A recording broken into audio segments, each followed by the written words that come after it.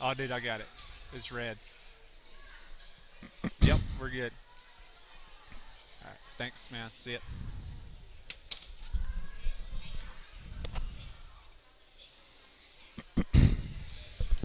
All right, we're here live. Never fails. We always have a little technical difficulty, but I think we're on and going now. We're here live at the 70th annual Achievement Day here in Cashion, Oklahoma. This is Chris Gibson. I'm joined here today with Lane Broadbent, and we would like to welcome you in to the first ever live broadcast. It's live. Live broadcast of Cashion Achievement Day. It's on Cashion Wildcats.tv. If anybody wants to share, get on Facebook. We're on Facebook, Cashion Wildcats.tv. There'll be links there to get to the live stream. If you want to get on Twitter, we're at TV Cashion, and we have all kinds of different things on there to get you to our live streams of all of our events, the football, basketball, right, and now Achievement Day. I know, adding it all. Yes, we all these kids have worked so hard, and this Achievement Day is so awesome just to kind of put the spotlight on them, and this year's no different. Lots of great kids out here today, lots of hours put in, and Lane is our Achievement Day president and has done a great job this year, bringing this whole event and together and getting everything going for this and kind of making this whole thing successful. So Lane has been in Cashion for a long time, and he's been a big part of Achievement Day. Not all 70 of them, right? No, not all 70 of them. But a lot Close of them. to it, yes. A lot of them. So, right. Lane can kind of tell us a lot about what Achievement Day is, right, and why it makes it special for right. This thing that we started in 1950. Very few programs can do what we're doing here at Cashion. And we have such a rich history. You look at this dog show that's happening today. Bob Adams is the judge. He's a 1969 graduate of Cashion. He married Marcia Marlowe, which she is a graduate of Cashion as well. So just hometown people coming back, giving back to the community. Our ag teacher, Miss Drake, Holly Drake, from Cashion. Yep. Her granddad was the first president of the FFA at Cashion. So just a the other day she said that this will be, her grandparents showed Achievement Day, her parents showed it Achievement Day, she showed it Achievement. Now her son's going to get to show it Achievement Day. So it's just a Cashion family tradition. Such a rich history, And Bob Adams, his son, his nephew graduated from Cashion. His nephew runs the R&B barbecue in town. Brian Adams. So Tammy McKeever is in the ring with her granddaughter. Tammy McKeever was with the Achievement Day Club and Booster Club for several years. Her husband Dan Marlowe, Dan McKeever was a mainstay at OIE. So just a lot of people that are involved in this program and really involved in other bigger programs. Brad Stone's out here taking pictures. He's a graduate of Cashion. Just look up in the stands, and there's just a lot of people up here that are old school. Randy Hamill. Just big parts of Cashion's history. Randy Hamill's over standing against the rail over there. He's a Cashion graduate. His son Heath and Hank Hamill. They showed here. Actually, his son, when he was in high school, grabbed my son. My son's 30 years old. Grabbed him. They were jacking around and grabbed him and shoved him in a trash can upside down. Nice. So it's been good old days. Yeah, it's good old days. Yeah. But it's a lot of people here that feel pretty deeply about this community. Yeah, definitely, and that's what's great. I'm a newcomer to Cashion. Right. I've been here only about 5 years, maybe 4 Right. or 5 years.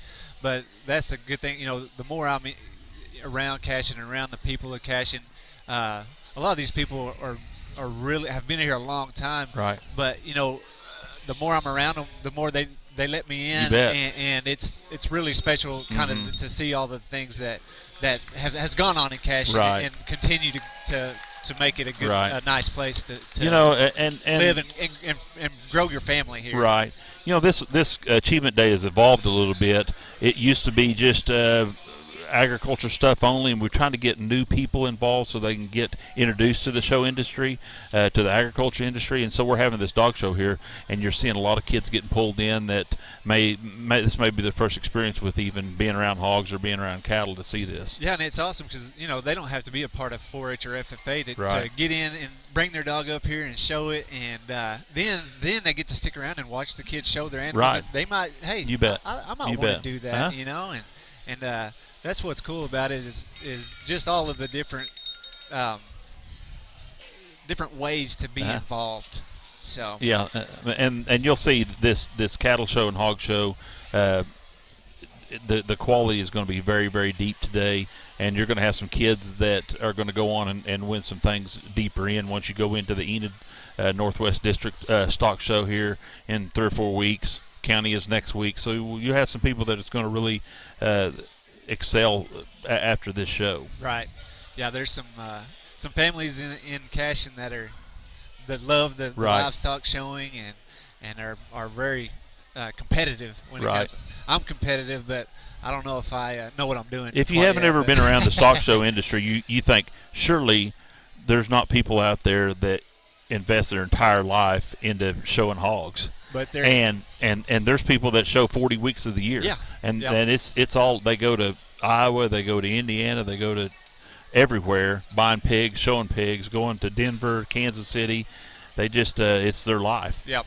And there's families that do sports year round. Right. There's basketball year round, baseball year round. That's the same way with the livestock showing industry. There's families that's what they love and that's what they enjoy. And what it teaches kids too, it teaches kids that you don't have to be the most athletic kid. If you can work hard, you can excel in this. And so it teaches a lot of different things besides what basketball and football teaches you. Yeah, and that's one thing my dad always kind of told us was we may get beat in the show ring, but we're going to outwork everybody that there is. And that was kind of the work ethic kind of thing that you learn from raising livestock and having that accountability to that animal. Right. That, hey, they rely on you to make it and be successful. Right. So, right. Well, throughout this day, Lane and I are going to kind of jump on here and there, but for the most part, we're going to kind of just let the show happen, and we're just going to leave this live stream up and going. People that are from other towns, especially people we have a German foreign exchange student that's going to be coming here today and should be blown away by what goes on here. But people from other towns come here and they're like, we've never seen anything like it, that you will have a dog show, have a hog show, and then after that next day you're going to feed 800 people at your Achievement Day dinner. We have 300 to 400 pounds of calf fries that we're going to be cooking, 300 or 400 pounds of pork butt. I mean, and you'll see back here tomorrow there'll be 75 people involved in getting this dinner ready. So it's a big thing for our community, and it's a very important thing for our community too. Yeah, and it's just one of those things that just brings everybody out. And if you're new to Cashion, old to Cashion, everybody come up and get to know each other and just fellowship together, kind of thing, Have some good homemade pie, some homemade chili, and then eat till you can't stand up tomorrow. Yep. So I think we're out here. Is this the one I want to watch? Is the costume competition on the dog? So maybe this is the smallest dog. I think it's the smallest dog. They just had the biggest dog. Now the longest tail was crowned earlier. You gotta watch out around them. They might get you. Yeah, and that's the thing. We're gonna have Hunter Collins is going to be our PA announcer today, and what we're going to do is we're going to try to crank that camera mic up, where as he's announcing the winners, you'll hear the winners. And Hunter also said he'd jump on and kind of talk about some of the things that they're doing as the shows are going on. Hunter's a Cashion graduate. His brother is the president of the FFA this year, so he's been heavily involved in that in the FFA as well. Yeah, and so if you don't know what's going on, you might stick around and listen, and we're going to have people kind of jump on and kind of talk about some things that are happening and why they're happening. And are you seeing this cowgirl right here? Heck yeah. OSU cowgirl. She told me earlier, you want to see how you do OSU with your arms? That's good stuff. Some of these dogs are getting they're not walking real well. They're getting pulled a little bit. But they're learning. They're a little stage. They might have stage fright. Uh-oh. Uh-oh, we got a loose dog.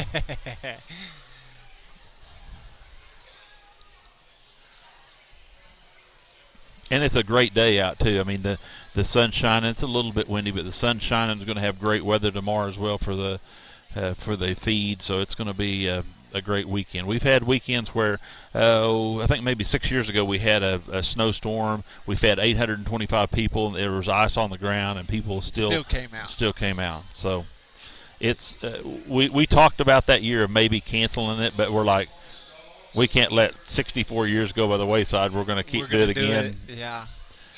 Well, and that's this year. How many tickets I think we've sold? We've sold 525 tickets or so, pre-sold tickets, and so you have some people walk in the door as well. Hopefully we'll feed 700 or 800 people, and it's the best food around. Yep, and if you're watching this and you're thinking, man, I didn't even know this is going on, and I'd like to be involved, you can contact Lane Broadbent. Come on up, we'll put you to work. Contact Holly Drake, our ag advisor. And, yes, there is plenty of stuff to do, and we'd be more than welcome to have you come out and help. That's the thing. All this is just a volunteer thing that the community comes together and gets going for the kids. Now, don't get me wrong. Miss Drake has put in some hours. Oh, yeah. And her work is volunteer, too, a lot of it, for sure. I saw a post on her Facebook last night. It's like at 1:45 she was still up, so. Yeah. So and she's like first one up here this She's morning a working too. dude. Yeah. We are so happy to have her. She is really I don't know about turning the program around would be the right word, but she has really made this program really excel. Just kind of giving it that boost that it needed. That's right. And you'll see as this show goes along, you can see them panels in front of us. They were just rusted panels. She's got them all painted up. We've got a new holding pen for her animals that we've needed for 20 years. That she's really doing a lot of improvements that's been needed. Yeah, and I try to tell people, we are lucky that we got her. She'd been at Luther for 12 years, I think, maybe, and when this opened up, she came on over, and man, from day one, it's been a knock. They knocked it out of the park when they hired her. And she's old. She's an old school ag teacher as far as she's making kids weld. She's making kids clean up after themselves. She's making, they've got an archery team. They've got skeet shooting. They've got all kinds of stuff that she's doing now that they haven't done in the past. We have a plasma cutter behind us. You can see this plasma cutter that these kids know how to run. They can cut about anything. This year, and I'm excited to see what the future holds for this ag program. She's a old school ag teacher. Like I said, I graduated in '84, and man, all the ag teachers in my time frame were like that. They knew all the kids knew how to weld. They knew how to do a lot of things, and then it kind of got out of that where there was specialized, where an ag teacher would be just show animals only, land judger only, speech person only, and she does all of it. Yeah. And she does it well. What's great about it is you don't have to just show an animal to be involved in this this FFA chapter. If you want to fish, I mean, I think they're going to start a fishing club. If you just like to, they have a media. I think Ryan Ball has been kind of she's done some media stuff that is pretty cool, and then they've got the all of the shooting sports, all of the just the judging, so if you don't want to raise a pig or a steer or a heifer, but you want to get involved in livestock judging is the way to you can learn how to judge it, get out there and do that. The excuse the last 10 years have been these kids don't need to learn how to weld. If they want to be a welder, then go to Votech school. Well, little Johnny doesn't know if he wants to be a welder unless he gets out there and tries it. Right. And so she can bring these kids into these classes and they can learn how to weld, and it's like, this is something I really want to do long term. Like, oh, well, I didn't even know I could do this. And if I can do that, I'll go to Votex. Right. And I'll go to Votex school and I'll get a trade. We got the best trick contest coming up here, right here, and last year I watched some of the highlight videos. I think the Mays family here, their little dog can do some tricks now.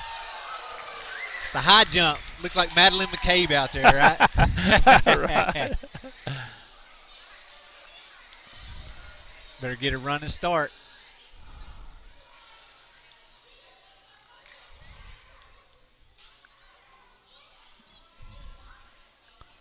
Oh, she's wanting to.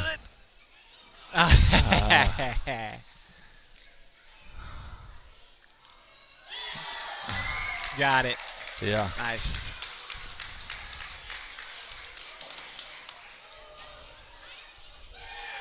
This dog doesn't have stage fright, does it? That's amazing. The mom is from Leedy, actually. That's where I grew up at. So. Yeah, Brandon and Amber. Yeah, right? Amber's from Leedy. Molly's in fourth grade. And Amber Schweitzer. How old is the boy? I can't remember how old he is. I know Molly's in fourth just because he's in Grace Maddox's class. Yep. But they're a great family. They do a lot of stuff, and they coach t-ball, coach some of the softball for the little league stuff. So that's a good family we appreciate here in Cashion, that's for sure. And that's kind of what Cashion does so well is she's from Leedy. Small town. They wanted to come to Oklahoma City. They have a job in Oklahoma City, so they're trying to decide: do I get a house in Nichols Hills, or do I move to Cashion, where it's a small town? I can still drive 30-40 minutes to work. So it's just a place that people feel comfortable with coming to. That's like the dancing bear right there. Yeah, it's a big one.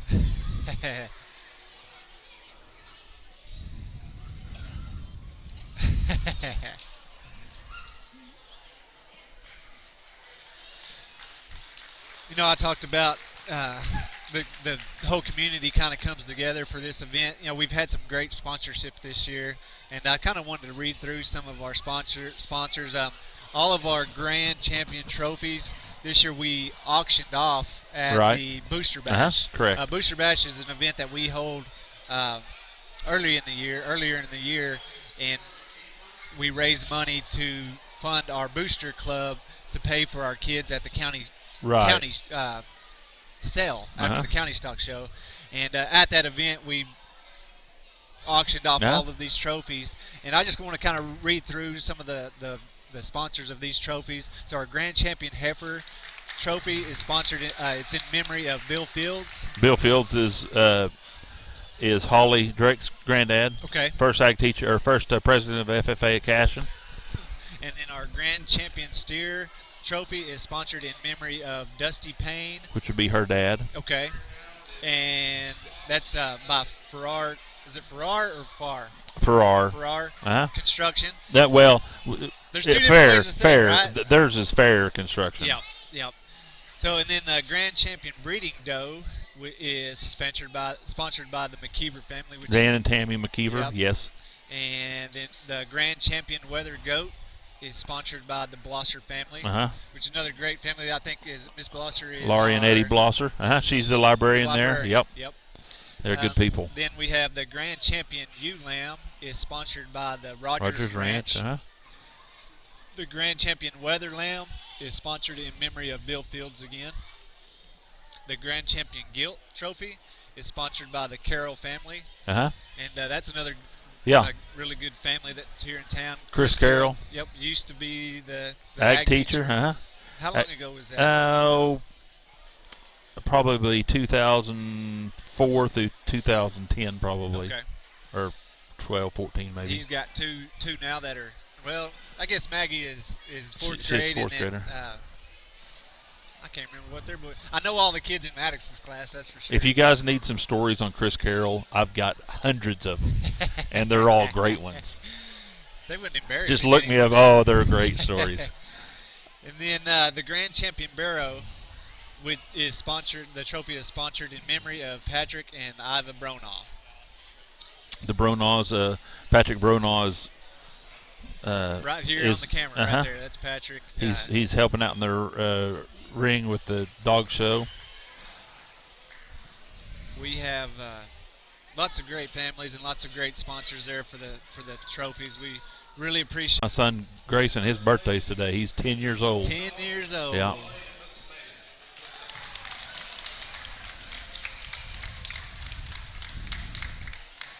We'll read through some of these. So we had 3 levels of sponsorship this year. We had $150 sponsorship, we had $100 sponsorships, and then we had $50 sponsorships. The $150 sponsorships, if you see you can kind of see the white signs that are lining the arena here. They are the $150 sponsorship. That's you got those sponsors. You got those. No. That sign, along with you're going to have your name kind of recognized throughout the day. Your name's going to be recognized in the program at the dinner. Right. All that different kind of stuff will get you recognized. If you want to next year, if you're seeing this and you're like, man, I'd really love to get my name out there. Contact, like I said, contact Miss Drake, contact Lane Broadbent, contact me. I can get you in touch with the right people, and we can get your name on a sign or in the program if you want to sponsor and really help boost these kids up. I read through some of these sponsorships. $150 sponsors is we had Dentist Express. Dennis Satchel Pharmacy. there, he's sponsored a lot of people for several years at the county stock show. He'll buy kids too, so he's a heck of a guy. Yeah, they serve the Kingfisher County, and it's a great place to get your prescriptions filled this time of year. Kingfisher Corner Nutrition, stop by for a smoothie or juice to help brighten your day. Jim and Nancy Simmons, great sponsors of Cashion 4-H and FFA, longtime family here at Cashion. And she was a kindergarten teacher for 20 years probably. Mark and Brenda Adams, another great supporter of the program. They've enjoyed many years with their daughter showing and being active in Achievement Day, and they still volunteer. She's here back today. there. She's back there in the concession stand helping out right now. Yep. We have Knowles Enterprise LLC. They're a award-winning production water and crude oil transportation. Crescent Veterinary Hospital. Visit the doctor. Visit Dr. Yost for all your pet needs. All these pets that were out here today. Go take them to Dr. Yost there. In the past, he's come up here and helped us with our dog dip in August. So he's helped the Cashion FFA program for 20 years. Gateway Realty for a friendly face and trustworthy knowledge. Call these hometown girls. That's the Anita Robinson. Oh, okay, Kelly Farrar. I've already seen Kelly running around here. I'm sure Anita will be Anita, up there. Cashion graduate. Yep, Anita and Kelly. And Kelly's Cashion graduate, so they've been big, always more than willing to help sponsor anything in this community, and we really appreciate all that they do for all of the. I don't remember Anita in high school, but I do remember Kelly in high school. So Anita's maybe a little ago, right? Anita maybe a bit longer ago than Kelly. Double C Farms, thankful for our long history of agriculture in our community, and Craig always supports our programs. I think that'd be Craig Durr. Yeah, they've been around for a long time. Commercial Construction Services, looking for a new building project, give them a call. Cashion Farm Bureau, from life insurance to auto insurance, they have your back. Chris and Carrie Cochran. Yep, they're also real big sponsors in a lot of the things that we do around town. Great family. They've been here for a long time. We've had lots of boys come through this school. I think this is probably is this the first year they haven't had a kid in sports in a long time.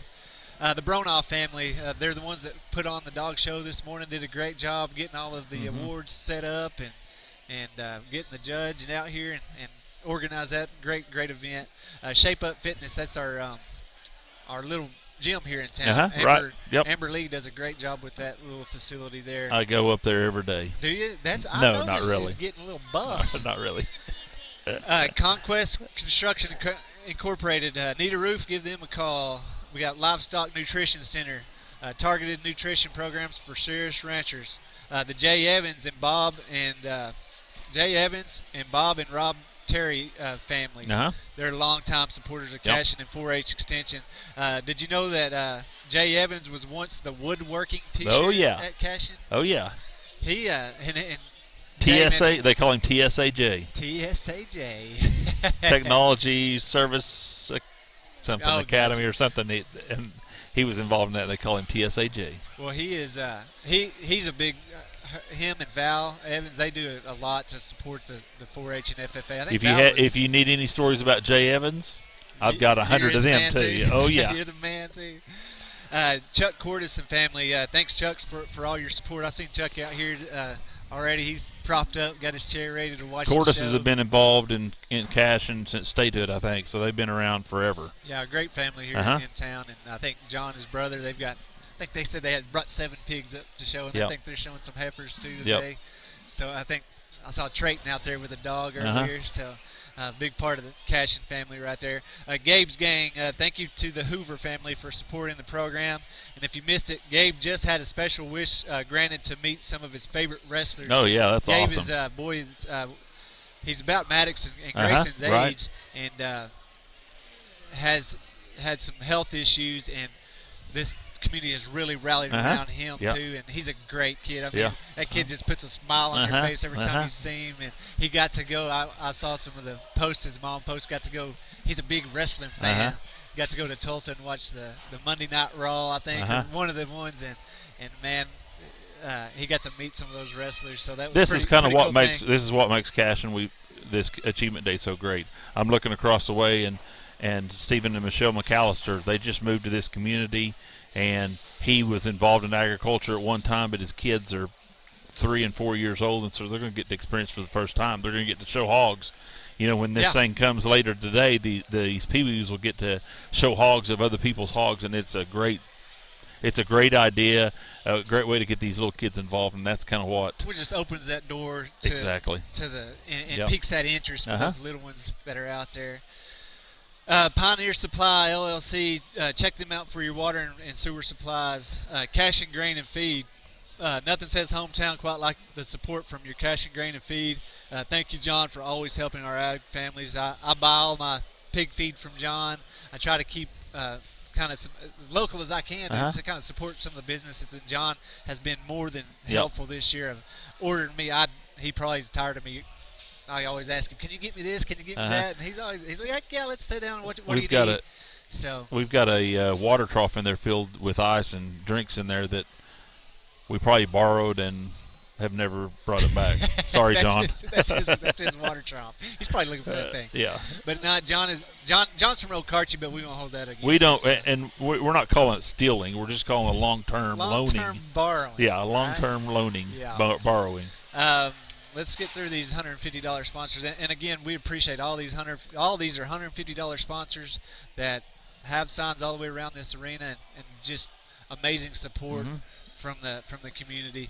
G3 and the Gibson family, proud parents of and grandparents of Maddox. That's my son Maddox and my dad and brothers.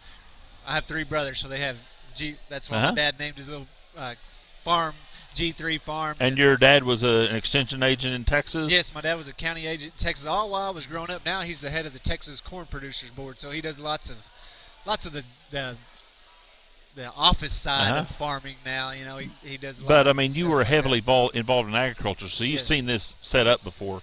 You know how this whole thing works, and so when you get to Cashion, it's just second nature for you to come back in here and really want to. And I love it. You know, I love getting involved, and my family gets involved with it. Maddox loves showing the animals. My mom and dad, they come to all of the shows and want to help. I think Mom made like 4 pies and a whole deal of brownies. If you like coconut cream pie or chocolate cream pie, this is the place to come. Get to the concession stand because they are going to be delicious. I promise you. And I think my wife made about 150 cookies. I ate about 30 of them, but that's beside the point. So, Rural Pest Solutions. As spring bugs start to appear, give them a call to take care of all your pests. That's the McCrackens. They're a great family here in town. They do my house. They always do a great job, and I never have any bugs, so call them up. J&S Cordes Angus Ranch, that's John Cordes. That's what I was talking about earlier. I think they have 7 pigs that they're showing today, and I'm not sure how many heifers. He's really involved. John's a great guy, and Sarah Cordes, great family. Bad Boy Genetics. I don't know. Have you ever heard of them? I know. I haven't heard of them. I see you got your Bad Boy Genetics hat on, Right trying here. to get the free advertisement. That's right. That's Lane and Johnny Butler. John Butler, huh? They raise hogs and do a great job, and I think you're going to have how many pigs up here today? There should y'all should raise? be 6 or 8. No, there'll be more than that. I know There'll the probably 8 or McKeevers 10. have a couple of y'all's. Y'all are showing some. We'll be showing 5. I mean, with me and John Butler, and so there's quite a few pigs that we've raised. If you want to get into the hog showing, call him up. He can Right. hook you up. Broken R Land and Cattle Company. Thanks for Chance and Jennifer Robinson for always supporting our youth. Chance is Charlie Robinson's son. I don't know if most people know Chance Robinson. He's got chili in the cook-off today. His son does. That's and a he fierce come up and bought competition today. he come up and bought 20 tickets from us for the Achievement Day dinner tomorrow. So he's a big supporter. Yes, and he did a huge for the booster bash I was talking about. He was a huge donor in that, huge support in that. They don't even have any kids showing, and they still just get out and really help support all of the events and help support all these kids. Sound Advice Hearing Doctors. That's Liz and Bobby. Oh yeah. See Liz and all your hearing needs. That's Nima. He's usually my partner here on Squirtle, and I tried to get him to come and announce the Achievement Day, and he was like, "No, I'm out on ag. I have no idea. I'm a city as the city gets." But that's another great thing about Cashion. You know, you don't have to be a farm person to live in Cashion and be involved. Right. You know, the sport, all of the great sporting events that their kids love to do, and then you have this side of it too. And the thing is, he's like, man, I don't do ag, but I love watching it. And he was excited about getting to jump on and kind of watch and see how it all goes. I love watching those kids play basketball. Oh yeah, man, our boys and girls have knocked it out of the park this year. They've done a great job. So thanks to Liz there with the Sound Advice Hearing Doctors. Biggs Backhoe Incorporated. Need a new septic or storm cellar? Contact Big Backhoe this spring. Mike and Renee Sanders family. Yep. She's our treasurer this year. Yep. She works for Continental, and she just kills it in the Achievement Day. Oh yeah. As far as the treasurer goes, man, she is just outstanding. On top of her game. My gosh. For sure. That is for sure. And they're a great family. We went and did a few jackpots this year. Or went and did one jackpot this year, and they were there with us. And that's a great thing too. We went to that jackpot. We don't do a whole lot of jackpots, but man, we went. It didn't. I forgot a few things. It didn't matter what I forgot. They had it, you know, and everybody jumps in and works together and makes things happen. And you know, I kind of panicked. Maddox didn't even know I panicked because somebody had my back there, and that's what I love about this community and the things that everybody comes together and really does a good job. Josh and Shauna Shine family they have a long family history here in Cashion, and we're thankful for their support. Both of them graduated from Cashion probably in the mid-'90s. Their dad Jerk has lived in Cashion for up by the rodeo arena 25 years ago, so they're around here for sure. Yeah, and Josh he's gonna help with some of the baseball. I mean, it's all these people that were mentioned are intertwined in this community, not just through ag, but through everything. And then the Chickering family, thank you for your support for the program. And they have 3 girls, and they're one of the ones that you're going to want to watch for today. Bet. They have. Man, they have just blown up on the hog scene. Yes. Not statewide yet, but you're going to hear from them. I mean, they just get out there. We have hogs kind of out there by them, and they're working suckers. All of them girls get out there and walking pigs every day, 30, 40 minutes, and they do things the right way. They're going to make some noise, especially in the county livestock show, but at Enid as well. I think they had a champion spot at Enid last year, maybe. So they're used to winning a little bit, but they've just been doing it for a couple of years, and they're getting better. Wade's the granddad, and he's kind of the driver behind the whole thing. And Ryan, Ryan last year that girl works now. No. You know, you see some of these families that are really big time into some of the showing. The kids kind of sit back and let everybody else do it. No, Ryan. Ryan is man, they are in the middle of it. And sure. you'll see them showing today. I mean, them girls can flat get it as far as showing a hog. So that's all of the $150 sponsors. we'll kind of run through some of the other sponsors later on through the day. Anything else you want to add? We're kind of in a break here between the dog show and we're about to start firing up. I think let me look at the schedule here. I think at let's see. Where this arena is setting, while you're looking through stuff, where this arena is setting at tonight, whenever the show gets over with, they'll take all these pins out of the way, take all the wood chips out, and then they will start setting up to start calf frying. These are the pins that the ag the ag mechanic kids made. Each one it made them pins, and Holly Drake was the main driving force behind that, getting everyone organized and getting them up to speed on learning how to weld. And the pins look very, very good. You can see everything's painted up right. And last night Lane called me up and said, "Hey, come help me spread some of these shavings." Right. And I walked in and I was just like, "Lane, this looks professional. Looks great, and I mean, and the kids can see it too. Maddox this year, he walked in and he was just like, "Dad, this is a show." Yeah. And I was like, "Yeah, it is. This is Achievement Day, and this is kind of it's impressive when you walk in here." If you guys are not familiar with Cashion, how the school is set up, we're in the ag barn and ag building where Miss Drake teaches kids. Right behind me is where the bus, they call it the bus barn now, the new bus barn, and it's a new bus barn, but it was the old basketball gym, and that's where we keep all of our animals over there before we show them. 20 years ago and before that, they kept animals at the little Quonset hut or a round top barn that they had that burnt to the ground maybe 20 years ago.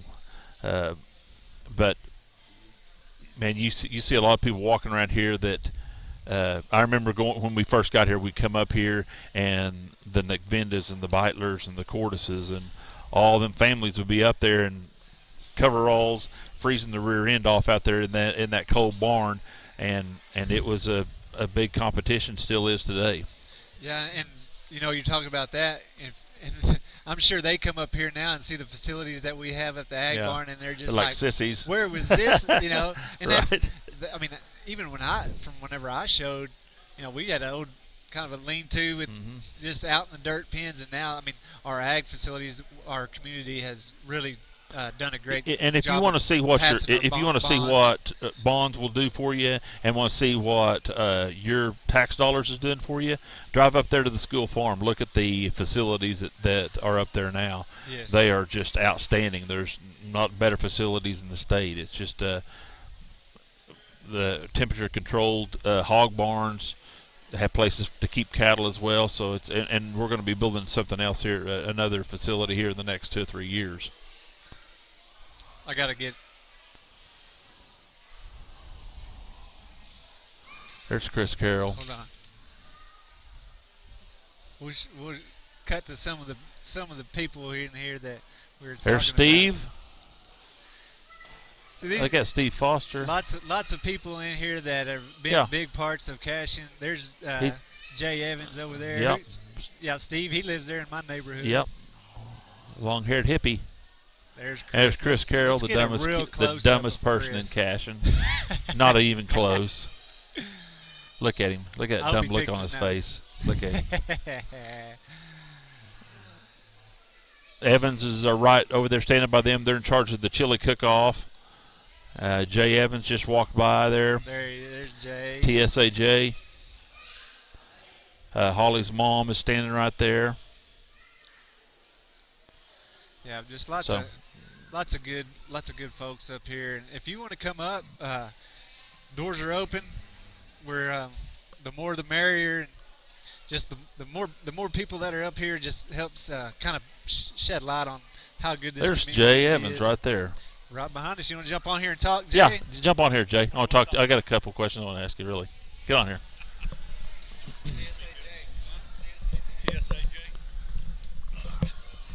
We were just talking about you, TSAJ.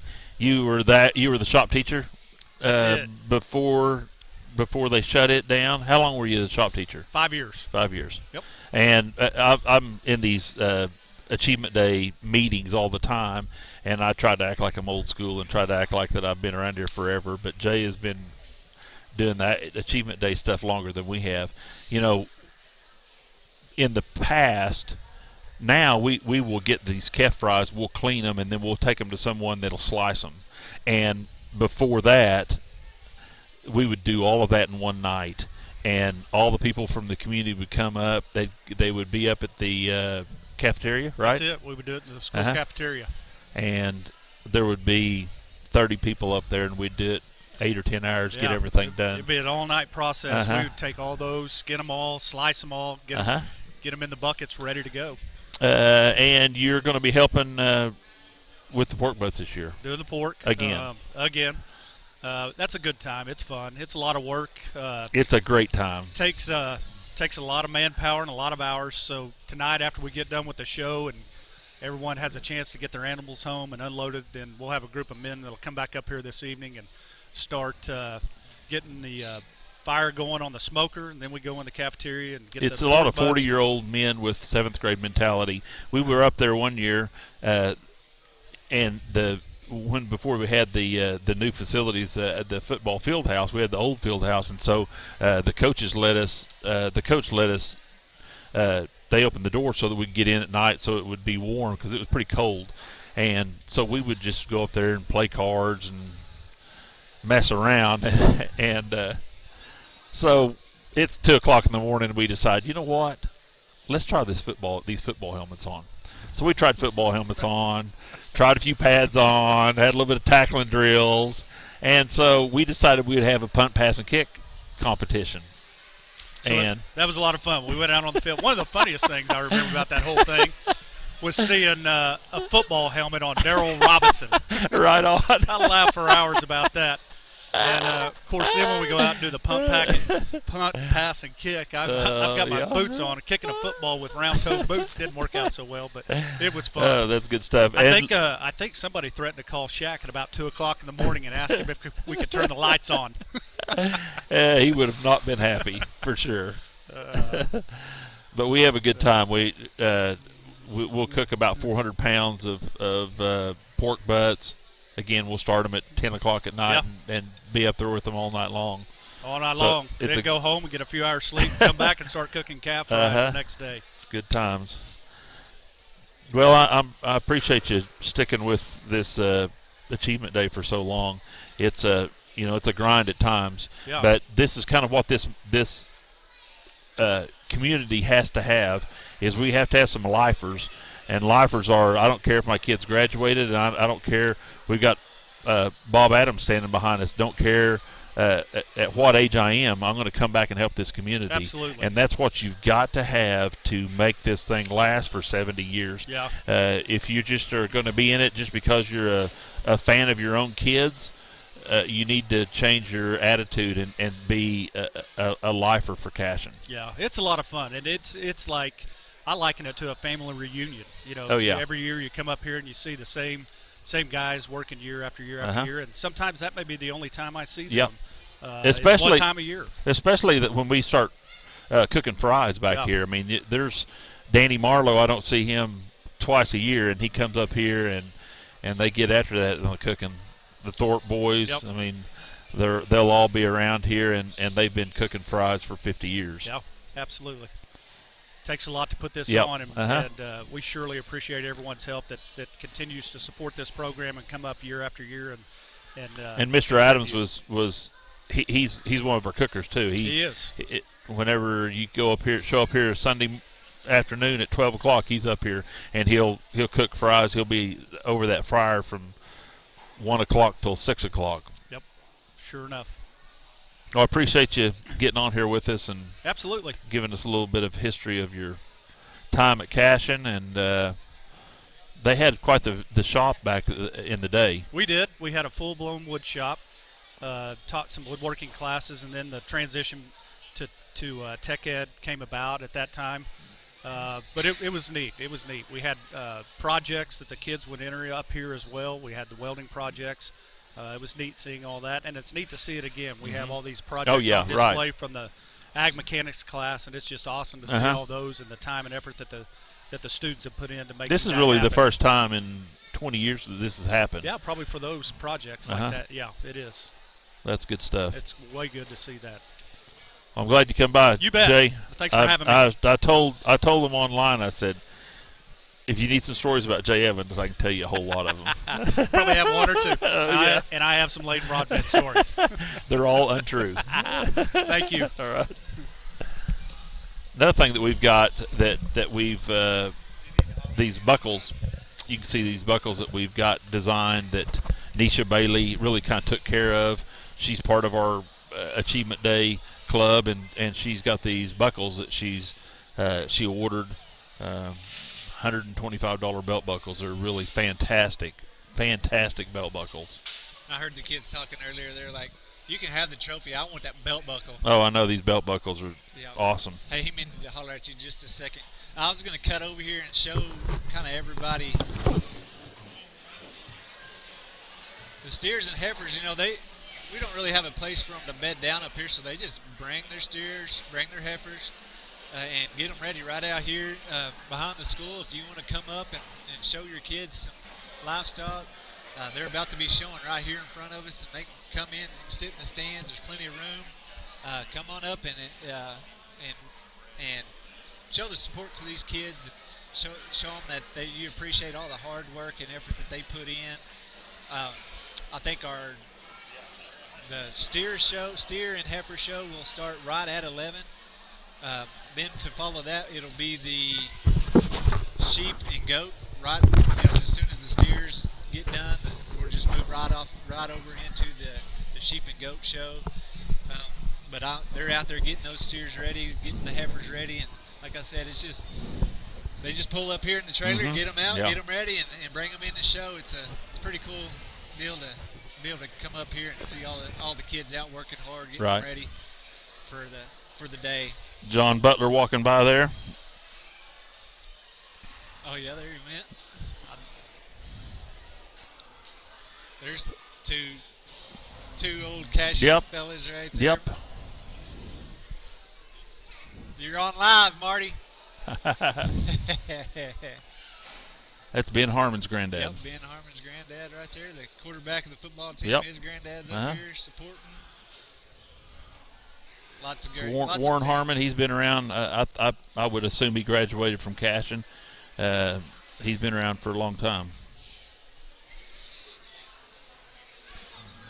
Yep, if you want to come up, like I said, it's some Corduses there. There's no entry fee. Just come on up. The concession stand's up, fired up. If you want breakfast, come on up. Later today, we are having the chili cook-off, and after the chili cook-off, we'll be selling the chili for lunch. We're gonna have hot dogs, hamburgers, whatever you want. Actually, I've got to leave. I got to go. No, I got to start cooking hamburgers. Okay. Well, that's important. Better get on. Are you good? Appreciate you jumping on here. We'll jump on throughout the day. Okay. A couple of these kids wanted to jump on here, so I'm going to have them on and kind of talk to them. Okay. And they're excited about the day for sure. Okay. Thank you, sir. You bet. I'm going to cut over here to the show ring, and we'll get back in just a second.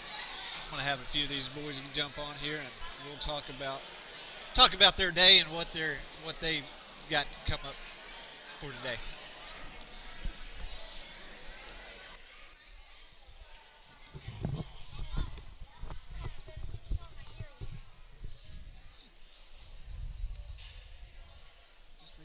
Ready for takeoff. All right, you ready, Jackson? Yeah, definitely. All right, here's Jackson Drake. This is Miss Drake, our ag advisor. It's her son, and this is this your second year to show? No, this is like my sixth. This is your sixth year to show? You've been showing for a while then. Yeah, I've been showing for a while. All right, good deal. He's excited about the opportunity to show at Achievement Day. Your mom said you're the fourth generation to show. Your great-grandparents showed here, your grandparents showed here, your mom showed here, and now you. Yeah, so that's pretty big. Yeah, you're carrying on the tradition, the family tradition. That's pretty. What do you think about that, Jackson? Well, I think that's kind of cool, but at the same time, 4 generations. All right. Does that mean whenever it's becoming the 8th generation, I'm gonna be old? If it's the 8th generation, that means you will be old. Yes, sir. All right. Can you carry on that tradition? Is your kids going to show up here? What? Are your kids going to show up here at Achievement Day and carry that tradition along? Probably. All right, that sounds good. So, Jackson, how many pigs you got this year? 2. You got 2 pigs. What kind of pigs do you have? We got a Duroc and a Cross. Duroc and a Cross. All right, are they gilts or barrows? They're both gilts. They're both gilts. So, what does your day consisted of this morning? What did you do? Did you have to come up here and weigh this morning and feed and, Yeah, and all that. water, all that stuff, take care of them? So when the show kicks off and gets going, how do you get your pigs ready to show?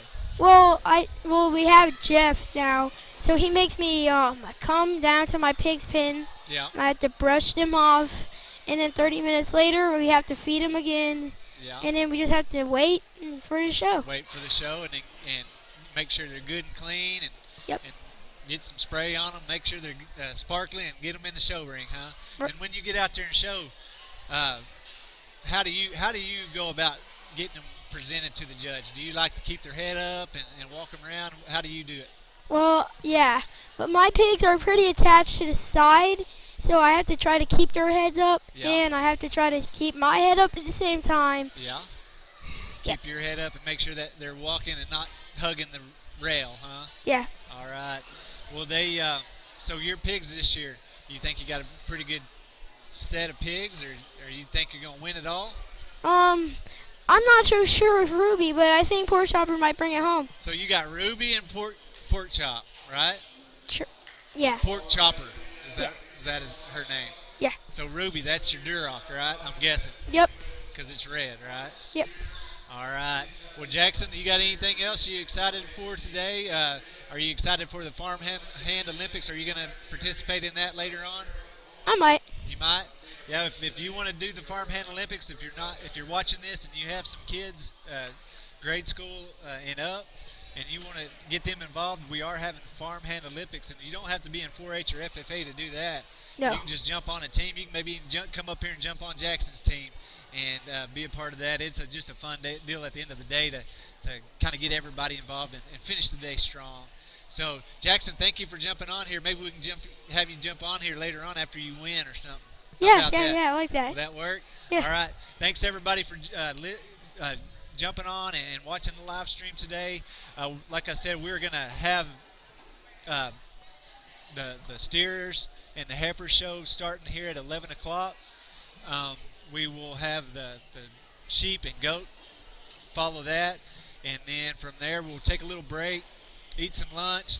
We may jump on and do some more interviews with some of the kids, and then from there we'll go right into our hog show, which will start at, let me see, I think we start that up around 3 o'clock.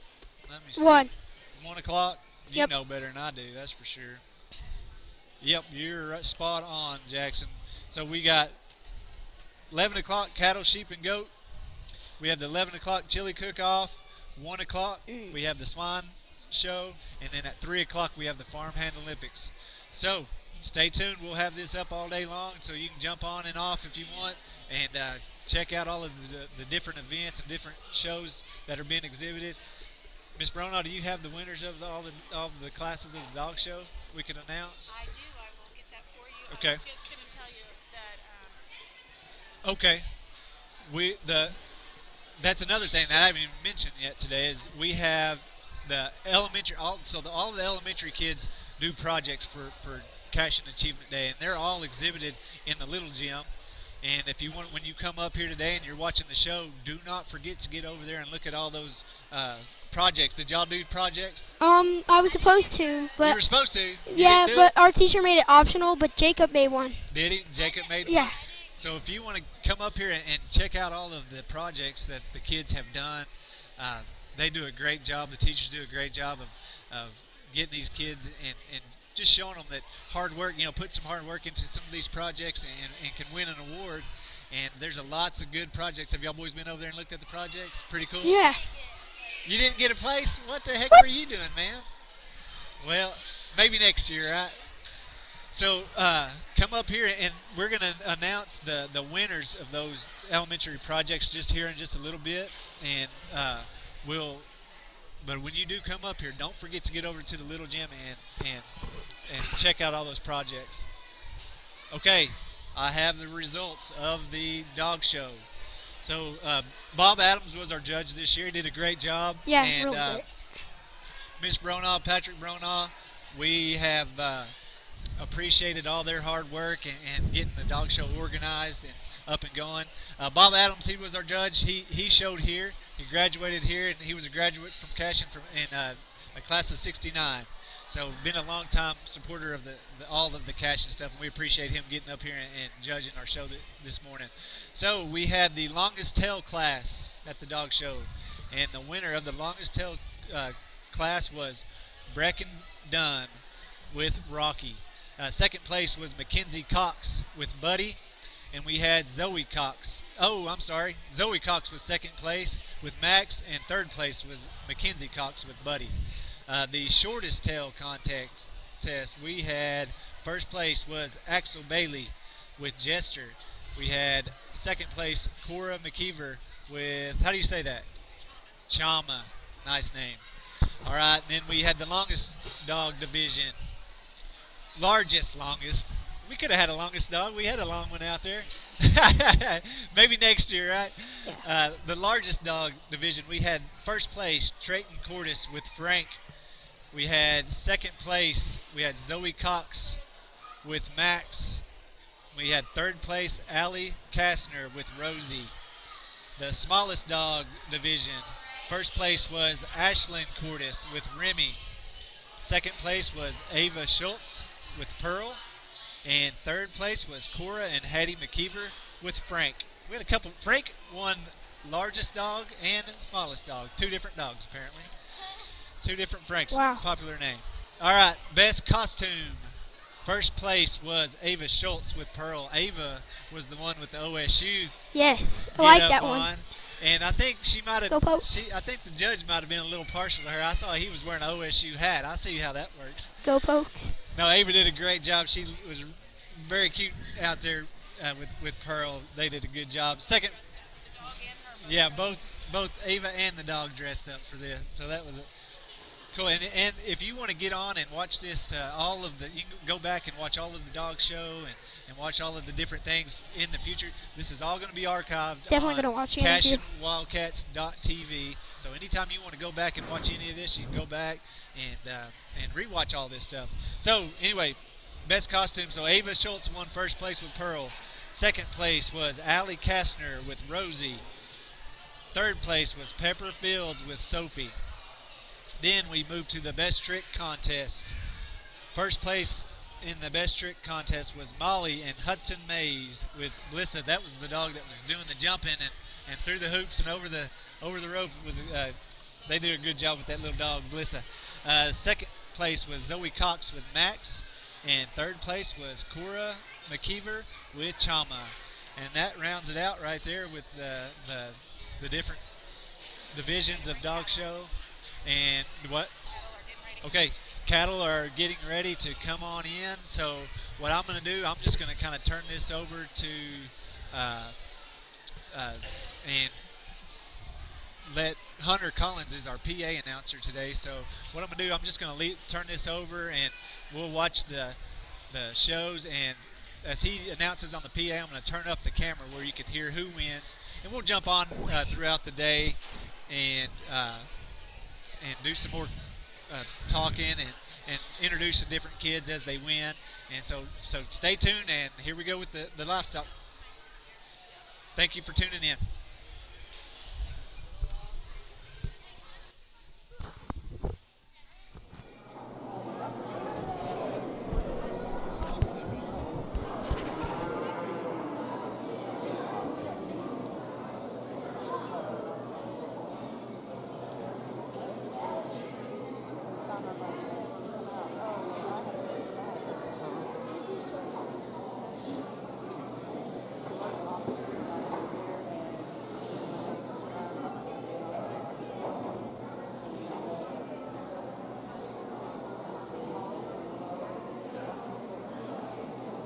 He's in front of the.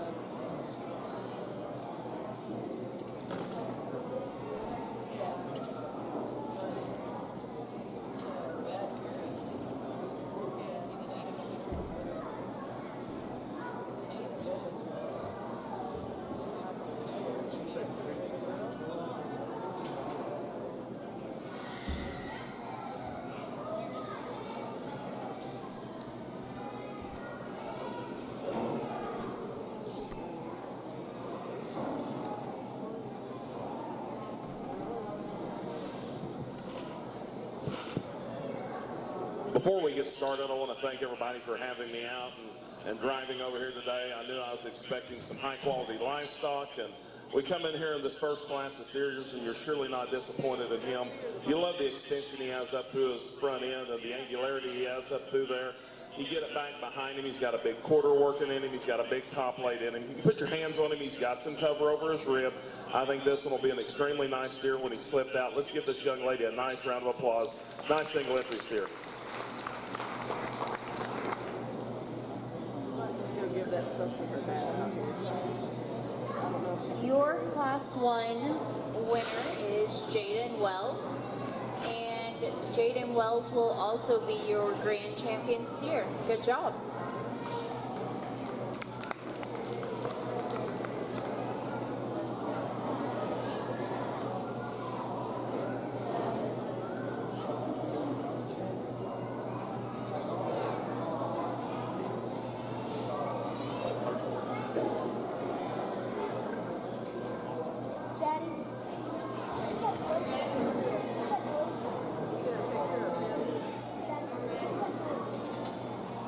All right, we're going to move on into the breeding heifers. I am going to need Class 1 Angus heifers to the ring, and that is an entry of 1, Sadie Weaver.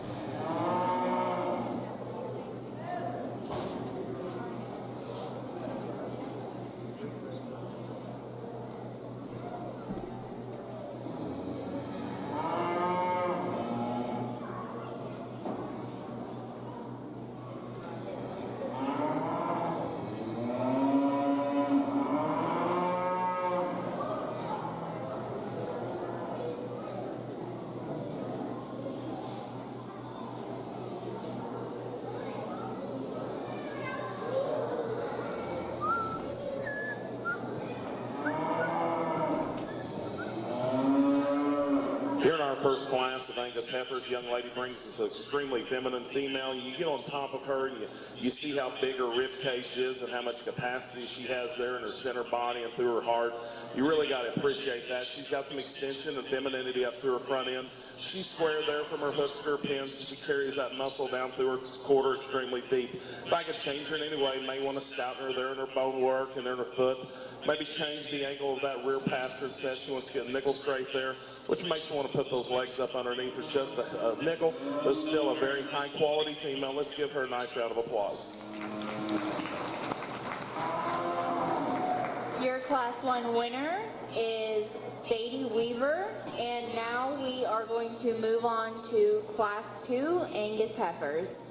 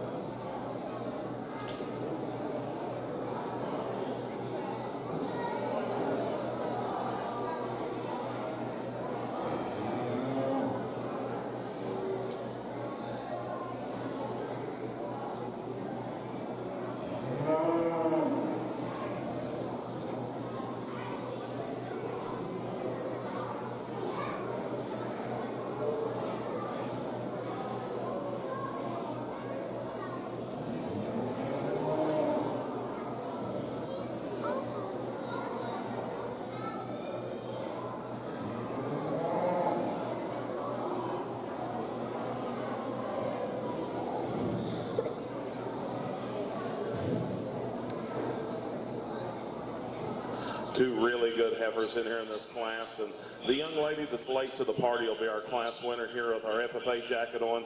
I like a lot of things about this female. You get back behind her, she is the most powerful. When you read her down her top and through her quarter, she's heavier bones, she's bigger footed, she's still feminine about her front end. You still like the extension she has in her. If I could change her in any way, I'd like to lay that shoulder into her skeleton just a nickel better, but still a very high quality one that's got some depth of body, she's got some depth of heart. I think if you went ahead and spray painted that white there in her other areas, she'd look a little deeper there in her flank, but still a very high quality female.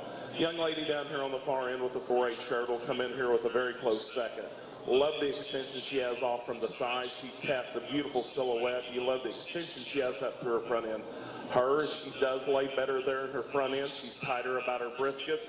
You get on top of her, she's got a bigger cage laid into her, and she's got a lot more capacity in her rib at this stage of her game. She gets a little smaller footed, she gets a little lighter bone, and you get on top of her and view her from behind. She's the lightest muscled of the pair, but still a very nice pair of Angus heifers. Let's give both these young ladies a nice round of applause.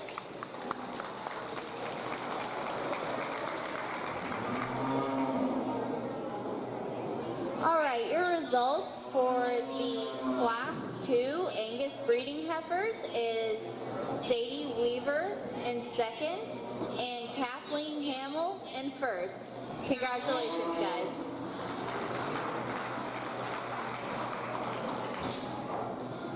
And we will be moving on to our Class 3 Angus heifers. I should have one entry making their way to the arena.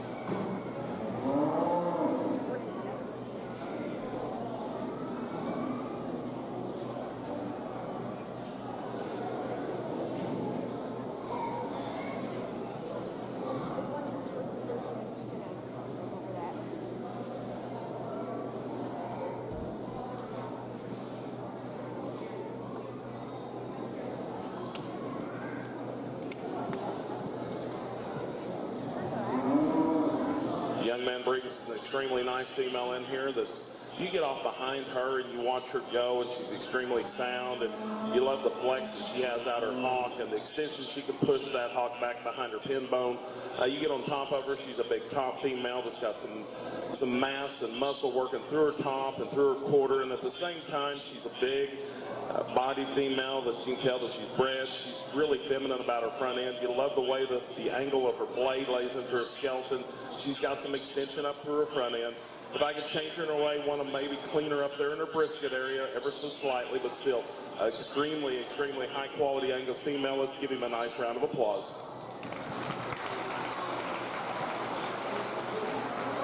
All right, and your third class of Angus heifers coming in first place is Jacob. Real quick, I would like to take a moment to thank Dennis Express Pharmacy, Napa Auto Parts, and the Grand Champion Steer and Heifer sponsors in loving memory of Bill Fields and Dusty Payne. Thank you guys, and we will be moving into Class 4 Angus heifers, and I should have one entry making their way to the arena.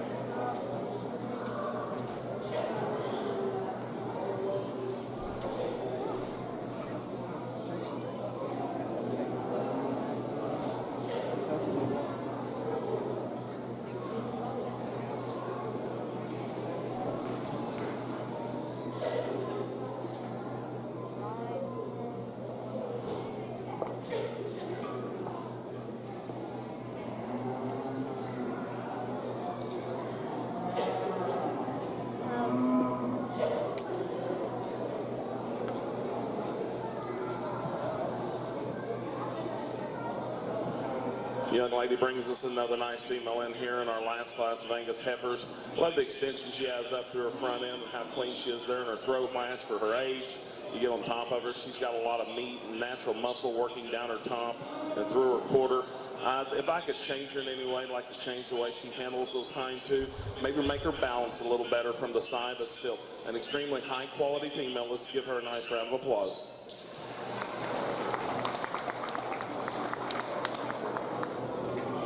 Okay, in first place for your Class 4 Angus heifers is Kathleen Hamill. Congratulations. And we are going to move right on into our Hereford breeding heifers. I have 2 entries that need to be making their ways to the arena. And we will begin momentarily.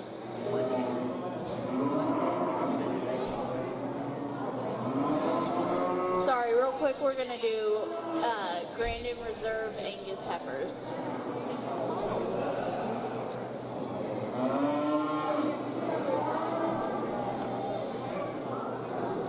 And another quick announcement, the hamburgers, hot dogs, and chili are already in the concession stand.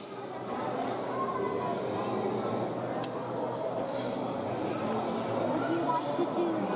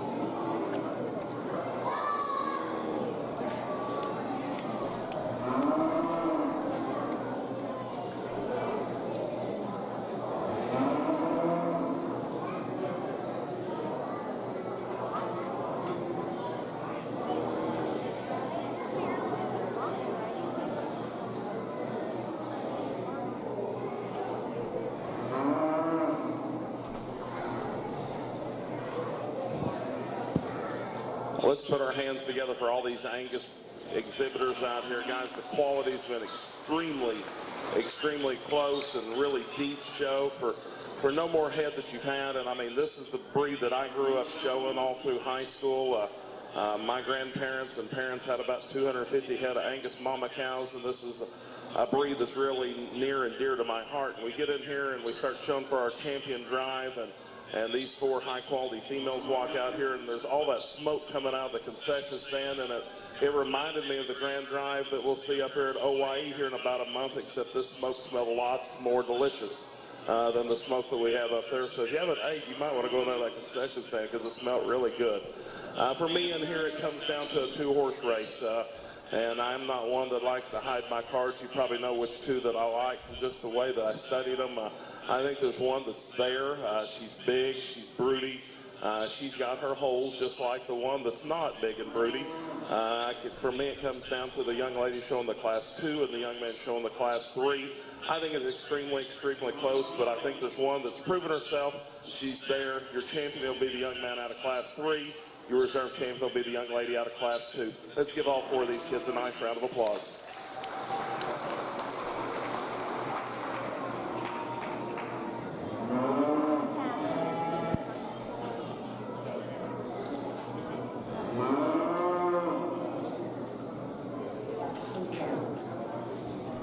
Would be Kathleen, and then Catherine, or Class 3 is Jacob.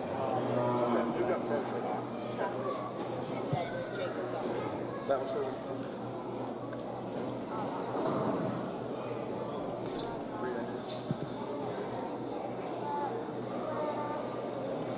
Your breed champion for the Angus division is Kathleen Hamill, and in reserve is Jacob LeBleu. What is this here?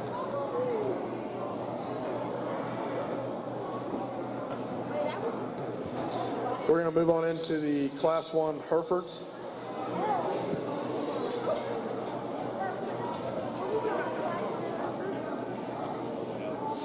I'm gonna be here.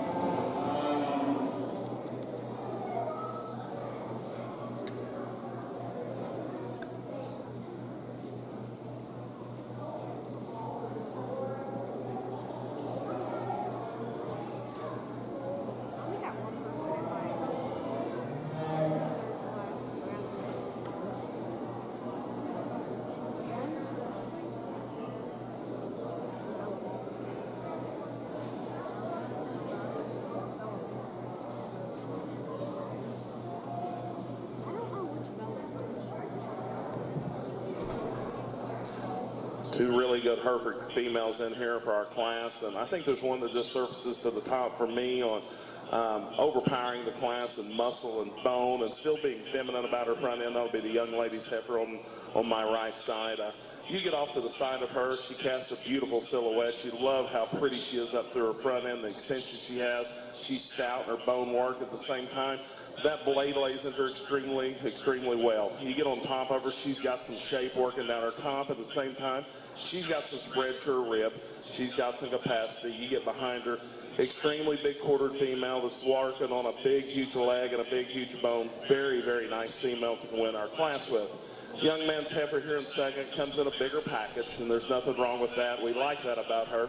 Still extremely pretty and feminine up through her front end. Probably a little more feminine about her blade than our class winner. She gets a little more flat in her forerib. Doesn't have the capacity there in her rib. Doesn't carry it back as deep and through her heart as we do with our class winner. Doesn't have the bone or the muscle as our class winner, but still a very good female, make a great cow. Let's give both of them a nice round of applause.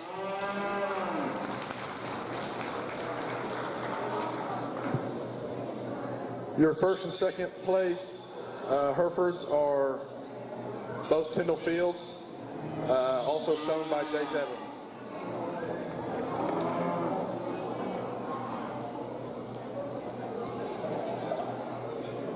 That'll bring us to Class 1 of the main division.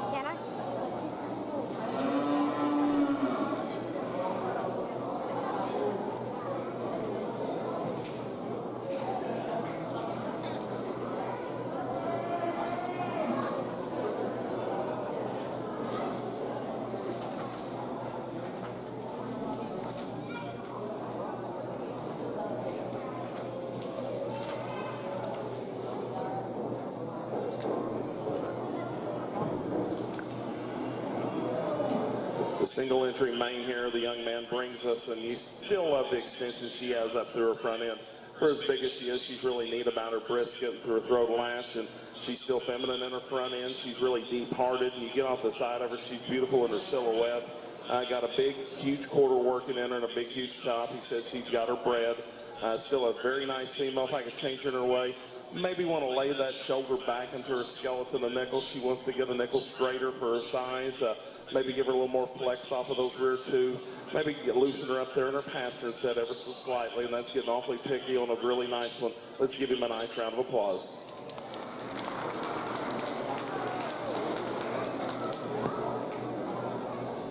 Your first place main goes to Jacob LeBlue. That brings us to our grand drive. Can we please have all the breed champions to the ring, please?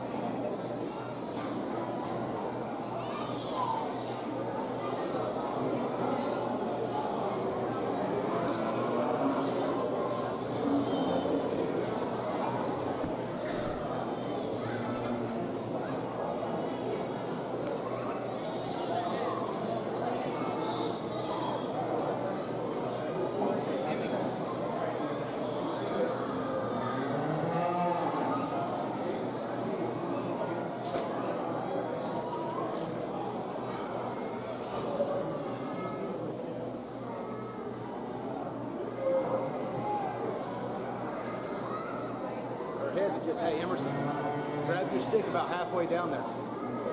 There you go. There you go. That's fine. Hey, can you pull her forward just a little bit? There you go. It's all right.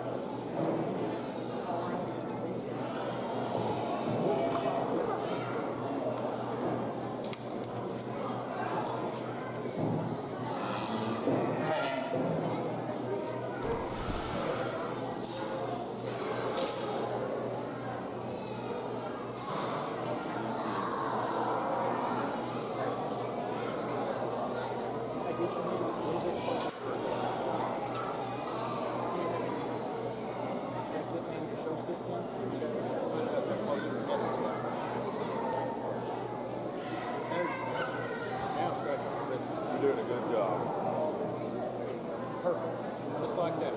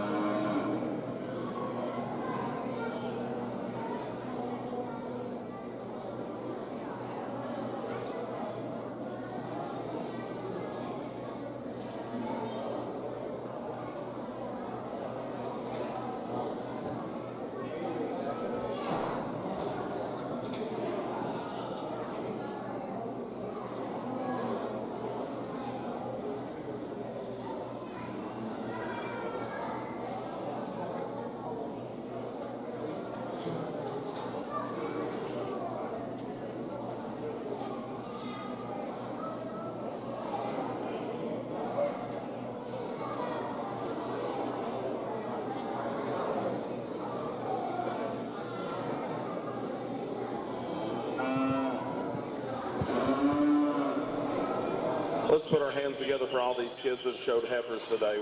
Really, really deep set of females.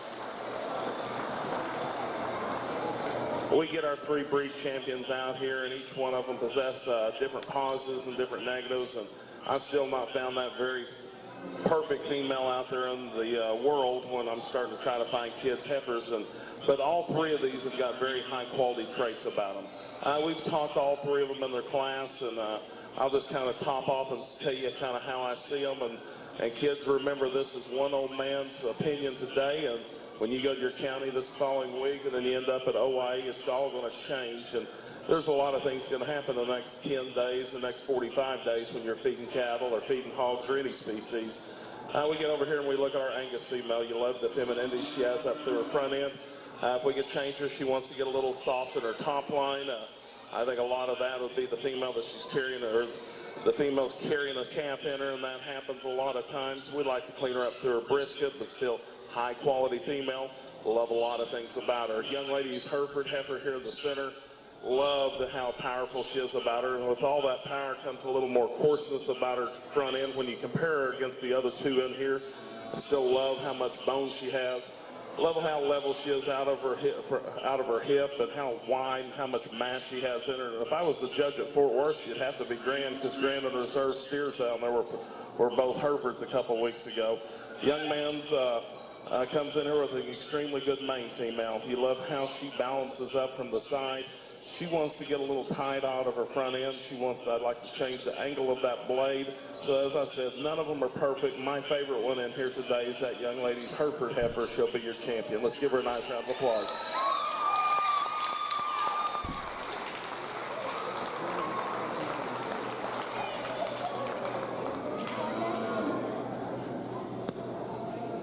Your grand champion is Tyndall Fields with her Hereford heifer.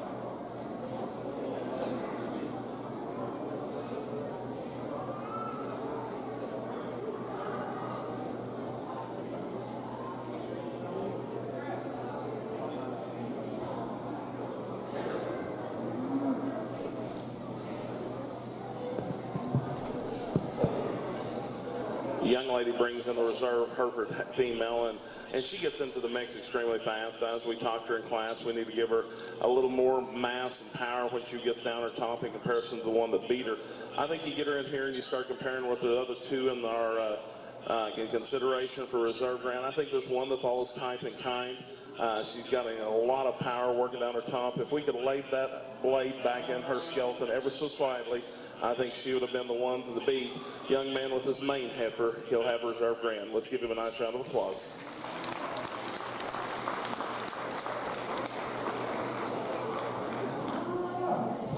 The reserve grand breeding heifer goes to Jacob LeBlue with his mane.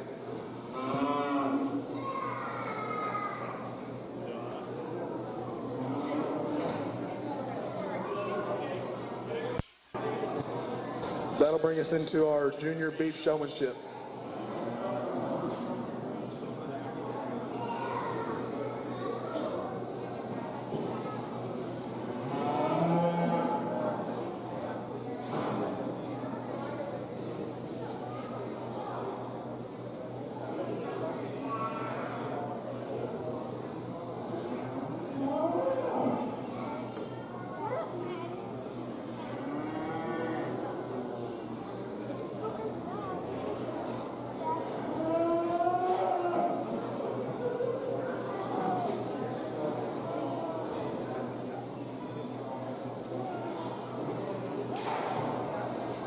we are preparing for the Junior Beef Showmanship, I would like to take a moment to thank some sponsors. I would like to thank Jim and Nancy Simmons and Kingfisher Corner Nutrition for their $150 sponsorships, as well as Community State Bank and Wiley and Rita Carroll in memory of Jim and Ina Beitler. And we will get on with Junior Showmanship.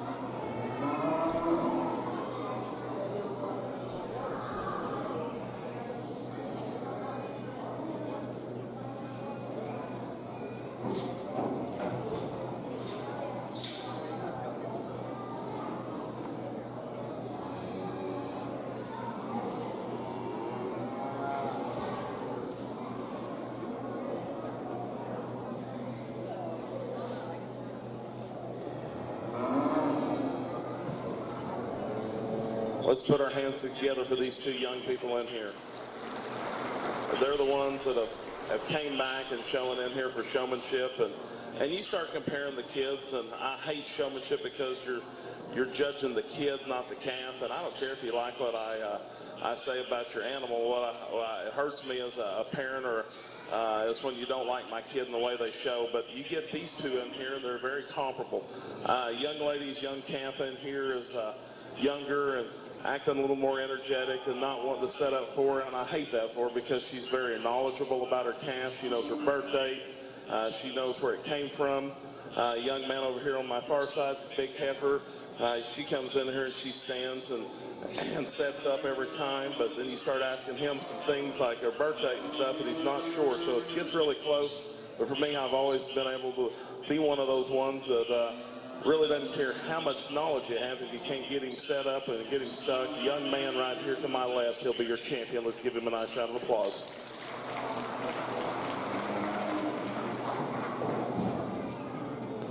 Your junior showman goes to Jacob LeBlue.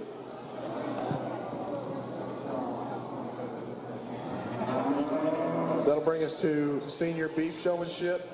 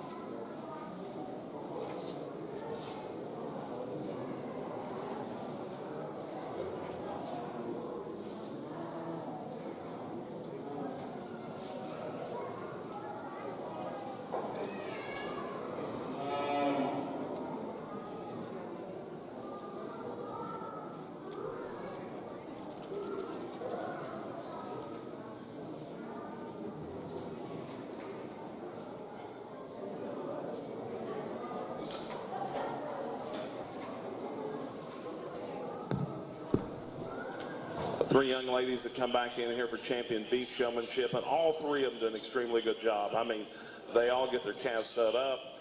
They know where their feet and legs are. They get them set up. And even though the younger calf is acting a little more like a knothead, you'd expect that for a younger one. Their two older calves come in here and set up extremely fast and extremely quick. And that kind of equals out with the rest of them. And after that, it kind of comes down to who knows what, because all three of them do a very good job. I think there's one of them that's extremely knowledgeable about their calf. They're extremely knowledgeable about what we're doing here in the ring. They're very fluid, they're very smooth when they get them set up. Let's put our hands together and congratulate that young lady with the big steer here on my left. She'll be your champion.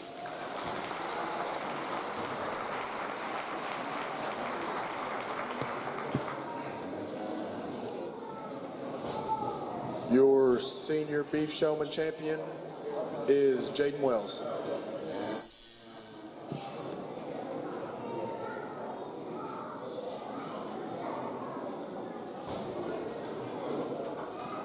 Big thank you to all the beef showmen that came out today.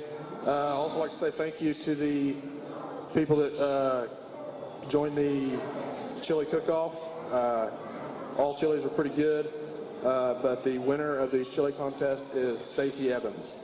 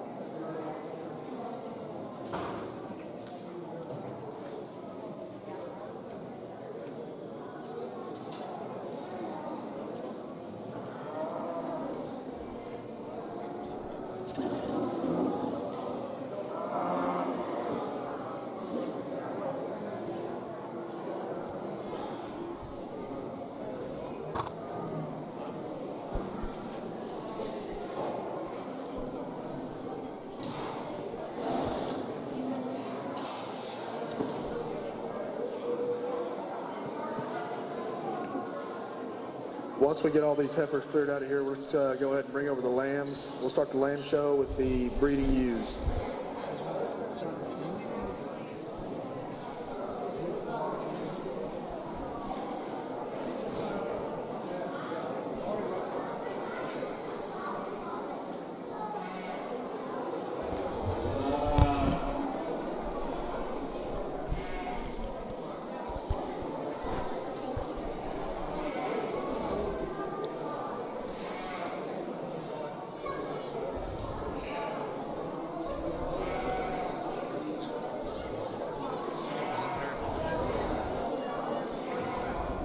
She was beat with Avery.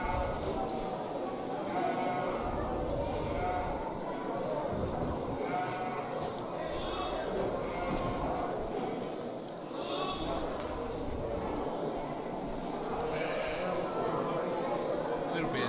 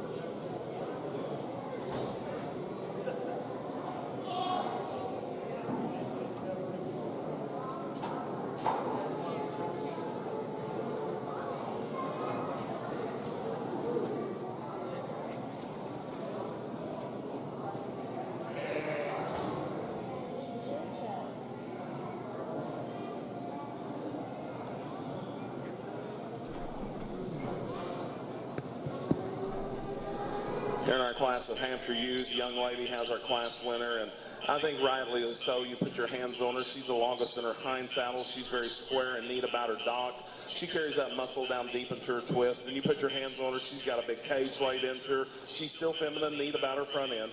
You love her from her side view and the lines that she possesses. She's deep in her heart, and at the same time, she carries that depth and those lines back through her flank to an extremely high-quality female. Young man here in second. I love how square and thick this one is about his loin. He's got a big cage laid into him. Probably gets a nickel courser about his breastplate. Doesn't want to carry that depth of body all the way through to his flank. Doesn't have the length of hind saddle or that twist that when you put your hands on that inner leg still. A very high quality pair. Let's give them both a nice round of applause.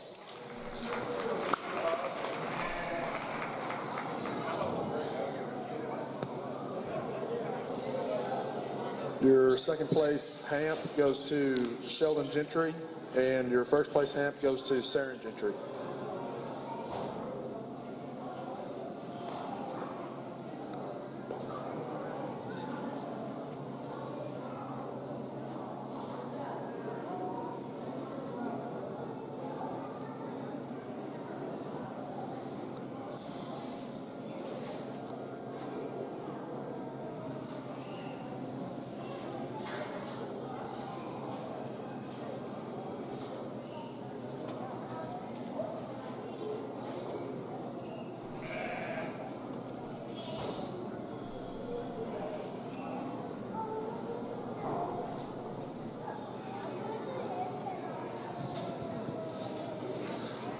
Young lady, single entry Southdown. She brings in a very extremely nice one in here. You love the extension she has up to her front end for a Southdown. You love the possession that she has when you get off from the side and the look that she'll give you. I'll be the first to admit she's a little more over-conditioned, kind of like me. She's ate quite a bit of food there at the house, you can tell, and I have too. I'm not going to hold that against her. You put your hands on her. Extremely big loin type of a sheep. She's got a big square hip laid into her. Very nice job the young lady's done. Let's give her a nice round of applause. The first place Southdown goes to Michaela Hines.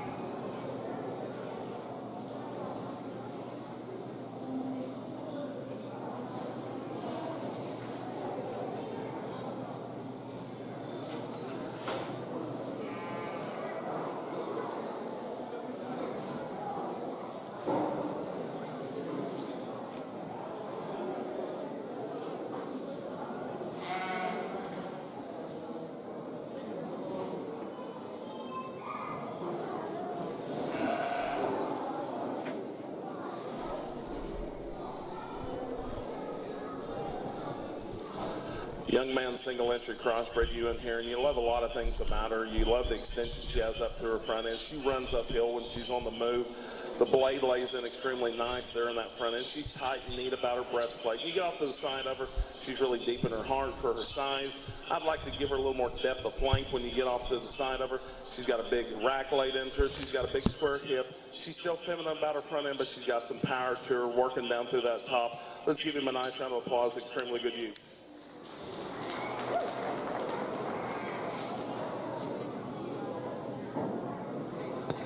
First place goes to Wyatt Collins.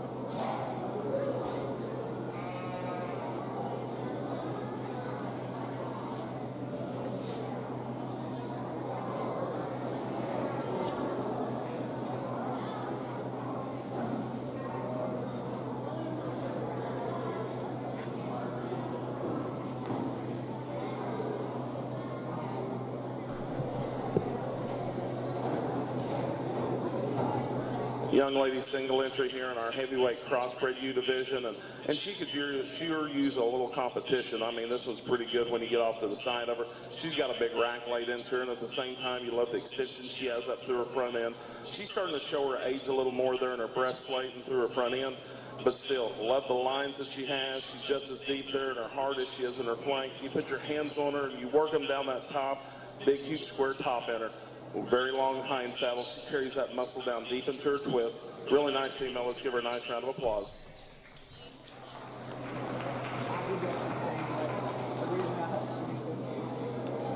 First place goes to Sarah Gentry.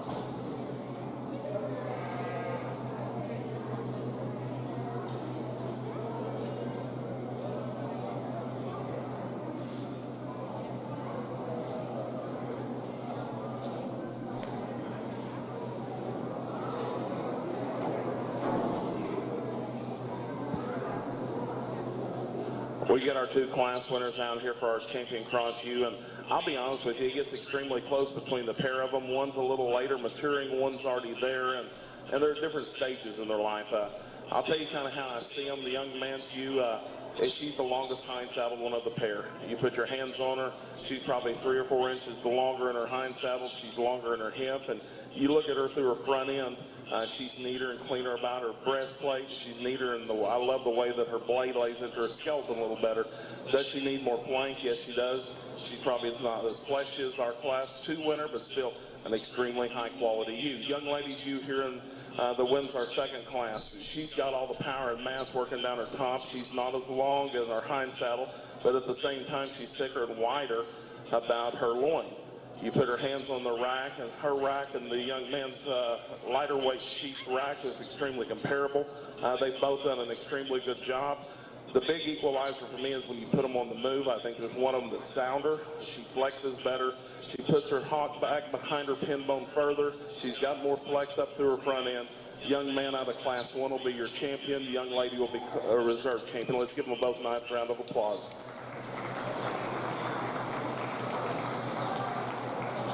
Reserve Crossbred U goes to Sarah Gentry, and Grand Crossbred U goes to Wyatt Collins.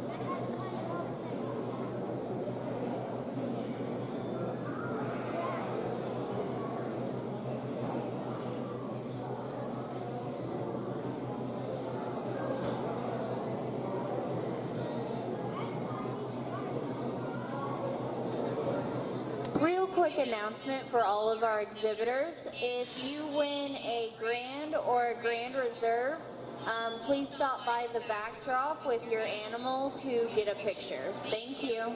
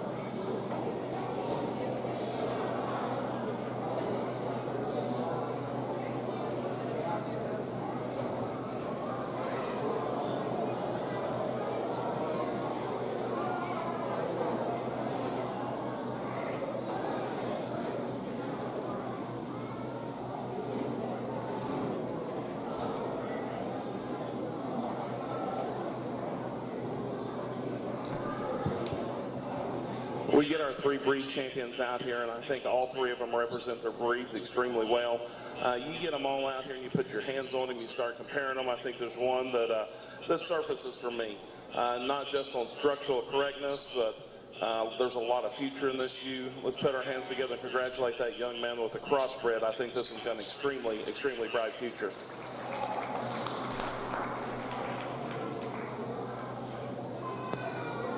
Champion breeding ewe goes to Wyatt Collins.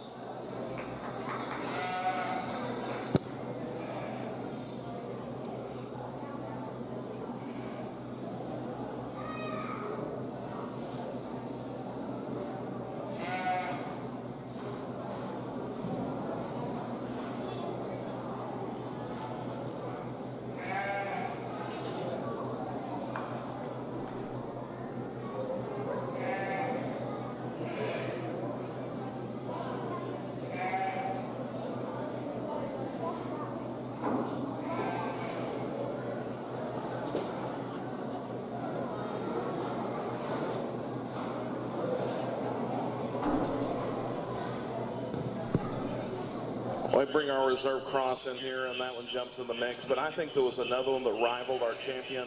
I think this ewe pushed our champion extremely, extremely hard. Let's put our hands together and congratulate the young lady out of our Hampshire drive. She'll come in here with our reserve grand champion.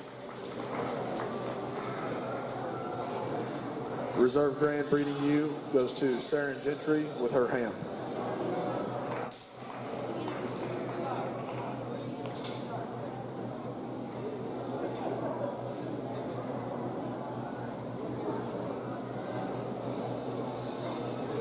That'll bring us to our first class of market lambs.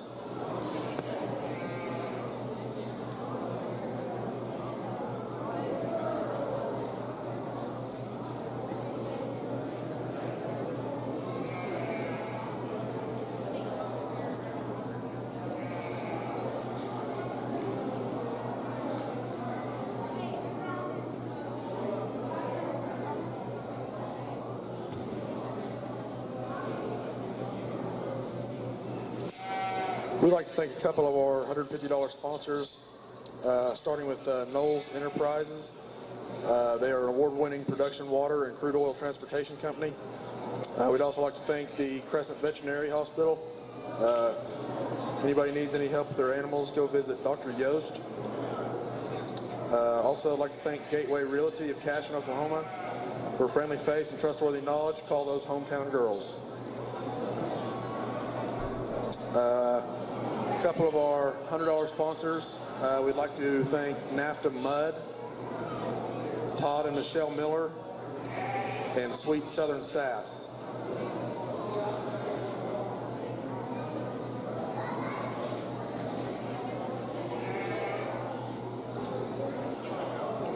Your Grand Champion Breeding Doe Awards was sponsored by,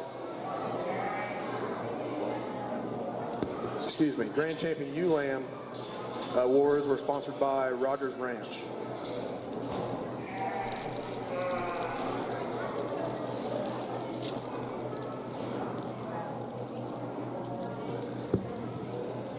single entry here in our first class of Hampshire Market Lambs, and this young man's weather could sure use some competition. Love how firm he is to the touch, and when you put your hands on him, he's very firm and full about his his cage, and the way that he pops out of there and he comes into a big, deep, thick loin, and he's still extremely long in his hind saddle. He carries that muscle down deep to his stifle and to his twist. If I could change him any way, I'd like to stout him there at the ground. He gets a little frailer in his bone work. He's starting to go ahead and get a little, I would call coarse out to his front end. We'd like to lay that blade into his skeleton ever so slightly, but still a very high quality, highly cuttable type of a sheep. Let's give him a nice round of applause.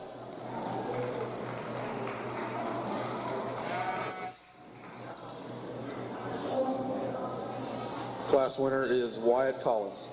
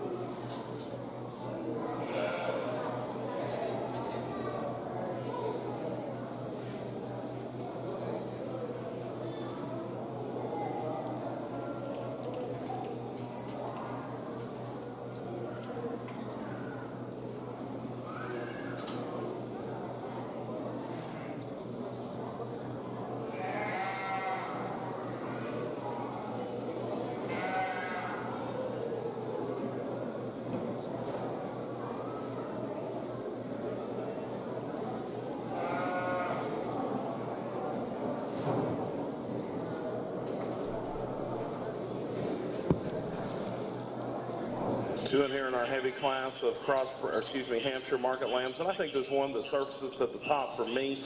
That'll be the young lady over there who's fighting that weather on the far side. You put your hands on this one, he's very firm to the touch. I love the amount of finish he has over his rib cage right now, and at the same time, big, huge rack laid into him, big, huge square hip, big loin, extremely long in his hind saddle. At the same time, he's extremely sound. Young man comes in here with a very nice Hampshire weather. This one's extremely stout. He gets a little coarser up to his front end, doesn't want to balance as well.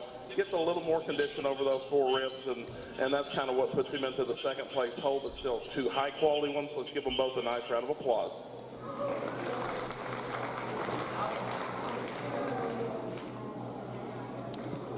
Your second place Class 2 lamb goes to Sheldon Gentry, and first place goes to Emerson Belt.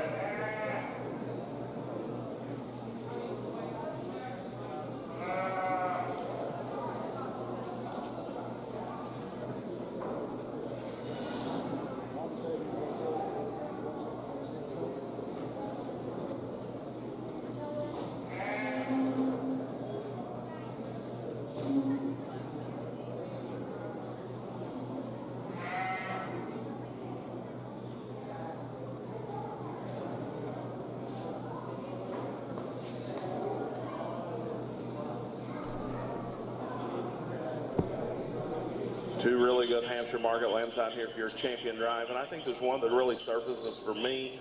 I think this young lady's got an extremely good one. I think the young man's got an extremely good one, but when you start comparison, there are different stages in their life. I think there's one of them that's stouter in their bone work, stouter in their feet. You put your hands on them, they're extremely firm to the touch. A young lady will be your champion. Let's give her a nice round of applause.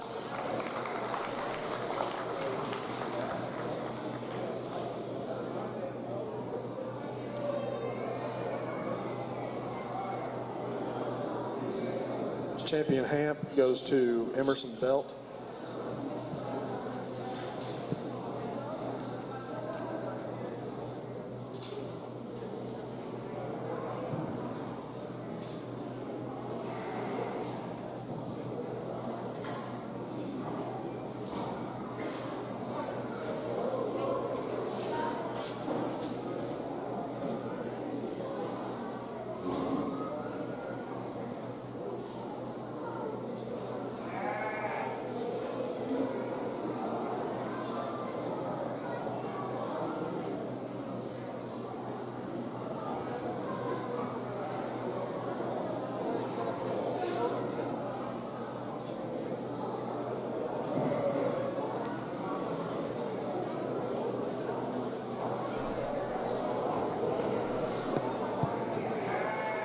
We bring our second place out of that heavyweight class, and he sure doesn't hurt the quality when he brings that Weatherlamb in here. I think it was really close between champion and reserve. I'm going to go ahead and use the young man with the lightweight sheep. I think that one's firmer to the touch. I think he's more ideal in his amount of finish. Let's give him a nice round of applause.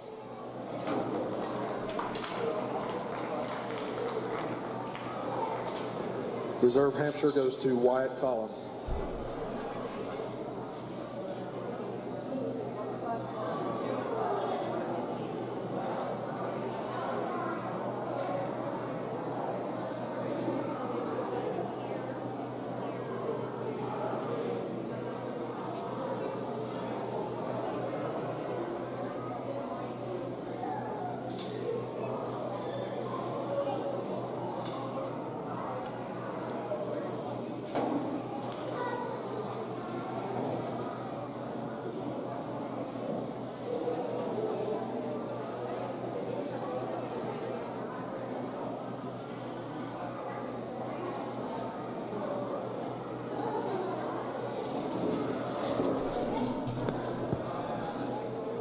Young ladies class 1 natural sheep sure could use some competition. There's a lot of good things the sheep's got about him. You put your hands on him, huge rack laid into him, huge loin. Love the length of hind saddle that he has. If I could change it away, I'd like to give him a little more depth of heart and depth of flank. Still a big-legged, big-footed one that's sound. Let's give her a nice round of applause.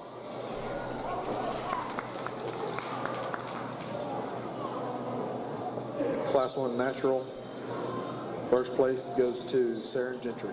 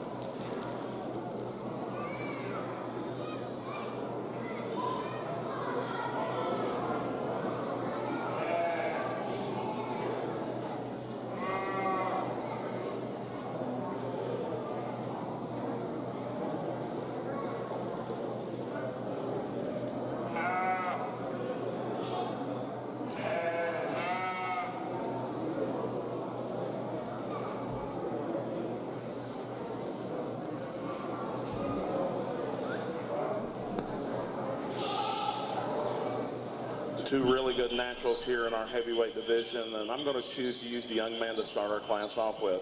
I'll be the first to admit this one's not as firm to the touch as our second place one, but he's neater about his front end. His blade lays into his skeleton a little better, and when you get your hands on him, he's longer about his hip, and at the same time, he's fuller about his dock. Young lady comes in here in second. Love the sheep's firmness to the touch. He gets a nickel coarser about his front end. He wants the concave out of his dock just a hair.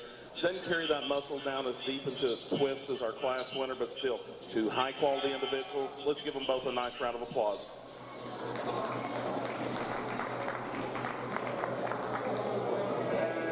The second place Class 2 natural is shown by Emerson Belt, and the first place natural in Class 2 goes to Jace Evans.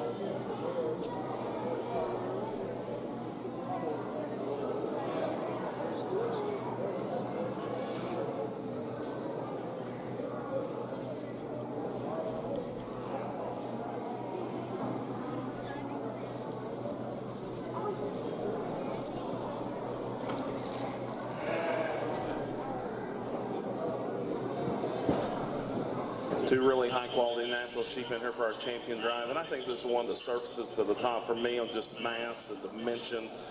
You put your hands on this wether, huge top laid into him, very full about his dock, carries that muscle down deep into his twist. Young man here with our heavyweight, he'll be your class winner and your champion.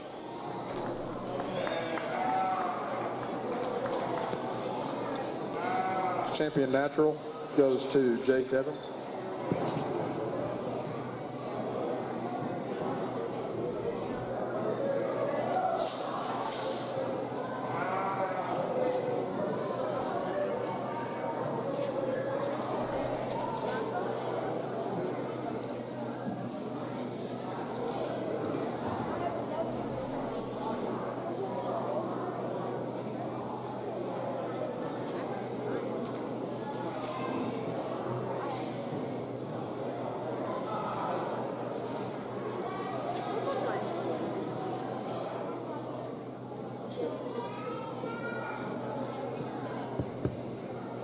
Young lady brings her second place out of that heavy class in here, and that weather gets in the mix extremely fast. You put your hands on this one, he's extremely firm to the touch. You start comparing him to our lightweight. One of them's a little deeper in their heart, a little deeper in their flank, a little further along in the maturity pattern, really right there where they need to be muscle-wise and the overall amount of condition. I think it gets close out here, but our reserve champion will be the young lady out of the second class. Let's give her a nice round of applause.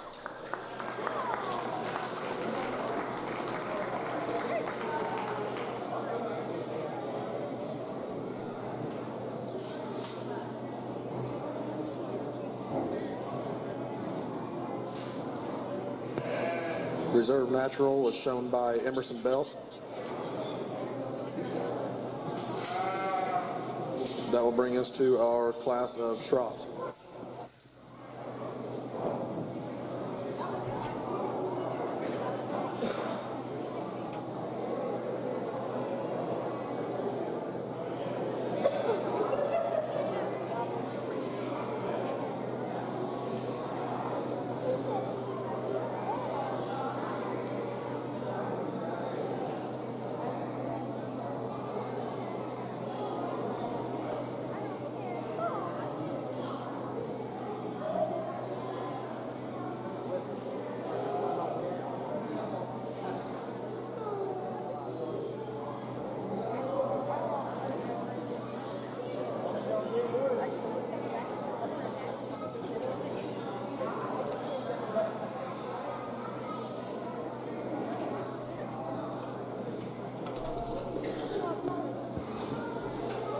Young lady single entry Schropp in here could sure use some competition. This one's got a big rib cage laid into him.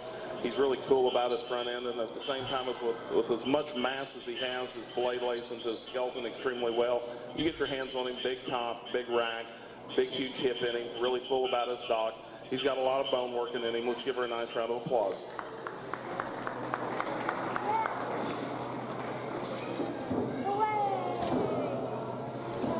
Champion Schropp goes to Saren Gentry.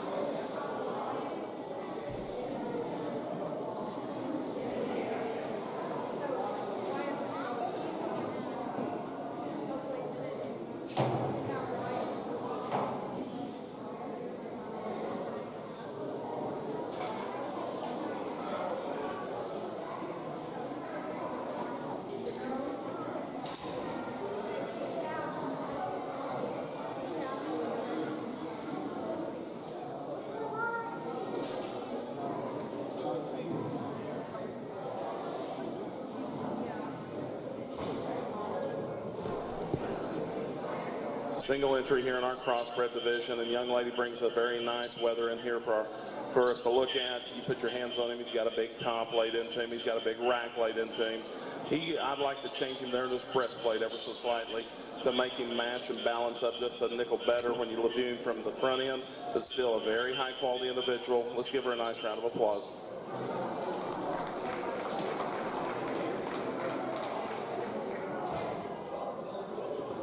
Champion crossbred Margaret Lamb goes to Saren Gentry.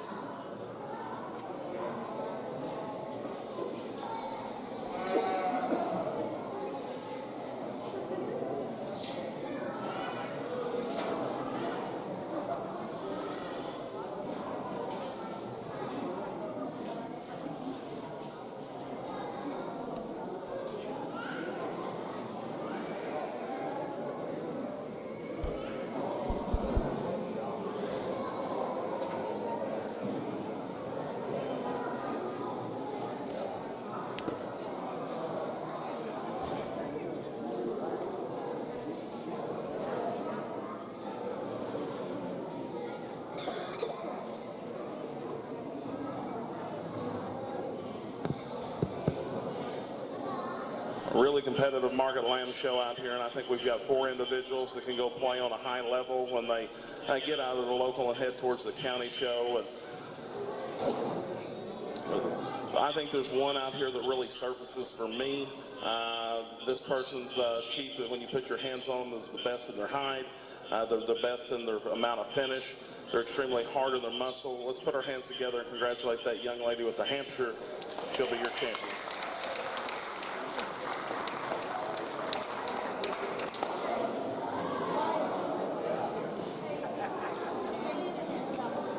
Grand champion Market Lamb is shown by Emerson Belt.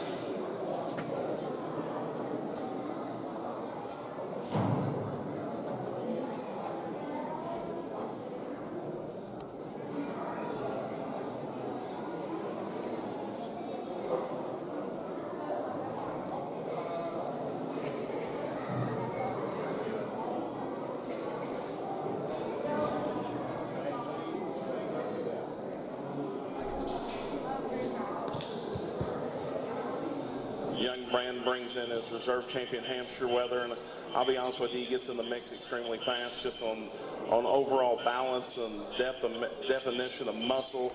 He's not as heavy boned as some of the others in here, and that's where kind of what hurts him in here, and you start comparing him with the others.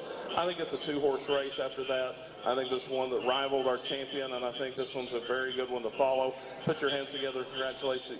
Congratulate the young lady with the crossbred. She'll be your reserve champion.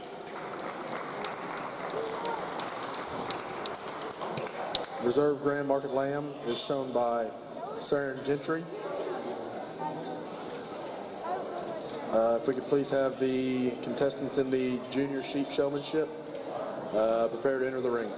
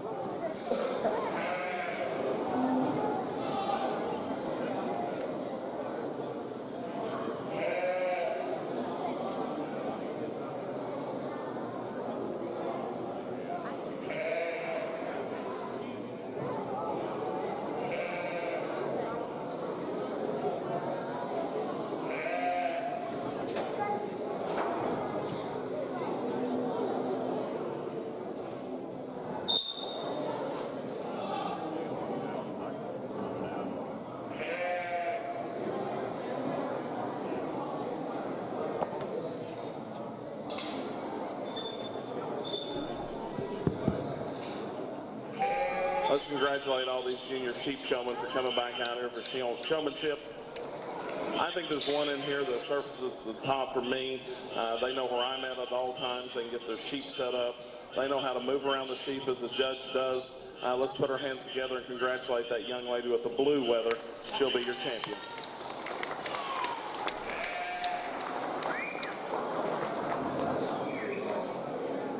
Junior showmanship winner is Emerson Belt.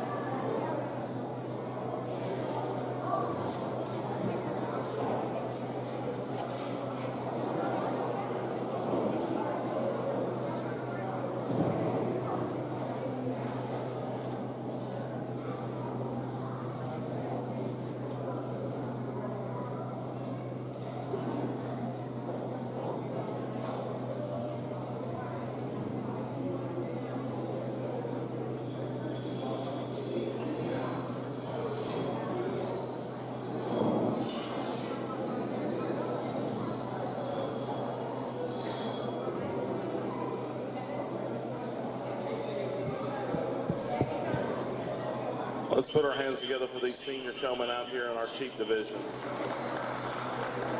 Guys, they do a really good job, and there's a pair of them that kind of just surface to the top for me. Nothing to take away from the other one in here, but sheep's not wanting to cooperate for you like you want it to, I can tell. For me, it's between this pair down here. You start studying how they set those sheep up and what they do right and what they do wrong, and they're extremely, extremely close. I think there's one that's a little more knowledgeable. when it comes to things. They both answer the questions extremely well, but for me it's type and kind, and it's one person's opinion and one person's preference today. Young man, you'll be your champion. Let's give him a nice round of applause.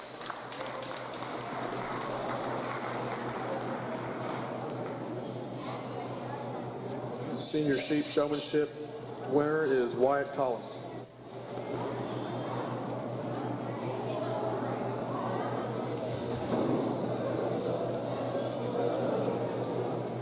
That brings us into our breeding does.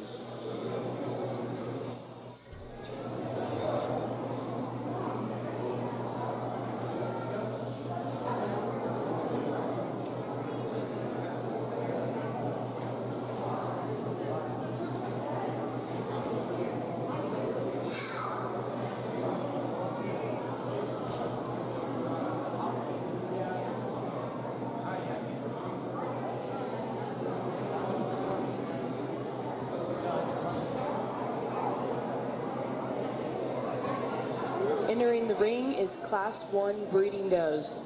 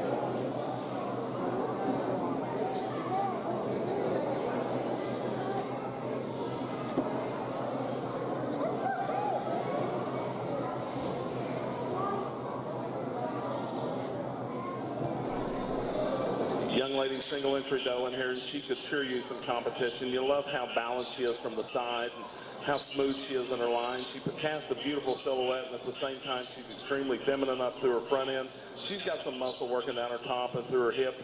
A big-legged one for the size that she is. Let's give her a nice round of applause.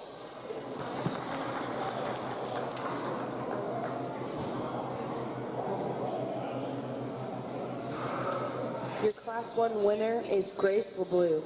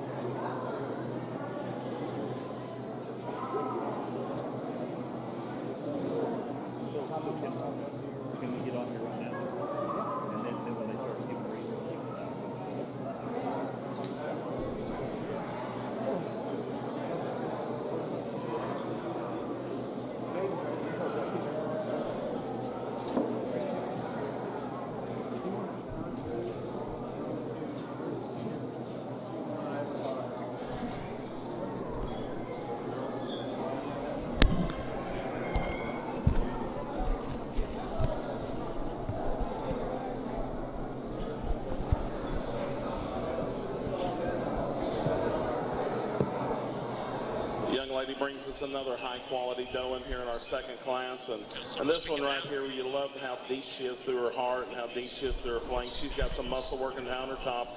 She's got some stoutness there in her chest, and at the same time, she's tightened up really tight in her breastplate. Big-legged one that's got some muscle. Let's give her a nice round of applause. Whenever he's going to turn the microphone on here, and then I'll just start asking the questions. In Class You had 2, first place goes to Grace LeBlue. We ready to go? We have Jaden Wells here with us. She is the grand champion steer shower today. Congratulations. Thank you. So tell me a little bit about your steer. do they do it by weight? Do they do it by height? Well, I mean, it's mainly by weight. Okay. Okay. You know, like at one point they would do it by height, and whenever I was showing, they were doing it by weight. But how long have you had this steer? I've had this steer since October of 19. Okay. Mhm. So, kind of give me the daily routine of what you do with that steer. I usually go by. I feed in the morning about 7 o'clock in the morning. He gets about 14 pounds in the morning, 14 pounds at night. We're going to wait here. Just let him. She's got some depth of heart, some depth of flank. We like to balance her up and maybe level her up through her hip and hind leg. Wants to throw up underneath her ever so slightly on the move. Still, a big-footed one that's got some high-quality pieces to her. Let's give him a nice round of applause. Okay, back with the Grand Champion steer. Had it since October. About what did it weigh when you bought it? About 800 pounds. Okay. And now what does it weigh? 1,400 pounds. Big one. Yeah. So you'll feed it in the morning, 14 pounds or so, and then when you get home, do you walk it? Yes, I typically do, and I try to rinse at least 3 or 4 times a week. I mean, just to get the hair going in the right direction. Right. Do you have anybody help you? My stepdad, Josh, he comes in every other 2 weeks, and he does help me a lot with it. Do you have somebody that clips your cattle for you? No one in specific. Okay.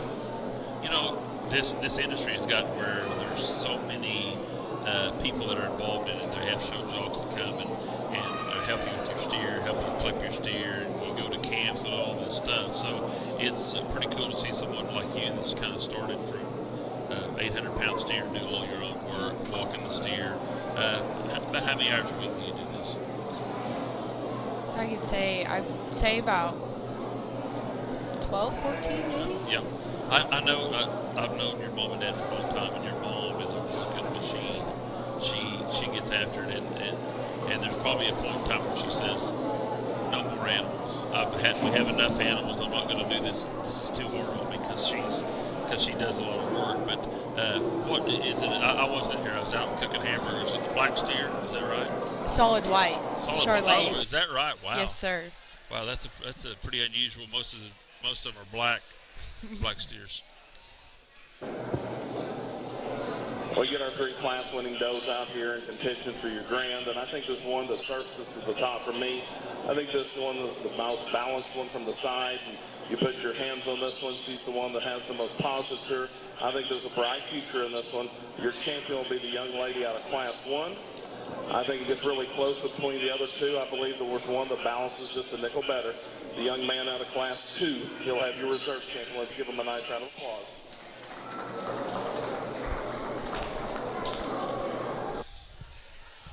Okay, back again. So are you a junior? Yes, sir. You're a junior. Okay. I didn't know if you're a junior or senior. You tell me all your activities you're in. You were in basketball. Yes, sir. And I'm recovering from a knee injury, yeah, so I'll hopefully be back next season. Good. You were a really fun basketball player to watch. Thank you. That's the thing that's so cool about this community is, and with other small towns in Oklahoma, you have kids like you that can play basketball and run track and can show animals. The thing that's unusual about you is that showing cattle is not for sissies. I mean, you can't just go spend 15 minutes a day with them or 2 hours a week total with them. There's work involved, rinsing hair, all that stuff. It's really where did this steer come from? He came from Elgin, Oklahoma. Okay. Yep. Glover and you were Cattle also Company. What was it? Glover Cattle Company. Yeah, they're pretty famous. Mm-hmm. They send out a lot of cattle. Your senior showmanship too? Yes, sir. So how many were in that? 3. 3. Okay, that's good. Well, we're excited that you won today, and Thank you. Won a belt buckle. Yes, sir. All right. We showed them earlier on. The belt buckles are incredible. So that's kind of what all the kids are wanting is get the belt buckles. So congratulations. I'm excited. Thank you. All right. Thank you.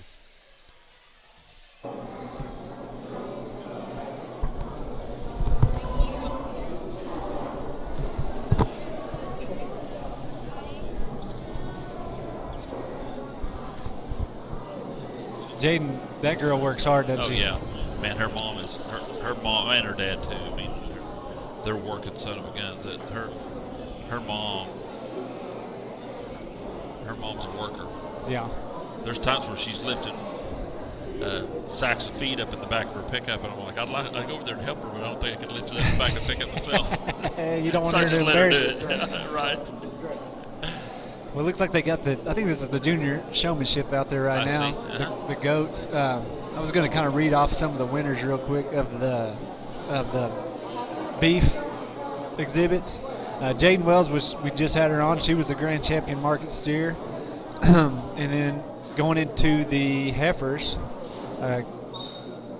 looks like on the grand champion Angus, breed champion Angus, was Jacob LeBlue. I'm going to cut right here and let the judge do some talking real quick. Let's put our hands together for these two showing out here in our goat showmanship division. Only two out here, but I think they both do an extremely, extremely good job. But I think there's one that's just a little more attentive to leg placement and getting them set up, and a little more eye attention to the judge. Let's put our hands together for that young lady right there. She'll be your champion.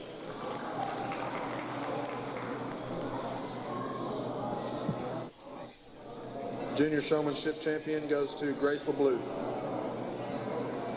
That will conclude our breeding does, and that will bring us into the Class 1 breeding gilts. We'd like to thank a couple more sponsors, starting with our $150 sponsors. Double C Farms, thankful for a long history. Are we back? We're back. Hold on just a second. We are back now. So I'll keep going on this. The winners of the beef show.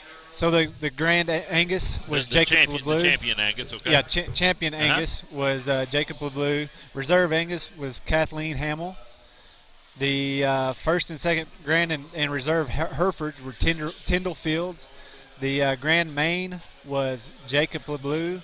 And then the Grand Champion Heifer was Tyndall Fields, which she is. She's going to be on here in a little bit. She shows pigs, and that girl, she stays busy too. You bet. With all the stuff she does. Reserve Grand Champion was Jacob LeBlue with his, I believe, mane. Yep. The Junior Showmanship Champion was Jacob LeBlue, and the Senior Showmanship was Jaden Wells that was on here just a little bit ago. Tyndall's season, she's not. This is not her first time out. She's done a lot of work in a lot of different areas. You'll see her show hogs here in a little bit. That she does a really, really good job. A new family that's been in our community for probably 8 months are the LeBlues, Terry LeBlue, and his wife and kids, and they have a pretty strong cattle background, and they've come. I think they come from Tonkawa, maybe. Yep. And so they really do a really fantastic job.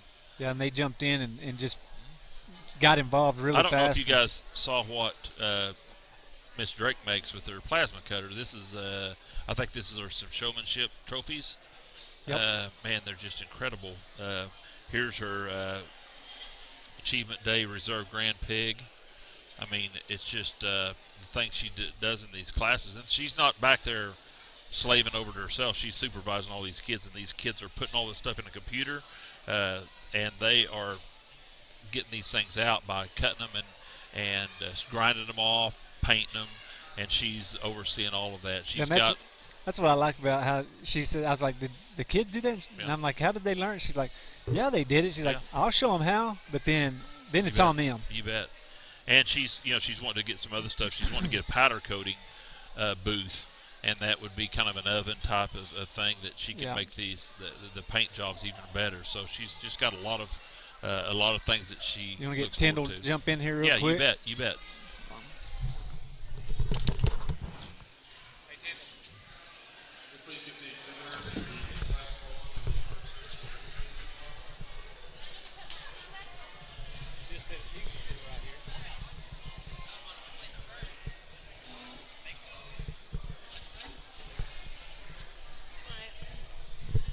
Tyndall Fields, killing it today. This is the grand champion heifer. Yes, do you, sir. Do you remember who sponsors this? Do you remember? What do you mean? Like, was it in memorial of Bill Fields? Is yeah. that right? Yeah. That's my great grandpa. Right. And we talked about this earlier in the program that he was the first president of the FFA at Cashion. Yeah. So a heck of a deal. And then you won belt buckle, and we showed them earlier. But man, the belt buckles are just fantastic. That's kind of what all the kids were sitting around looking at is these belt buckles. How many animals? How many cattle do you have? Like my show heifers, or just like period, like in general? No, your show heifers. Well, we have 3, but I only brought 2 today. Okay. So I was talking to Jaden a little bit about this, the show and cattle end of it. How the hog deal is a little bit easier. The cattle deal is not for sissies. You have to not really want to show cattle. And how much time do you spend a week? Every day after school, because I have pigs too. Right. So I get off of school and I go to the ag barn and I walk them, wash them or feed them, and then after that it's cattle for like 2 to 3 hours. So and what's the process on when you're feeding on the cattle end of it? Catching them, blowing them up. We really try to play with their hair and get it well trained to go in the direction you want it to. My bigger heifer has curlier hair, so it's a lot harder to train. But other than that, it's just really getting their hair to train and making sure that they lead well on a halter and set up good for. So whenever you've got their hair, you're getting their hair right, and then you're wanting enough hair on them that they can clip on them to make the shape even better than what they actually are, and that's part of the beauty pageant of showing animals. You've got to have that right, and I tell kids all the time, I'm like, if you don't take care of your animals and you're not an elite caretaker, you have no chance to win. No. And because there's 200 kids just like you in Oklahoma that's working just as hard as you. Yeah. So them kids that don't work, they're out of it. But it requires kids like you to work that hard, and then it's kind of a crapshoot. Then I mean, you're one of 200 kids, and some days the judge likes your cattle and hogs, and some days they don't. But you have to take care of them animals before you can compete. And that's the thing that's cool is that whenever you get out there and you win, you've earned every bit of it. Yeah. You put hours in it. And so it's just not a deal where you've just showed up one day and you kind of hit the lottery. You're actually working hard and getting these animals ready. Yeah. So were you you were in the showmanship, didn't win the showmanship? No. Is that right? Okay. Okay. Well, it's a great day for you. I'm glad that you won the trophy, that your granddad, in memorial of your great-granddad. Yeah. And so tickled that you got your belt buckle. So yeah, I was really excited. Congratulations. Thank you. Thank you very much. Do I just put this? Yeah.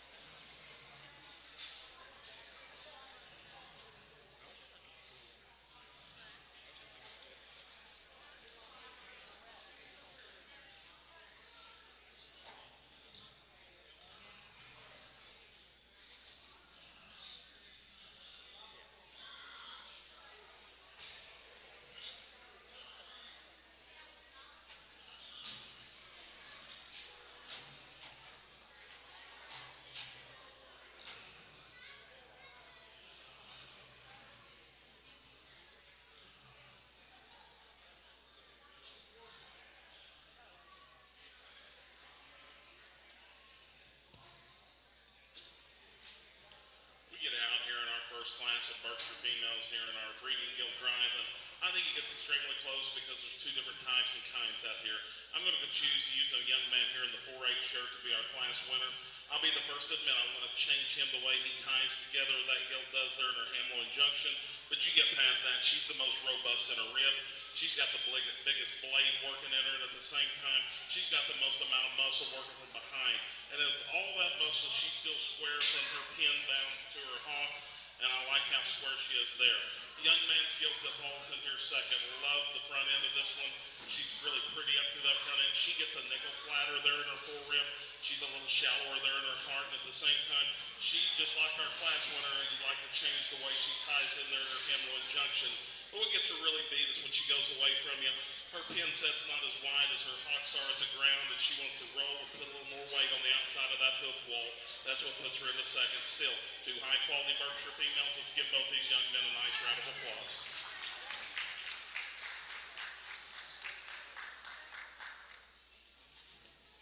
First place, Class 1, Berkshire, was shown by Jackson Bailey. Second place was shown by Nathaniel Bruno.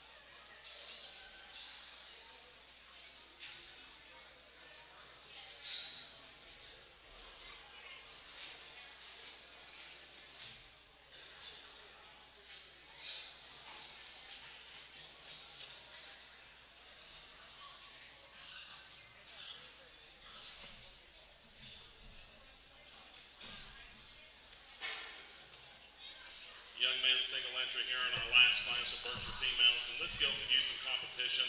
You love the extension she has about her front end and how tall she is there at the point of her shoulders. At the same time, she's got a really long body. She's got a good underline in her. If I could change her in any way, she wants to roll that hop just ever so slightly. We'd like to pull that tail head up on the top part of her skeleton and make her balance a nickel better. Still a high quality female. Let's give her a nice round of applause.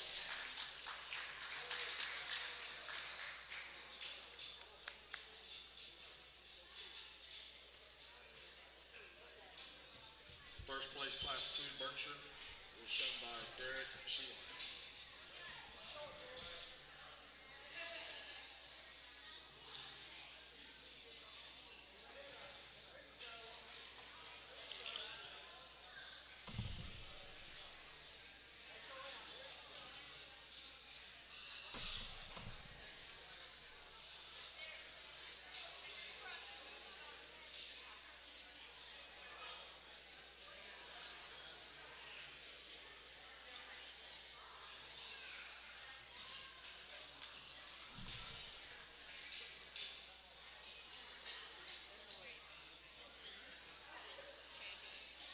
We get our two class winners out here for Cashion Berkshire female, and I think there's one in here that just rises to the top for me.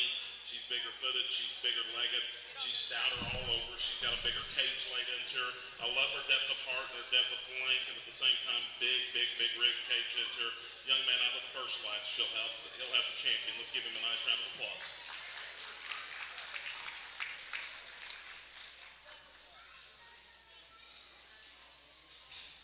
Breed champion Berkshire was shown by Jackson Bailey.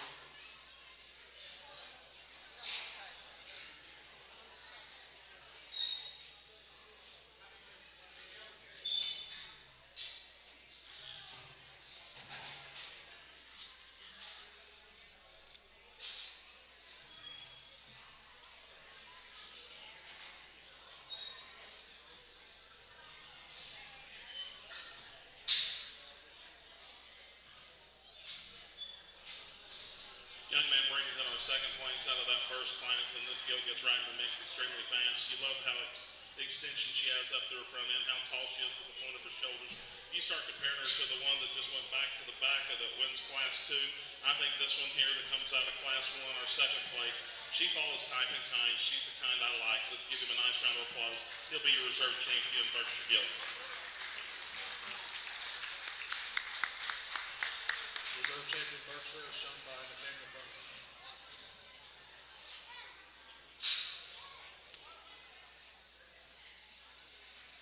Ryan, do you have all arrows?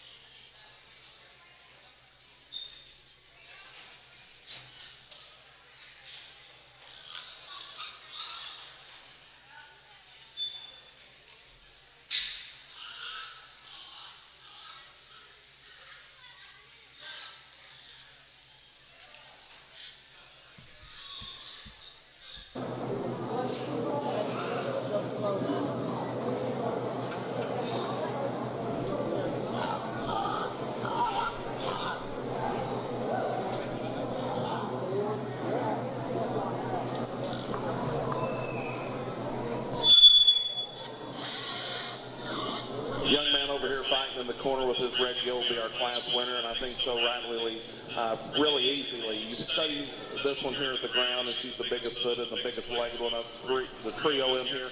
You get on top of her, she's got a big top laid into her.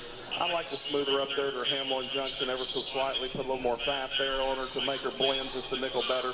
I'd like to take a little bit of that pole out right there at the crest of her neck to make her ideal, but still a big bodied one that's broody, that's got a big chest laid into her, that's got a big blade in her, really a nice female. I think it gets close in here between second and third. I'm going to go and choose the young man here in the FFA pullover to be our second place winner. I like how tall this one is at the point of her shoulders. I love the extension she has out to her front end. You get off to the side of her, you love the silhouette that she possesses. But you get on top of her, she's flatter in her forerib. You get away from her and let her walk away from you. She's probably the narrowest when she goes away from you. I like to scout that one up at the ground ever so slightly to make her a little more competitive. Young man with the glasses, he'll end up here third, and this one's a big ripped one that we like a lot of pieces about. Probably the one that gets the most unsound when she goes away from you. She gets a little more uncoordinated off those rear two in comparison to our first and second place winners. Still, a very nice trio of Red Hogs. Let's give these boys a nice round of applause.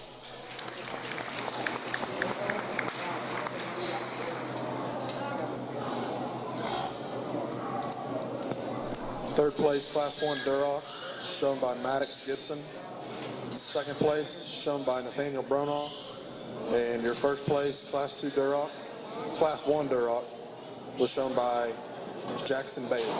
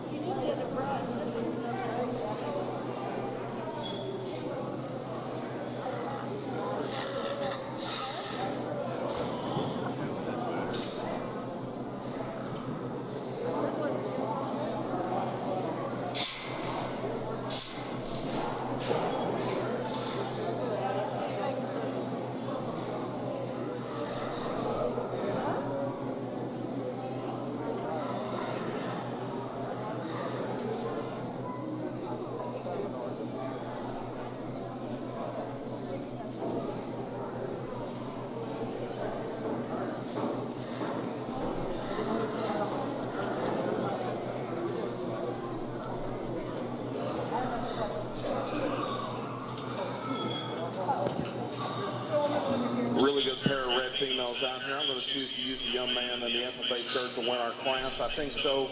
She does so when she comes right at you. She's the squarest in her chest. She's the squarest in her knee. I'll be honest with you, I'd like to free her up off of her rear two to make her a little more ideal, but still a very high quality female that's got a lot of depth of body. She's got a big cage laid into her.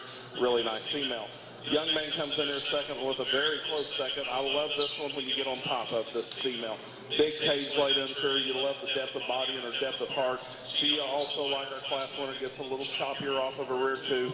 She gets beat when she comes right at you. She gets narrower at the ground. She wants the knee in just a nickel.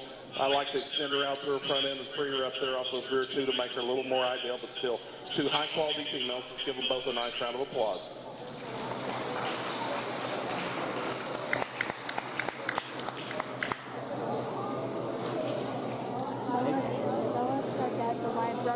Second place, Class 2 Duroc, was shown by Jackson Drake. And the first place, Class 2 Duroc, was shown by Jace Evans.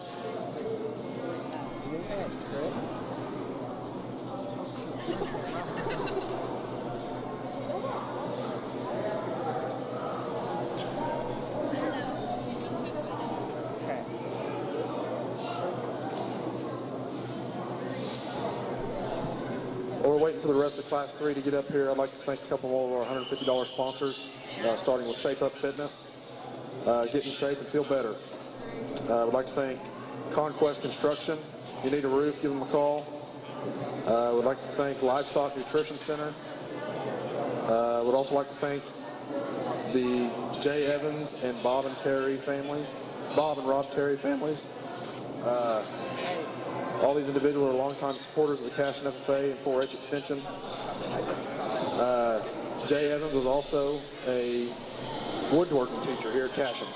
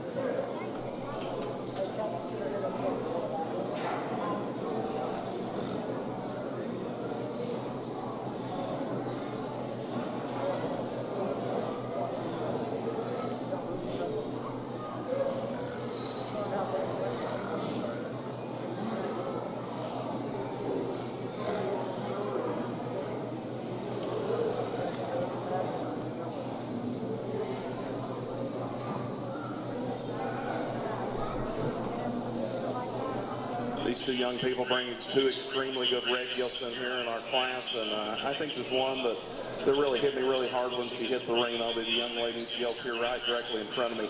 Love the extension this one has up through its front end. Love how tall she is at the point of her shoulders. You get on top of her, big top laid into her, big rib cage in her. She's sound, she's functional, she's an extremely good red gilt.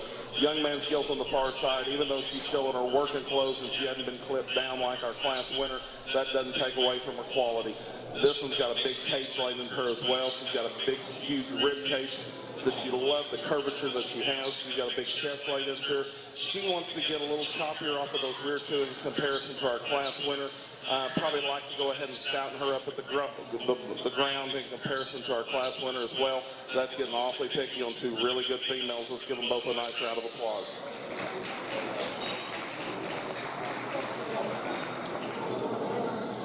Miss Drake.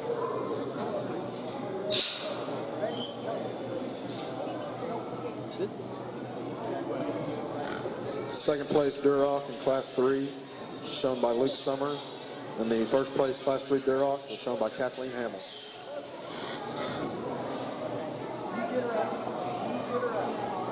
On the other side, dog. With your knee, cover her up. Cover her up.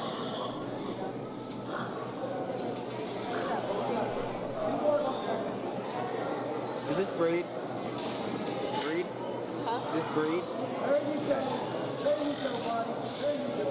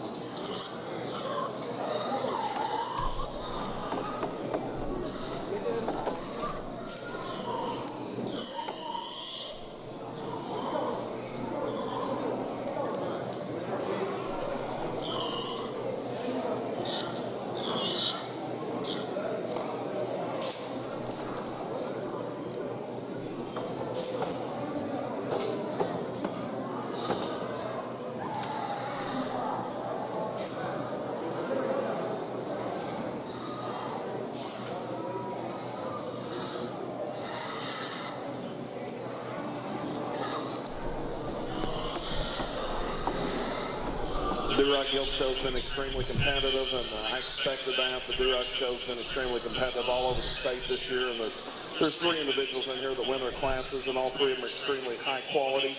There's a lot of good pieces and parts for a bunch of red females in here, but I think there's one in here that surfaces for me just on feet and leg placements, how big their forearm is and how big their foot is. And when you get off to the side of this female, she just puts it all together. Put your hands together for our heavyweight winner. She'll be your champion.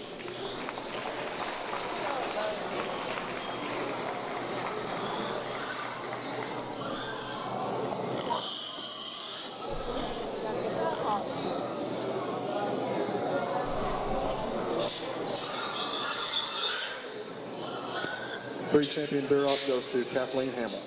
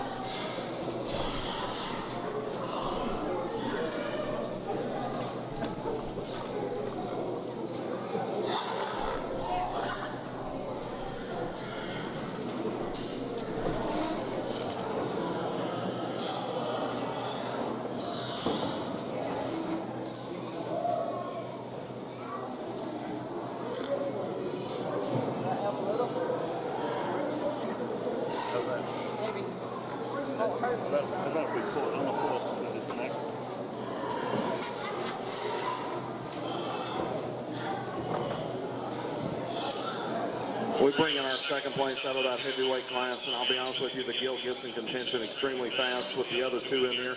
You start comparing her to our Class 1 winner and our Class 2 winner, probably not as smooth and clean about her front end there at her pole as a couple of the others. I think there's one that surfaces at the top for me, and he just came over and shook my hand. He knew he was going to win it. The young man out of our lightweight class will be your reserve champion.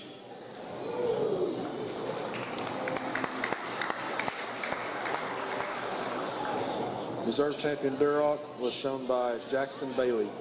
That will conclude our Durocs and bring us into our Hamps.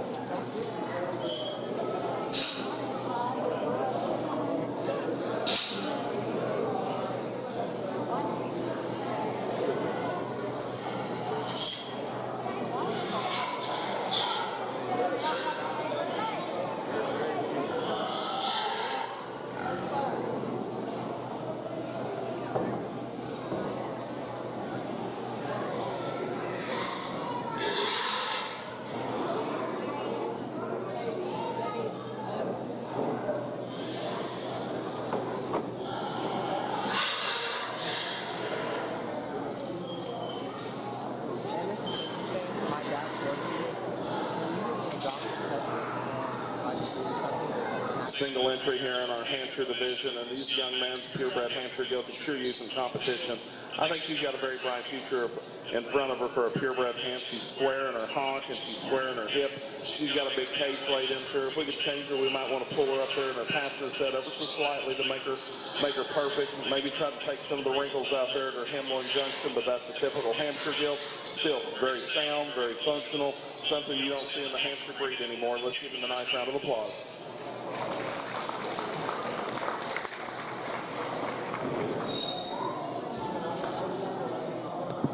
Champion Hampshire is showed by Maddox Gibson.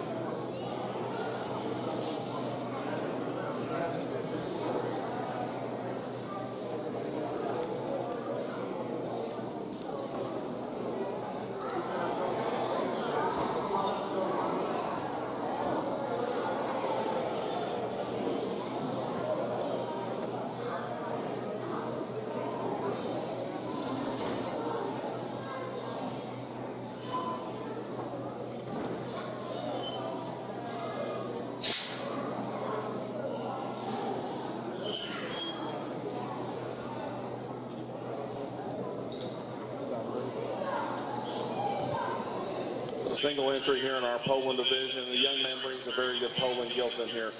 This one's square going away from you. She's got a big leg laid into her, and you get on top of her, she's got a big robust rib cage in her. She's got a big top laid into her. If we could change her in any aspect of her, we'd like to lengthen her out through her front end to make her a little more ideal. Maybe lengthen her there in her hip just a nickel to make her hawk push back behind her pin bone just ever so slightly. But still, that's getting awful picky on a very good Poland gilt. Let's give him a nice round of applause.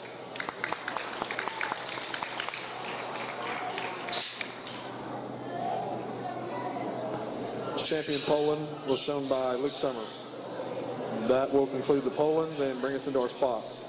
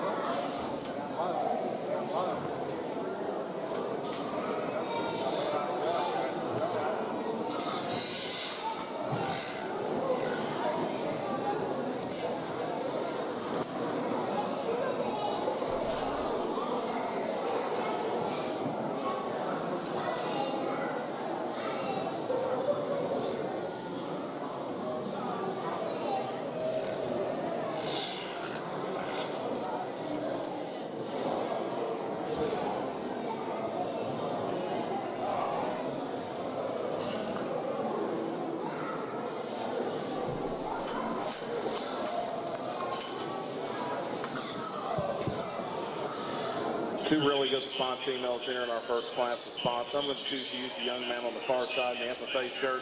I think this one checks more boxes when you look at positives that she possesses.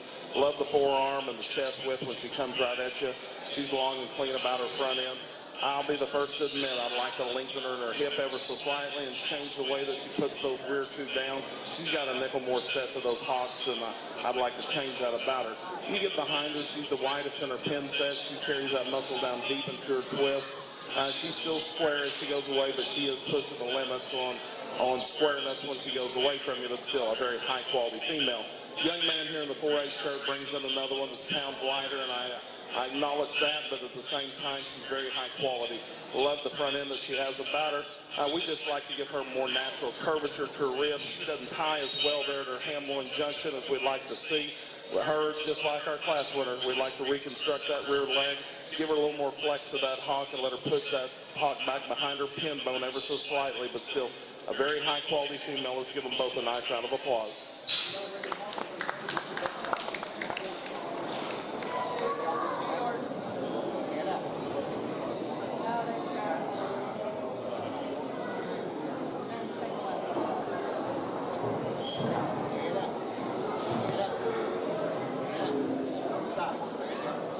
The champion spot was shown by Jake Wilkerson.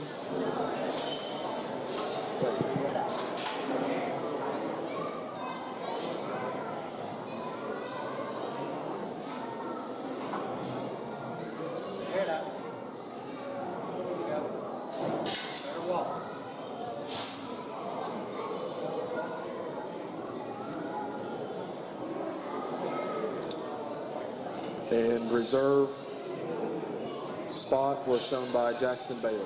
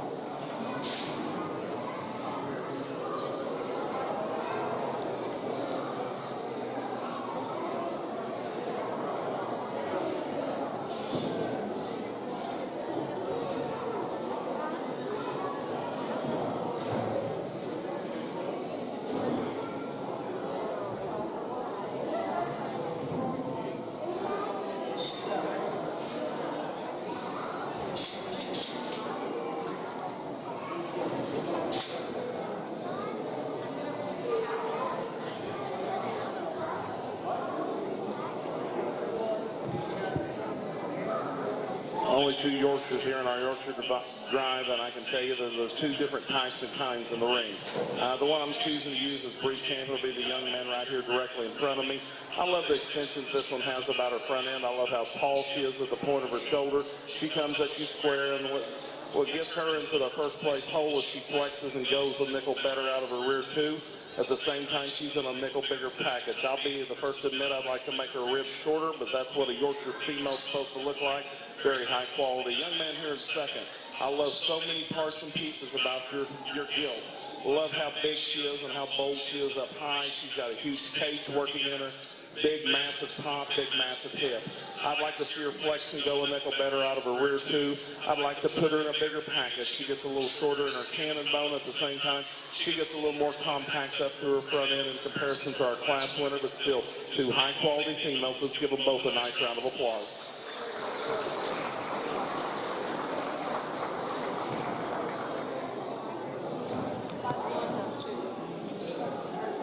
Your reserve spot, your reserve York was shown by Derek Sheeline, and your champion York was shown by Jake Wilkerson.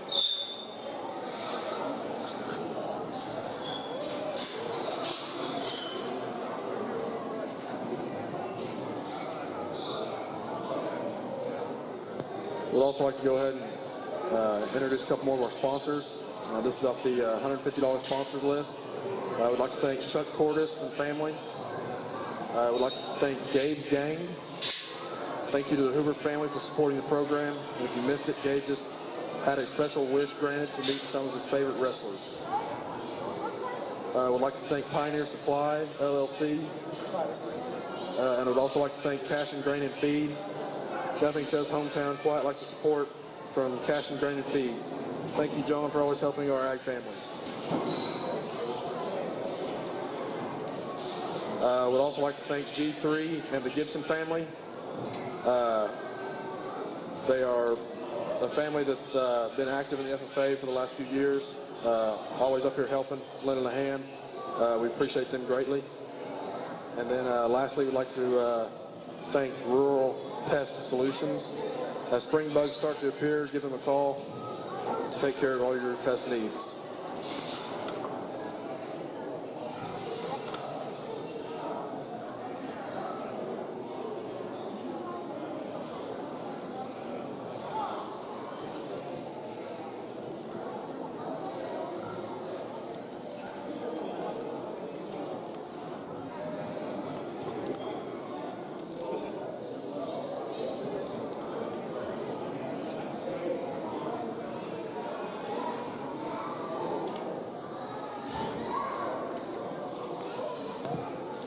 In our lightweight class, the crossbred gilts, I think it gets extremely close between the pair. You've got to put your priorities where you want them. I'm going to choose to use the young lady with the black gilt to win our class.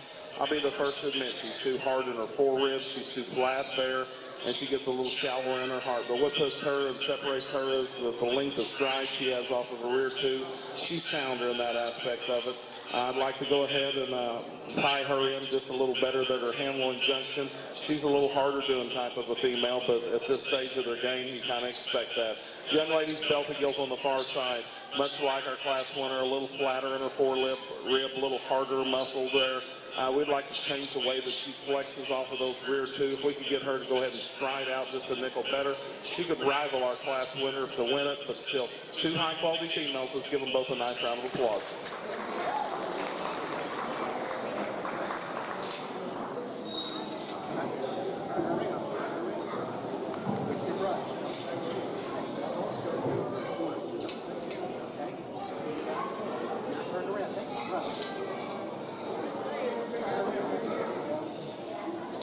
First place, Class 1, goes to Sadie Weaver.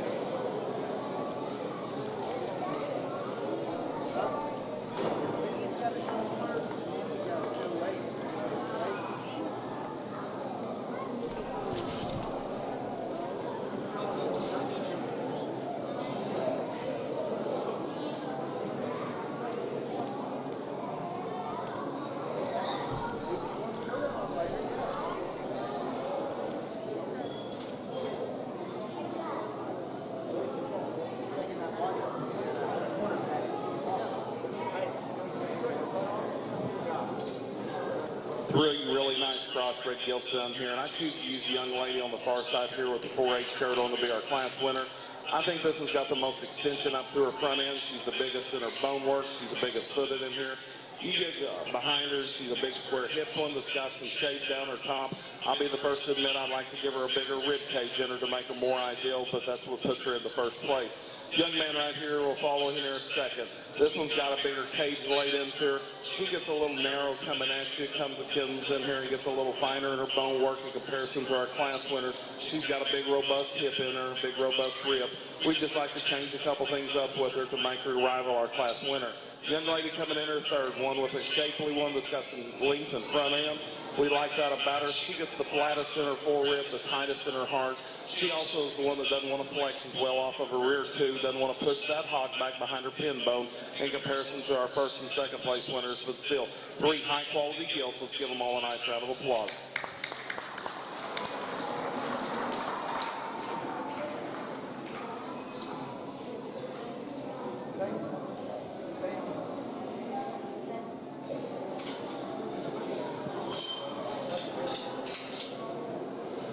The results of the third class.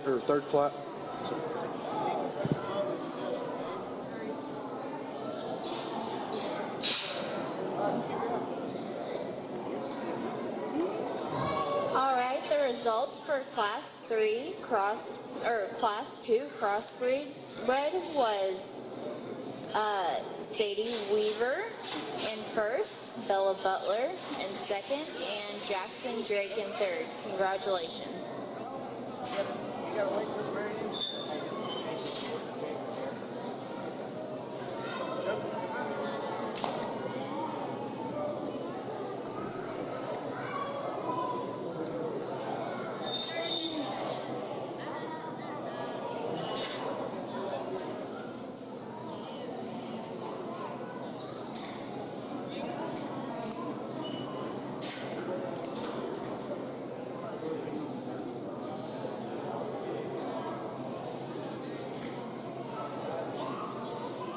Grayson, do you know what my dad looks like? Do you know what my dad looks like? He's not in here. He's in the concession stand. Go in the concession stand and say who is Wyatt's dad, and tell him that I need my son.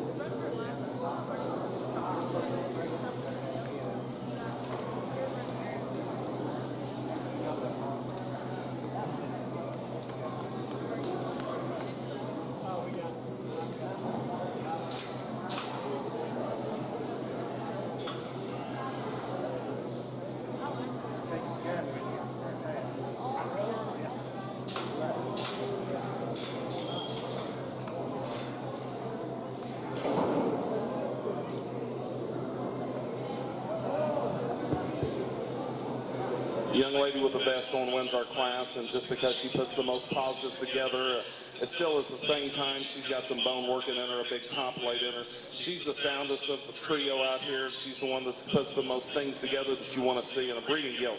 I'll be the first to admit I like to power up their foot. I like to lengthen her out through her front end and maybe pull her apart there in her blade, but she's the sound one, the functional one that rises to the top. Young man on the far side comes in here with a big fresh backed one that's got a lot of shape working down her top. She's got a big robust cage in her, and she's got a huge chest floor in her. She wants to get a little flatter there in her foot, but what puts her in the second is when you get behind her. She wants to bow ever so slightly in that hock. She wants to get rounder in her muscle, and that's what puts her into the second hole. Young lady's blue gilt on the far side.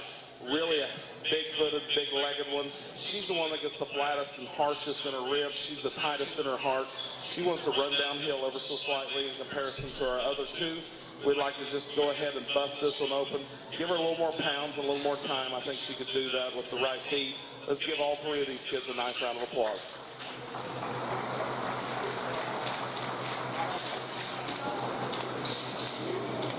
Third place, Class 3 crossbred, goes to Sadie Weaver. Second place goes to Max Gibson. And first place goes to Tyndall Fields.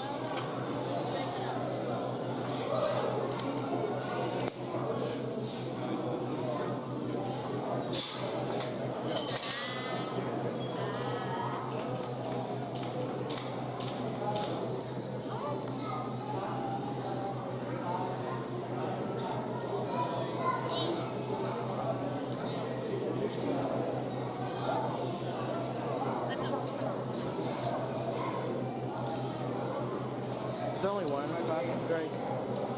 Yeah.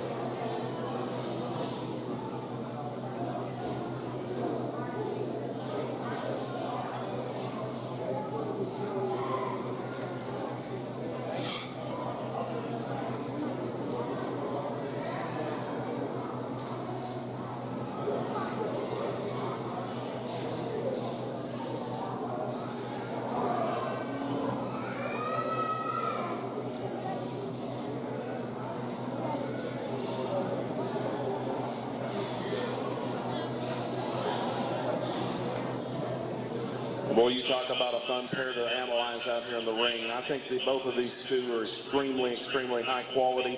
I hate that they both had to land in the same class, and one of them's going to have to end up second. But you start picking them apart, and I think there's one that rises to the top for me. It'll be the young man's Gill coming right at me. This one's stout in her skull, she's stout in her jaw, and she comes right at you. She wants to give you chills with the look that she gives you through her chest floor. She's got a huge forearm laid into her. What separates her from our second place winner is the amount of rib that she possesses. She's got a big cage laid into her. She's fresh in her skin and hair. She's fresh in the shape that she has working on her top. She's got the biggest leg of our pair. She does want to push the limits ever so slightly on squareness going away from you. I think today she's acceptable. I wouldn't push on her any harder than what she is right now. If she's in my barn, I'd be extremely excited about her future. Young lady's Gilt that comes in her second. Really, really good female. Young lady, you don't know how tight it was between you and him. Love the extension she has up through her front end. She's fresh in her skin and hair as well. She's got a big top laid into her. What gets her beat is she gets a nickel frailer in comparison to our class winner. She gets a nickel flatter in her forerib. She's a little shallower in her heart in comparison to our class winner, but still, two of the better ones we've seen today. Let's give both of these kids a nice round of applause.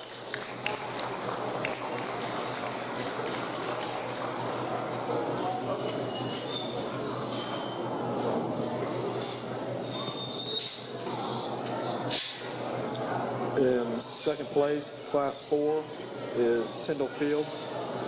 And in first place for the Class 4 crossbreds is Jake Wilkerson.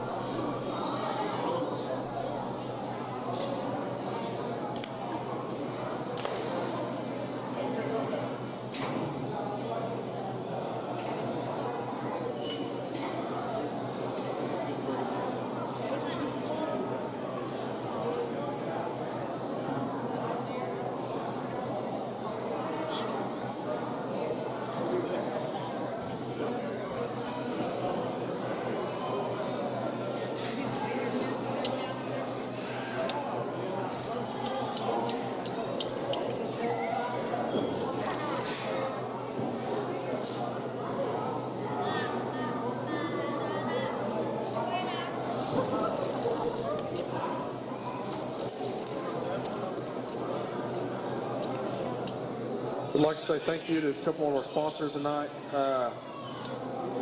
First would be a big thank you to Bad Boy Genetics. Bad Boy Genetics is a breeding operation for hogs located here in Cashion. They put out some pretty nice genes. A couple of their hogs are here today. If I recall, they've done pretty good. So when you're looking for your hogs next season, you might give old Lane Broadbent and Johnny Butler a call next year. Would also like to thank Broken R Land and Cattle Company. Thanks to Chance and Jennifer Robinson for always supporting our youth in our FFA program. Would also like to say a big thank you to Sound Advice Hearing Doctors, Elizabeth and Bobby. If you can't hear me today, you might go see Liz for a hearing aid. And also a big thank you to Biggs Backhoe Incorporated.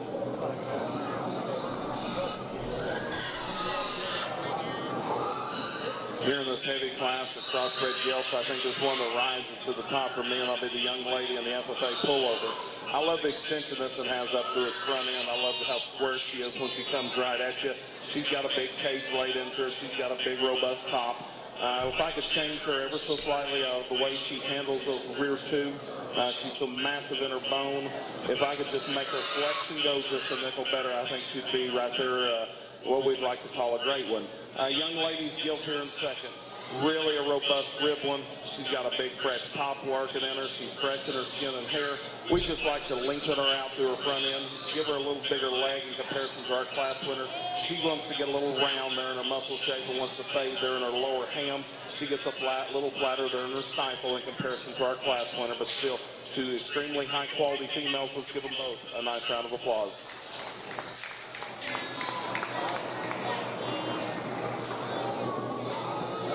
Second place, Class 5 crossbred, is Sadie Weaver, and in first place is Kathleen Hamill.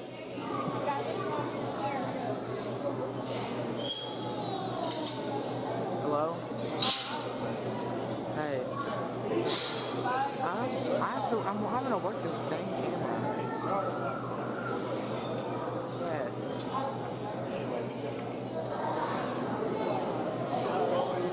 I think they're on it. This is either yeah, this is, no, or this is for a free drive. Yeah. Yeah.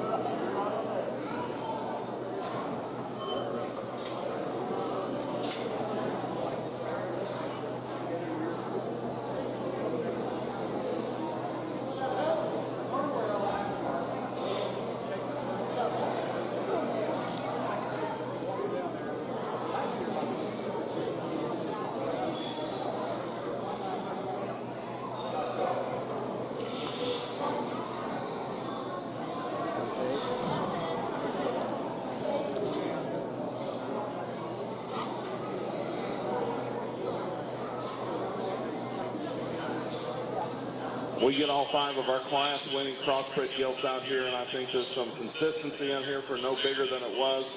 All of them are sound and they're functional. I think there's one that just rises to the top for me that puts more pauses together. I'll be that young man out of class 4. He'll be your champion crossbred gilt.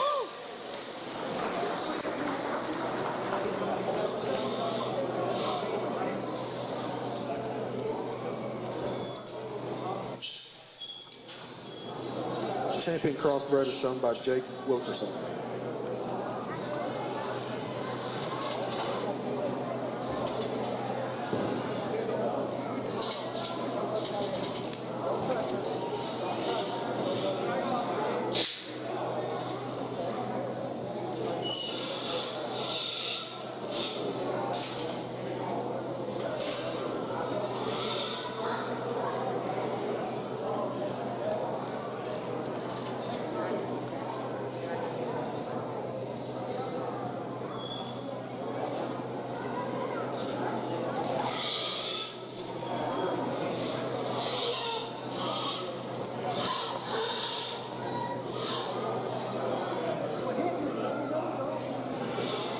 We get our champion out of the ring and we bring in our second, and I think it gets a lot closer between that one that comes in out of our second place in class 4 and the other one that kind of rises to the top for me will be that young lady out of class 2. But you start comparing them, I think there's just one that's more robust in her rib.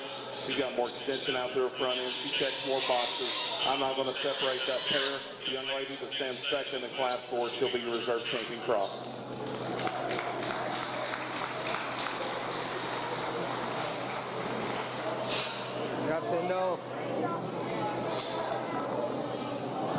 Champion cross is shown by Tyndall Fields. Excuse me, reserve champion gilt or cross is shown by Tyndall Fields.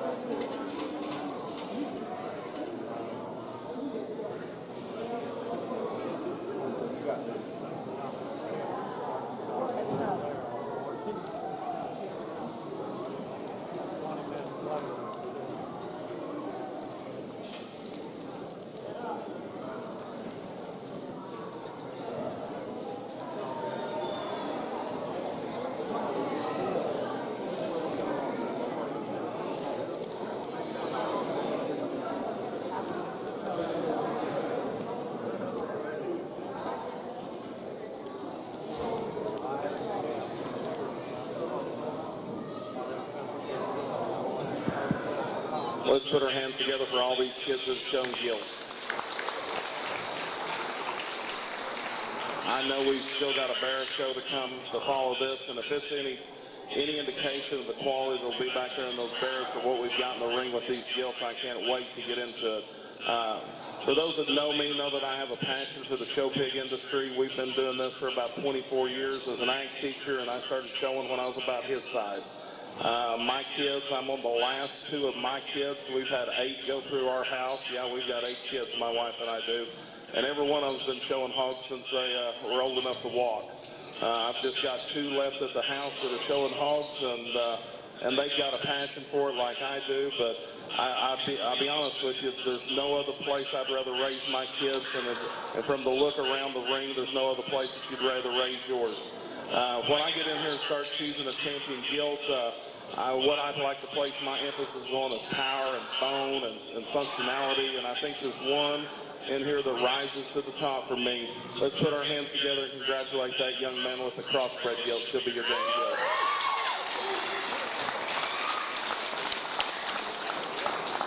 Good job, Jake.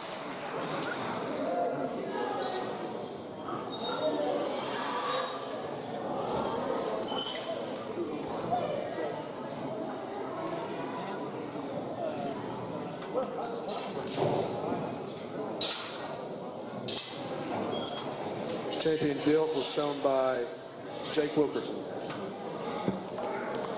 Even moving, Kendall.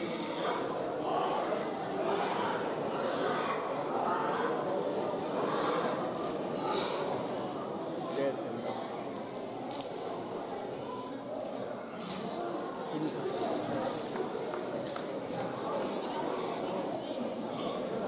He's a what?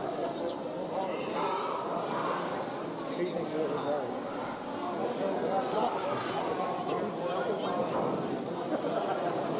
Come on,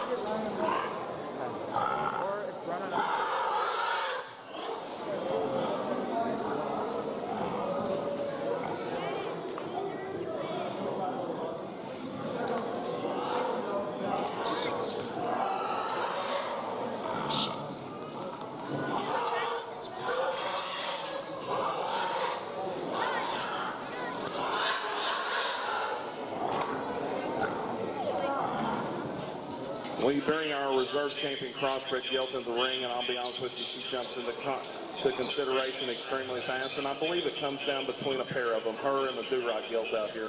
I think both of them are extremely, extremely good. When it comes down to it, you're choosing a breeding gilt, you try to find for me what I would like to take home and stick a rod in. We got about 20 sows between my partner and I, and we love this industry, and there's one in here that of this pair, which one I'd like to take home and breed. Put your hands together and congratulate that young lady with the Duroc gilt. She'll be reserve bringing.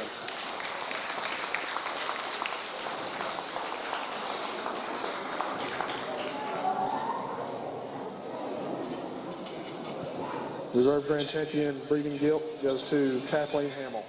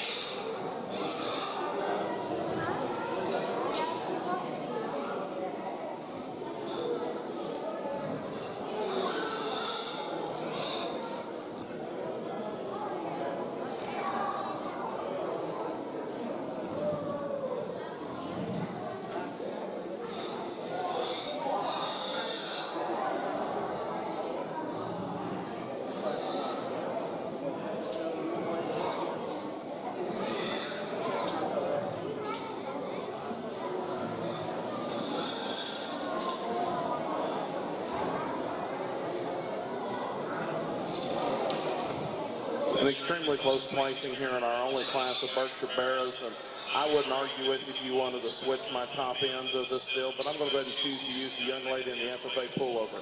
I think this one checks more boxes when you get off to the side of him. He's taller at the point of his shoulders. I love the extension he has out to his front end. He's got a bigger forearm and bigger chest working in him than our second place one. I'll be the first to admit he's harsher and drier about his heart. Looks like they might have put the brakes on him a little bit for OYE, and I don't blame him for that. He's very big and bold in his chest. He's got a big, huge hip laying in him. He's the most shapely when you view him down his top, and that's what puts him there in to be our class winner. Young lady's second place bear. I love so many pieces about this bear. I love the extension he has up to his front end. I love how fresh he is in his middle. That's what really separates those two, is he just wants to be a little frailer on the ground there on his front leg. His front legs don't match his back legs. He gets a monster huge leg walking in those back wheels, and he gets a little frailer there in the front ones. He's got a big fresh top in him. Just like to open him up in his chest floor in comparison to our class winner. Maybe give him a little bigger blade when he comes right at you at the same time, but still, two very high quality Berkshire Bears. Let's give both these young ladies a nice round of applause.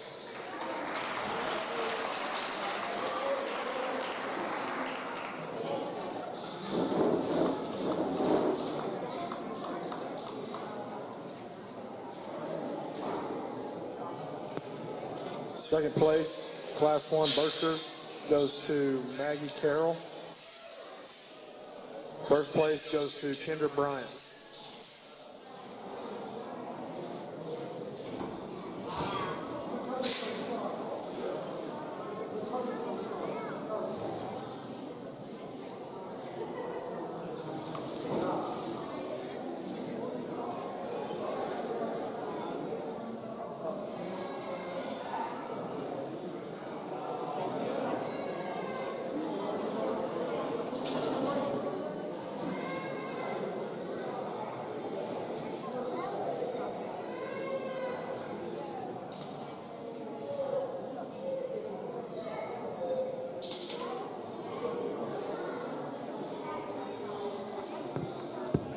Single entry here in our Chester drive, and this young man could sure use some competition in here. Chester's got a lot of good things working about him. He's got a big top laid into him. He's got a big, massive chest. He's got a big, huge, robust hip in him. If I could change him in any way, I may want to tighten him up there at his midsection just ever so slightly to make him more ideal for a market hog. Still, love the extension he has. Love the bound and power he has. Let's give him a nice round of applause as he leaves the ring.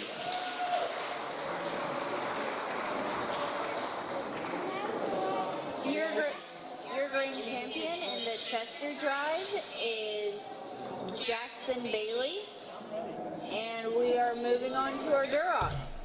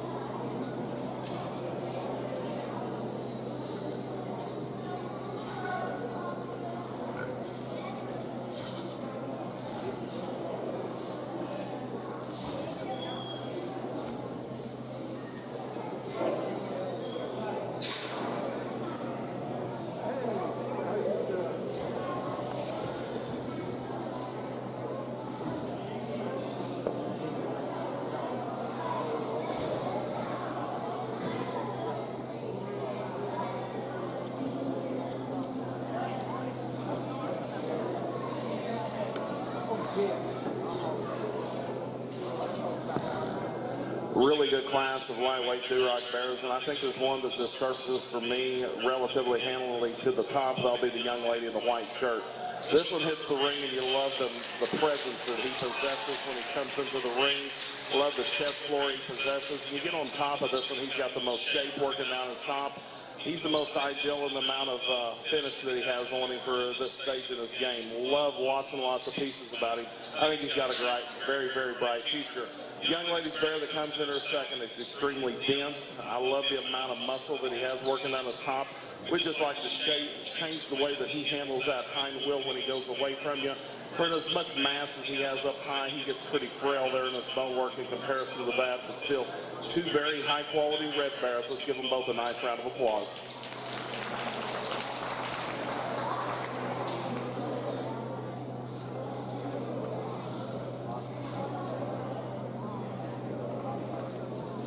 Second place, Class 1 Duroc, goes to Kathleen Hamill. And the first place, Class 1 Duroc, was shown by Bella Ball.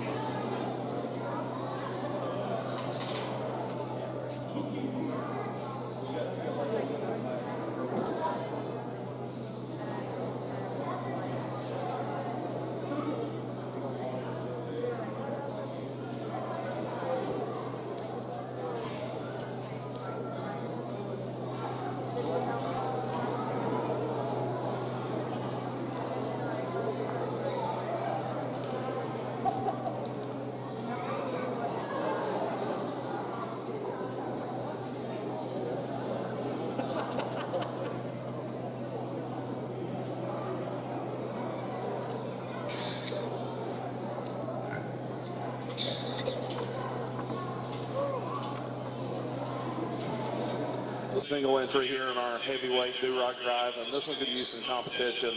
Very dense, very massive bear that comes in here and wins this class. Huge chest floor in him. We love that about him. Like to let him just go and relax and just get on out and drive. He wants to be a little tentative in here in the ring, and that kind of takes away from him. Makes him look like he's a little shorter strided. I can't wait to see him out here with our Class 1 winner to see how they can shape out. Let's give her a nice round of applause.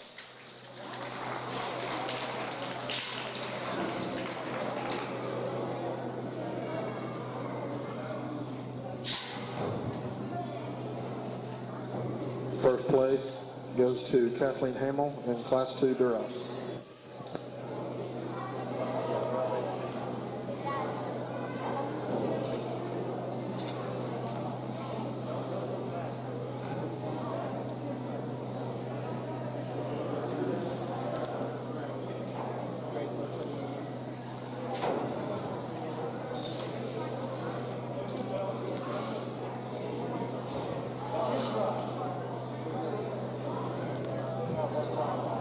We get our two class-winning Duroc barrows out here, and I think there's one that rises to the top for me. He just screams future when you look at him, and I can't wait to see what he looks like at OIE. Put your hands together and congratulate that young lady with our Class 1 winner. She'll be champion.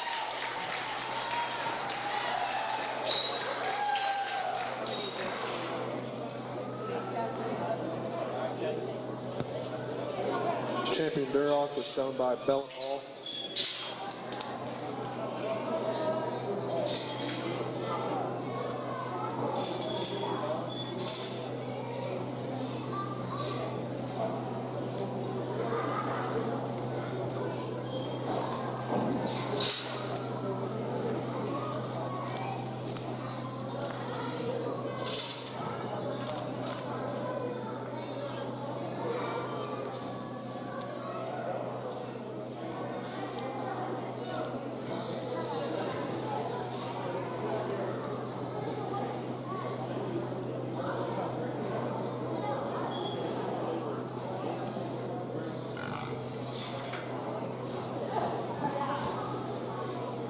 We bring our second place out of that lightweight class in here and you start comparing him with our heavyweight champion.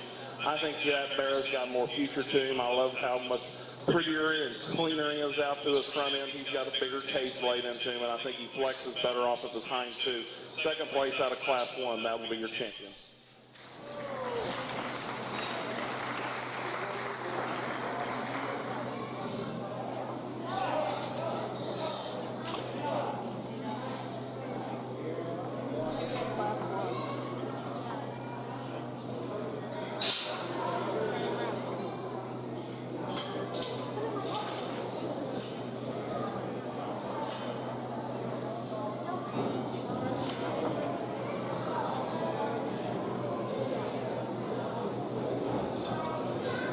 Reserve champion Duroc was shown by Kathleen Hamill.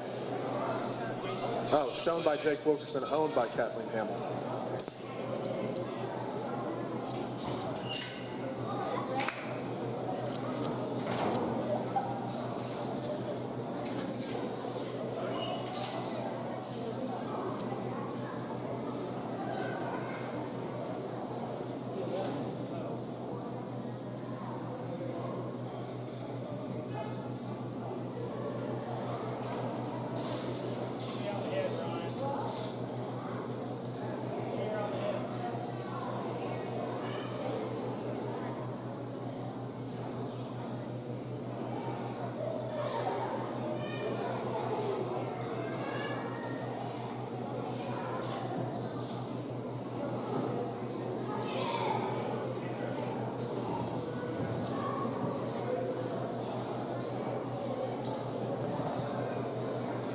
The young lady drives in here and we'll have our class winner, and I think so relatively easily. Guys, this bear is just a good show bear. He's big bladed, he's big chested, he's stout in his skull, and he's stout in his jaw, and at the same time, he's cool about his front end. He's got a huge cage laid into him. He's big-legged. I like a lot of things about this bear. I think he's got a very bright future. Young man here at the Cowboy Hat will come in here second. You love the amount of shape that this one has working down his top. He gets a little flatter and drier there in his forerib. He gets a little flatter, a little shallower there in his heart. Still a very high-quality bear that's got big legs and I think a very bright future. We'd just like to shorten him in his back in comparison to our class winners. Still two really good bears. Let's give them both a nice round of applause.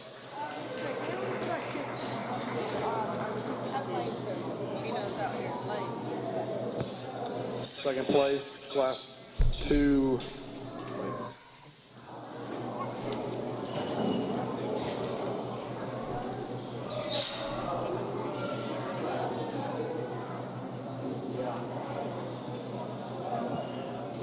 Second place, class 1, Hampshire, was shown by Grayson Broadbent, and first place was shown by Ryan Ball.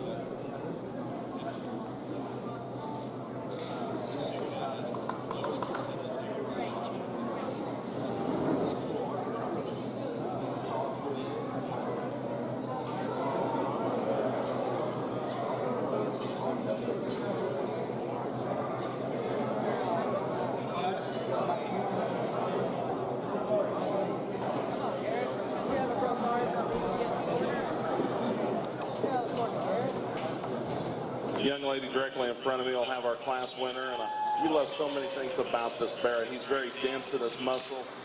He's got a huge hip working in him. He's got a big back leg in him, and he's really deep and his heart. And he's got some shape to his rib cage, and there's a lot of good things about him. I'll be the first to admit I'd like to widen him in between his eyes and stout him there in his jaw and skull, but that's getting awfully picky on a pretty good one.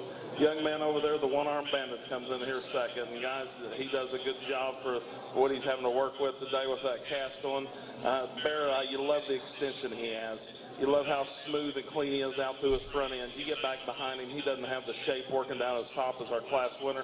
He gets a little unorganized off those rear two in comparison to our class winner, but still two high-quality bears. Let's give these kids a nice round of applause.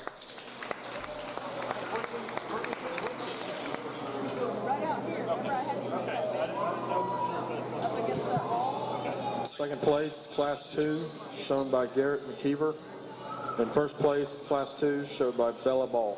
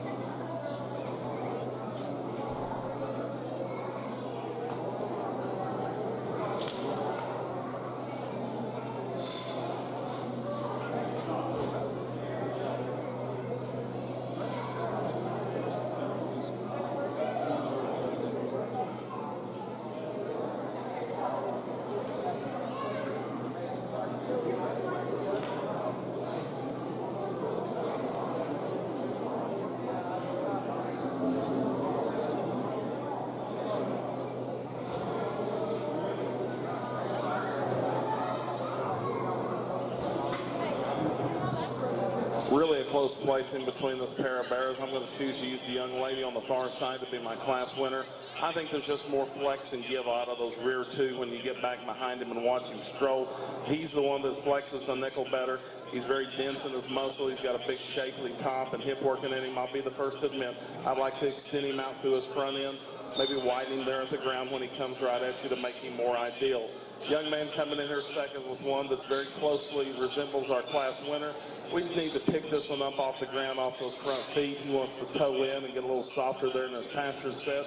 He too would like to extend out to his front end.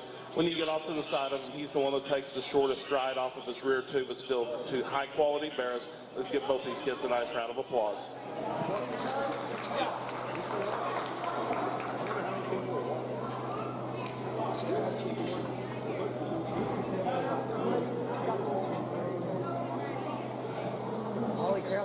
One of our family members in Hawaii. Second place showed by Jace Evans, and first place shown by Kendra Bryant.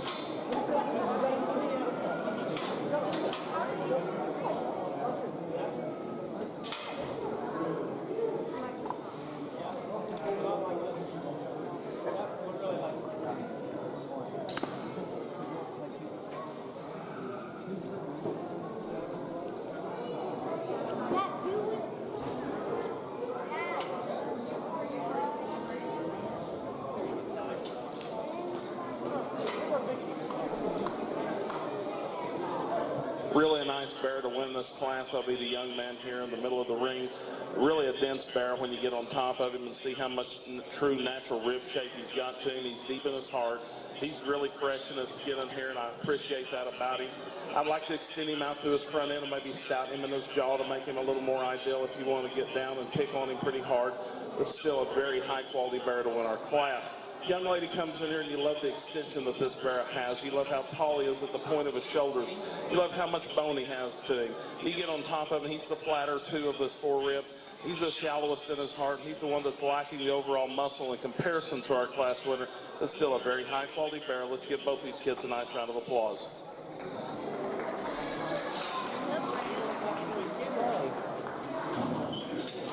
I thought you were in reserve. Second place, Class 4 Hampshire, shown by Sadie Weaver. First place, Class 4 Hamp, showed by Nathaniel Brono.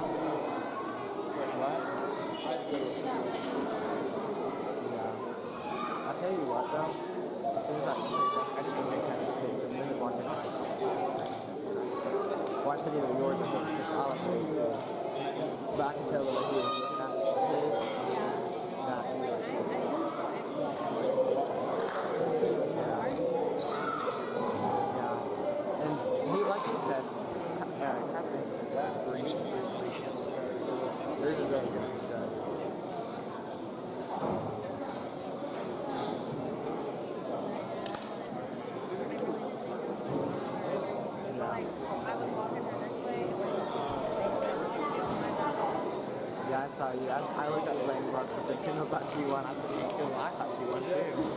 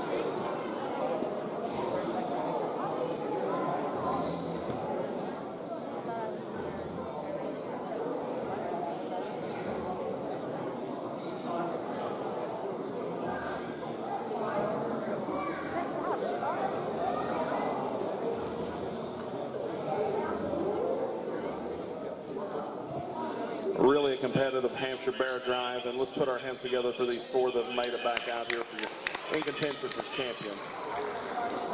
I think it comes down to a pair of them for me out here, to be honest with you, and I'm not one of the one that'll hide my cards. I'll let you know exactly how I feel about it, and they're both at different ages and different sizes of the spectrum. That'll be your heavyweight and your lightweight bear. I think you can start comparing the 2 of them. I think there's one that's just square from the top of his blade down to his knee and to his ground at the same time. He's stouter in his jaw. He's stouter right in between his eyes, and I think there's a bright future. Help me congratulate the young lady with the Class 1 winner. She'll be your champion.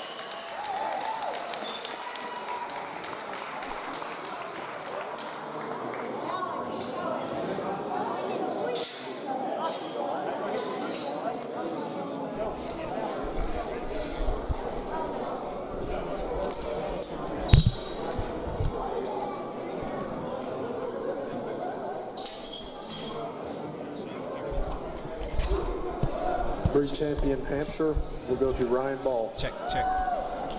Can you hear me?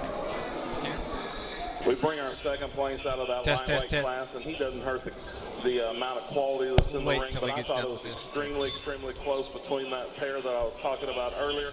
If we could square this one up coming right at me, and I know that's getting extremely picky, but when you get a pair that are that good, you got to try to pick them apart and see which ones that you like better. If I could stout him in between his eyes and give him a bigger jaw, I think he gets right in there and beats our champion. Young man with a heavyweight, he'll be your reserve champion. Let's congratulate him.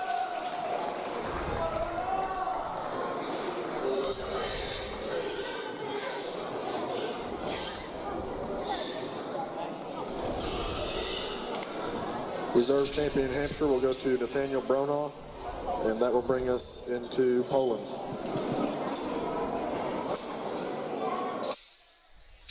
All right, I'm here with Emerson Belt.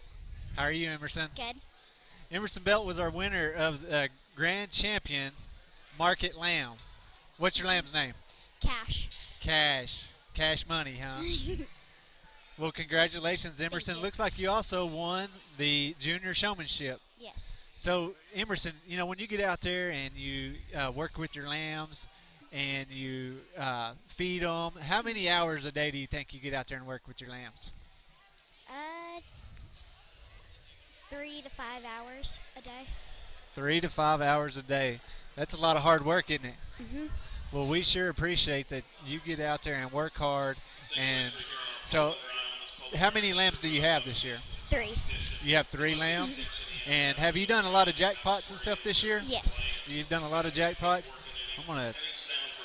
Let's switch over and let him talk about Maggie's pig real quick, and then we'll get back on here.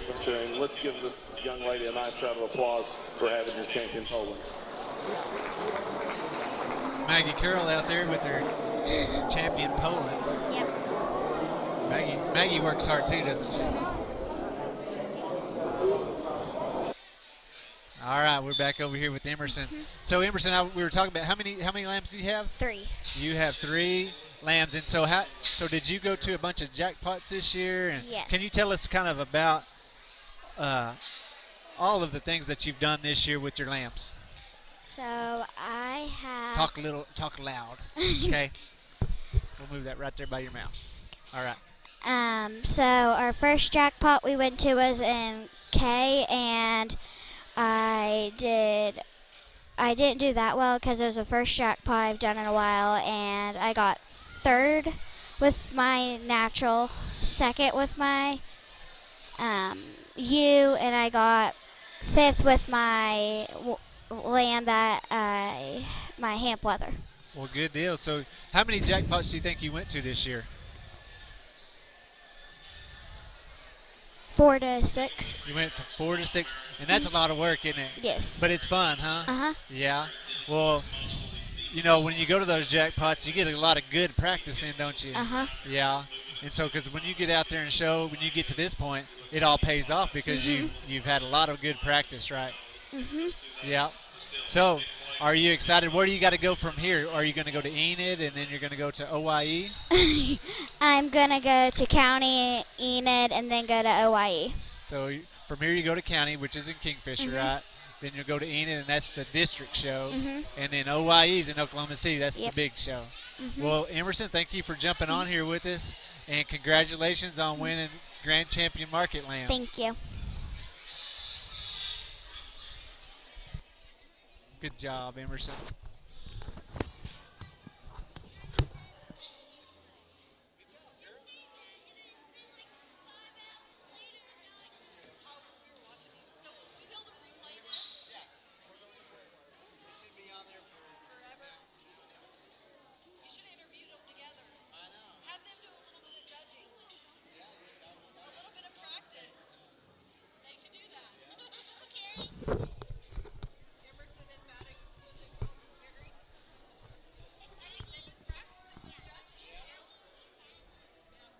The loin looks horrible. Can they hear me? No, I can't.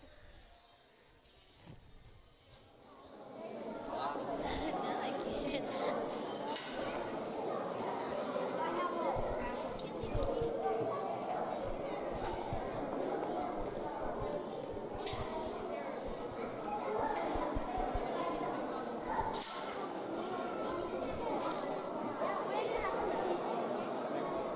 Oh no.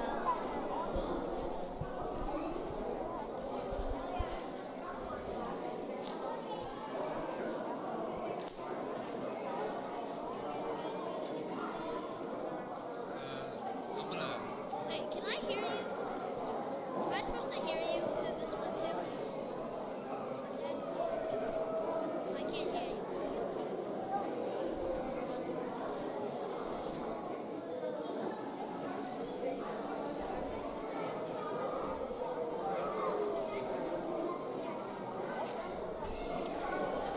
I can't hear.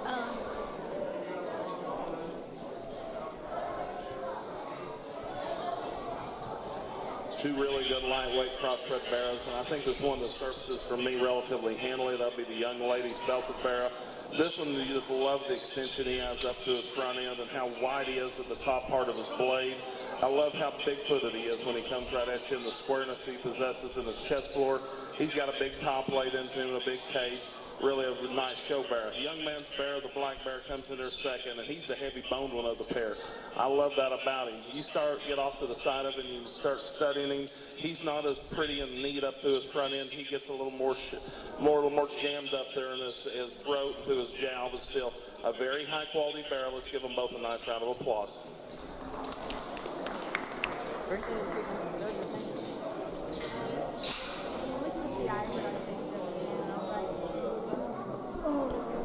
I never forget. It's like my first instance. I even did it because like he chose my fruit, and I had to go make some fruit, and I went ahead and fixed it. And you're like, here they go back. Here they go back. He's super nice. Second place, Class 1 crosses, shown by Grayson Broadbent. And first place, shown by Bella Butler. Also, quick announcement. Today is Grayson Broadbent's birthday, so if you see him running around, be sure to tell him happy birthday.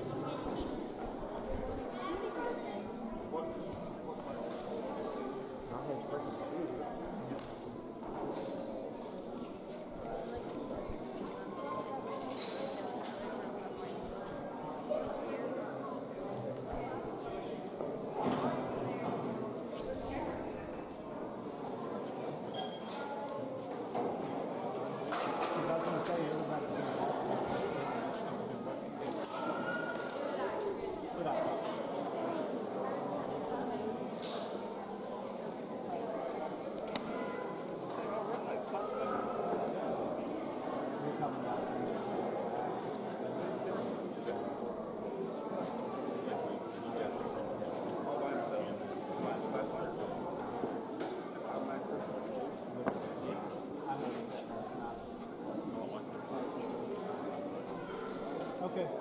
Yeah, it should be 3:30.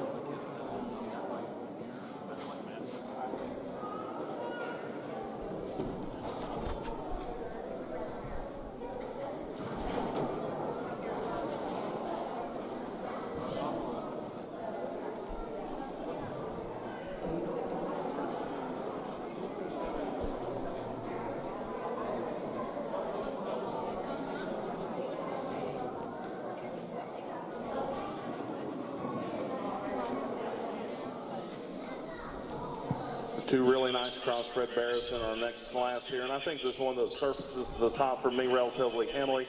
Be the young man in the FFA shirt with that white belted bear with the spot in his top. This one's just got more show ring appeal when you get off to the side of him. You love how tall he is at the point of his shoulders. I love how stout he is in his jaw and how stout he is in between his eyes. And at the same time, he's big-legged, he's big-footed. You get on top of him, he's got a big, robust rib in him. He's got a big, shapely top, and he's square at his hip. Young man's bear that comes in here second, you love a lot of pieces about him.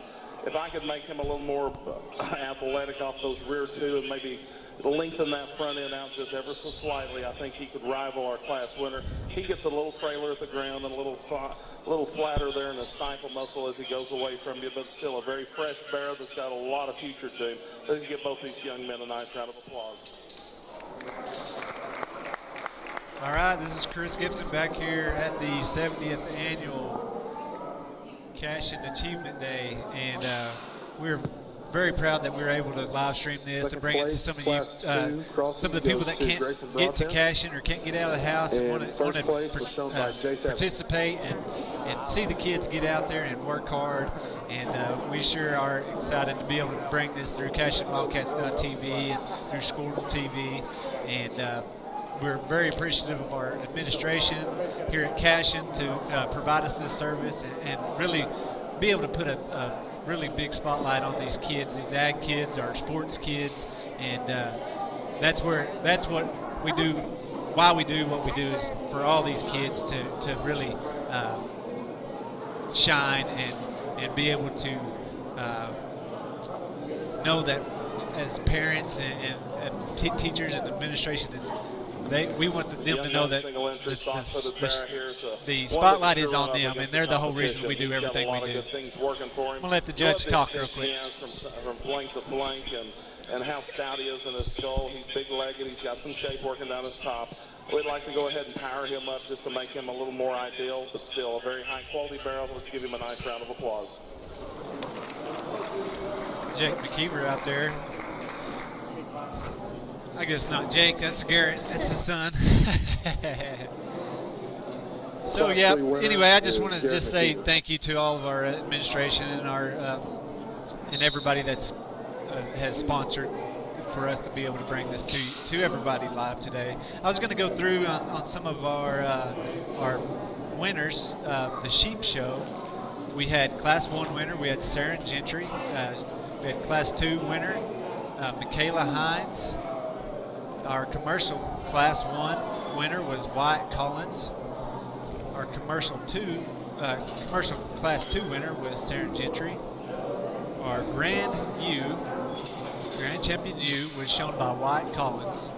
Our Reserve Grand Champion U was shown by Sarah Gentry. Our Market Lamb show, we had Class 1 Hampshire. We had Wyatt Collins was first place. Emerson Belt was Class 2 winner. And our breed champion Hamp was Emerson Belt. Our Hamp Reserve breed champion was Wyatt Collins. Our our Class 1 natural winner was Sarah Gentry. Our Class 2 natural winner was Jace Evans. Our natural breed champion was Jace Evans. Our natural reserve breed champion was Emerson Belt. Our Class 1 Trop winner was Sarah Gentry. The champion Trop was Sharon Gentry. Our crossbred, we had Class 1 Sarah Gentry won that class. Crossbred champion was Sarah Gentry. And then our grand champion Market Lamb was Emerson Belt, which we just had on here and did a little interview with her. And that girl, she gets out and she works hard, I promise you. She went to a bunch of jackpots this year, and that girl just is on the go nonstop. And her and a bunch of the other kids, my son Maddox, they're getting hot and heavy into the livestock judging now, and they're enjoying doing that. Our junior showmanship for the Lambs was Emerson We'll Belt, get this was pair our of bears championship out here, and I think champion this is there. give and take, And then our the pair of senior them, I think, is one showmanship that's champion stouter was and White got Collins. more mass All to these them, kids the other do a one's great sounder. job For and me, really I'm get gonna out stick there with and, what I like, and the work sound hard. is at the top of my priority list, and that'll be the young man's blue-eyed bear that's walking across the ring. I'll be the first to admit, you get back behind him, you want to see a little more junk in his trunk. He gets a little flatter there in his hip. He doesn't have as much muscle as our one and that's going to stand in second. But he's the tall one at the point of his shoulders, and he's the sound one when you get him off on the side and let him move. Young lady, you got the one that's got more power to him, and I appreciate that about him. You love how square he is when he's coming right at you, but you get behind him. He's the harshest in the way he handles his hind two. He's the shorter, he's got the shortest hip of the pair, and that's what kind of separates those two out. He can't go and flex and drive like the one that wins our class, and that's what puts him in the 2-hole, but still a very high quality barrel. Let's give both these kids a nice round of applause.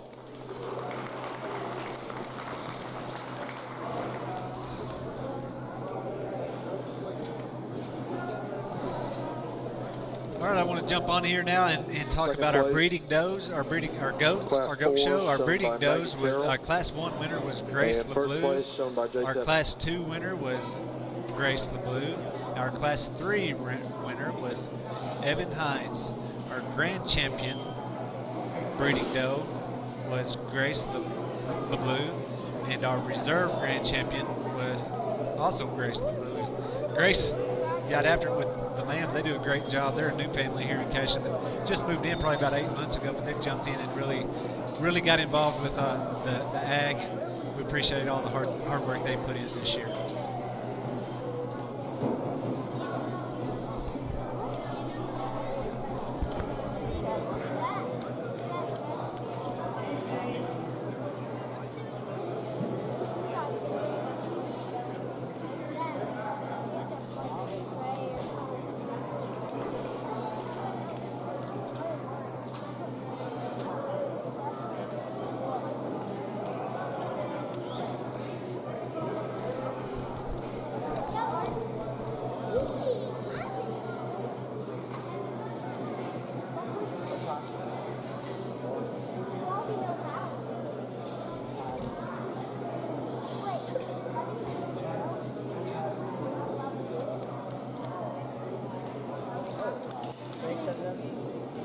Two really nice bears that come in here, and I think there's one that just surfaces the top for me relatively easily.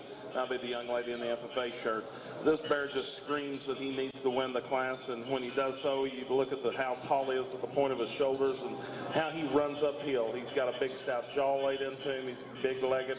He's got a big, robust rib cage in him. A very, very high-quality bear to win our class. Young lady on the far side will follow in here second, and you love how much mass and density he has about his cage, but you get off to the side of him, he doesn't balance up as well as our class winner. He's a little shorter fronted and a little more jammed up through his front end, and you get off behind him, he wants to roll those hocks outside of his skeleton, put more weight on the outside of his hoof wall. We'd like to reconstruct those wheels on the back end to make him a little more competitive, but still two high quality bears. Let's give them both a nice round of applause.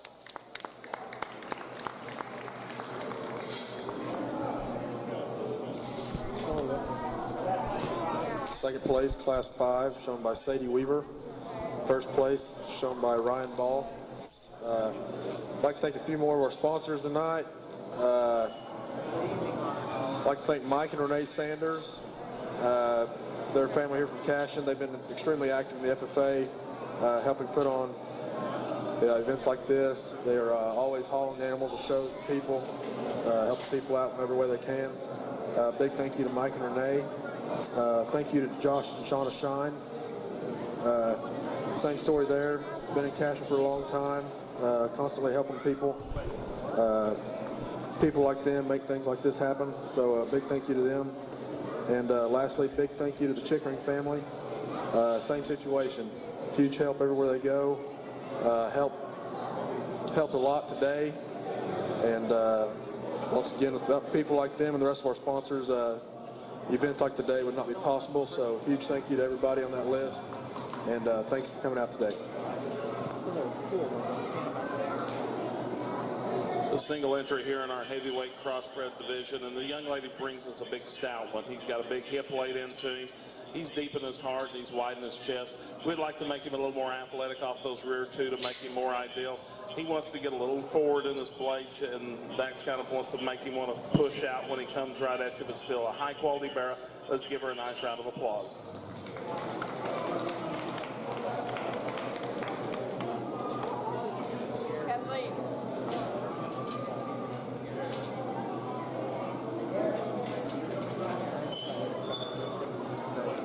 Class 6 winner shown by Kathleen Hamill.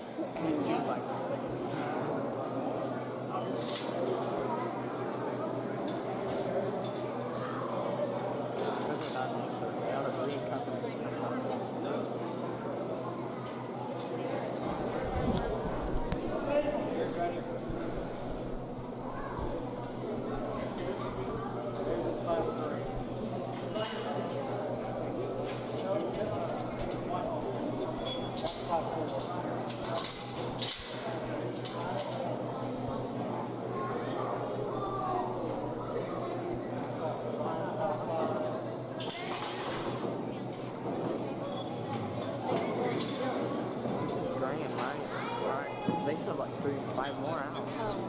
Yeah. This is a breed. So there should be 6. Beaver.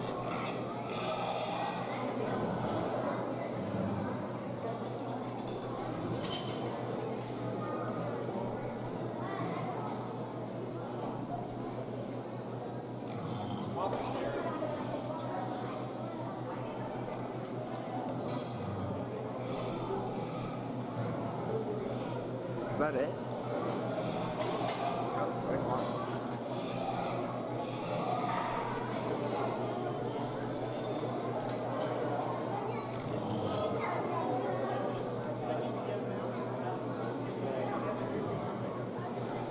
It looks like it hurts. Yeah, like touches that.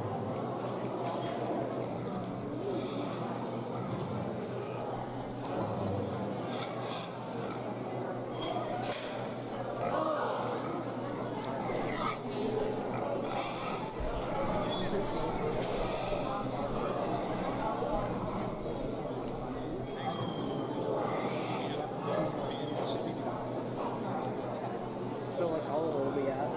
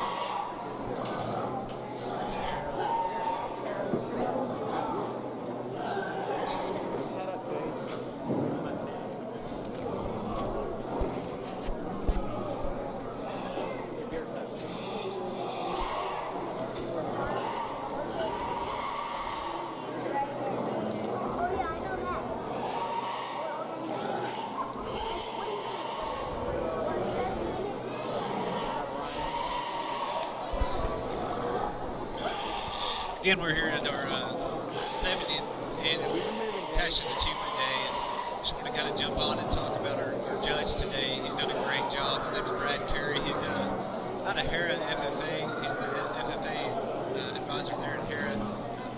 Well, he just about made his decision here on our grand. Let's put our hands together for all these crossbred barrows. Champion drive here. Man, you want to talk about a good set of barrows out here. And to be honest with you, I think it comes down to a trio. Not the one to take anything away from the others, but I'll be honest with you, the three that really light me up is that Class 1 winner, Class 2 winner, and that young lady with the Class 5 winner. And you start comparing the trio of them, I think there's one that's got a lot of future to him. I think he's still a nickel greener in his amount of finish that he has over his forerib. I think there's another one that's got about the same type of deal, that he probably doesn't have as much of natural curvature to his rib, but you love how square he is. And there's one that's there today.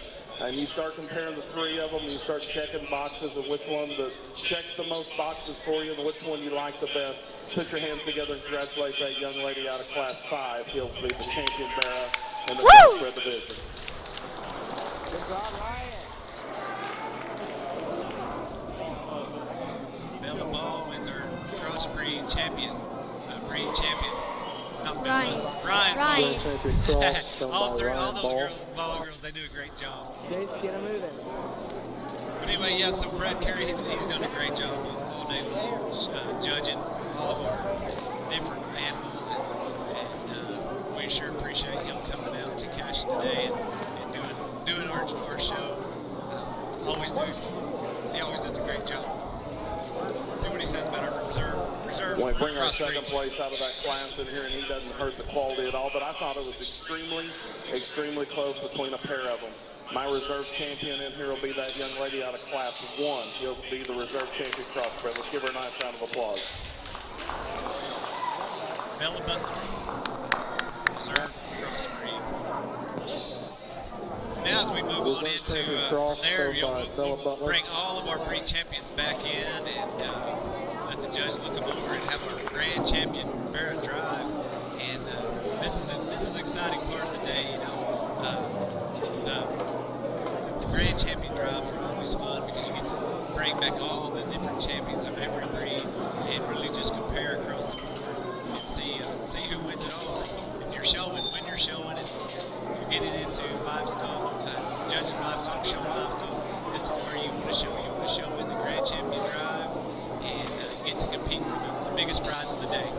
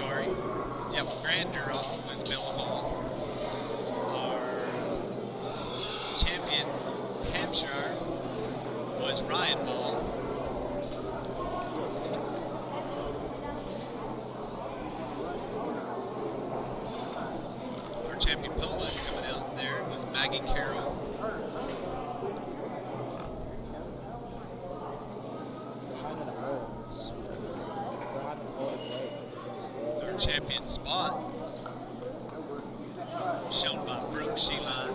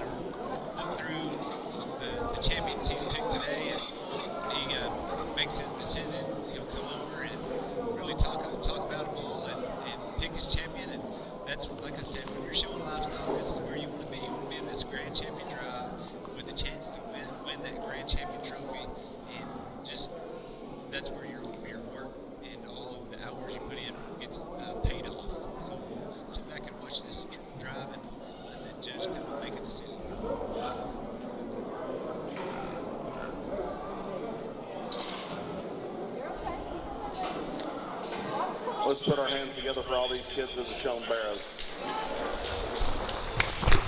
Extremely deep Barrow show, and I expected that when we were driving over here today, and it sure hadn't disappointed me. I think it comes down to a trio of them in here for me that really rise and surface to the top for me, and that's that Do-Rock, that Hampshire, and the Crossbred. But I think there's one man among boys in here. Congratulate that young lady driving that Crossbred. He's going to be your grand champion.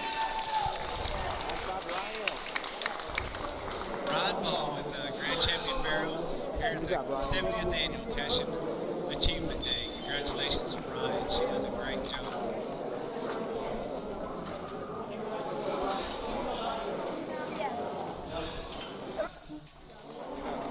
Grand champion shown by Ryan Ball.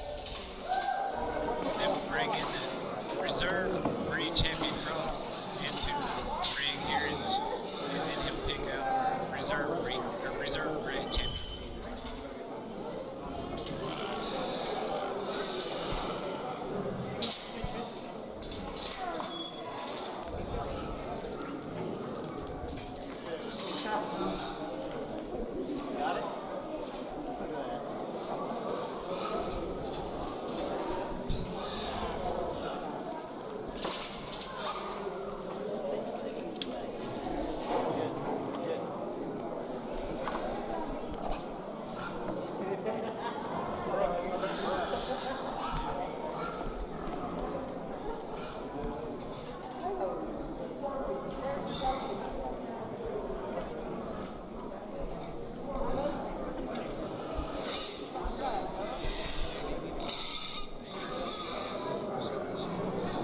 Before we announce our reserve, and I know that we've got showmanship still to go, but I can promise you it's been a blast sorting through this set of hogs and all the livestock throughout the day. I mean, it's been a lot of fun for me. This is something I really, really enjoy, and I think there's one in here that follows type and kind with our grand champion. I cannot wait to see what this one looks like at OIE. If this one gets shown on the big stage and gets shown at a high level, I think he's got a very bright future ahead of him. Congratulate that young lady driving that reserve cross. She'll be reserve grand champion.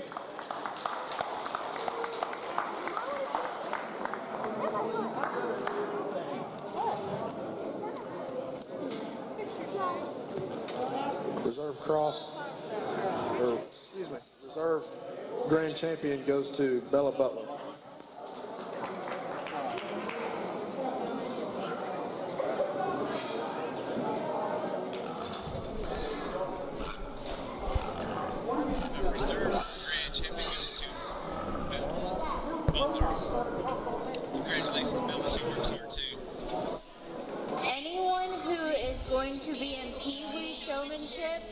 Needs to come over to me and sign up. Thank you. Great hog show today. I'm just going to kind of read through all of our winners today. So we had in the Guild show, our grand champion Berkshire was shown by Jackson Bailey. Our reserve Berkshire was shown by Nathaniel Ronan. Our grand champion Duroc was shown by Kathleen Hamill. Reserve Duroc was shown by Jackson Bailey. Our breed champion Hampshire was shown by Maddox Gibson. Our grand champion Poland Gill was shown by Luke Summers. Our grand champion Spot Gill was shown by Jake Wilkerson. Reserve Spot Gill was shown by Jackson Bailey. Our grand breed champion Gill was shown by Jake Wilkerson. Reserve Gill was shown by Derek Sheila. Our grand champion Cross Gill was shown by Jake Wilkerson. Reserve breed Cross Gill was shown by Tim Fields. Then our grand champion Gill, overall Gill, was shown by Jake Wilkerson with his cross Gill. Reserve Gill was shown by Kathleen Hamill with her Duro Gill. So great job by all of our showers in the Guild show. And then I'll get our show a while ago and wound up with Miss Ryan Ball with the grand champion, getting a barrel with her cross barrel. They do a great job, I'm telling you. We're going to have lots of kids that are very successful going to the district show in Enid, going to the county show in Kingfisher. I think Kingfisher's next week. Enid will be a couple weeks after that, and Hawaii goes to March. And I'm excited to see kind of what all these kids want to,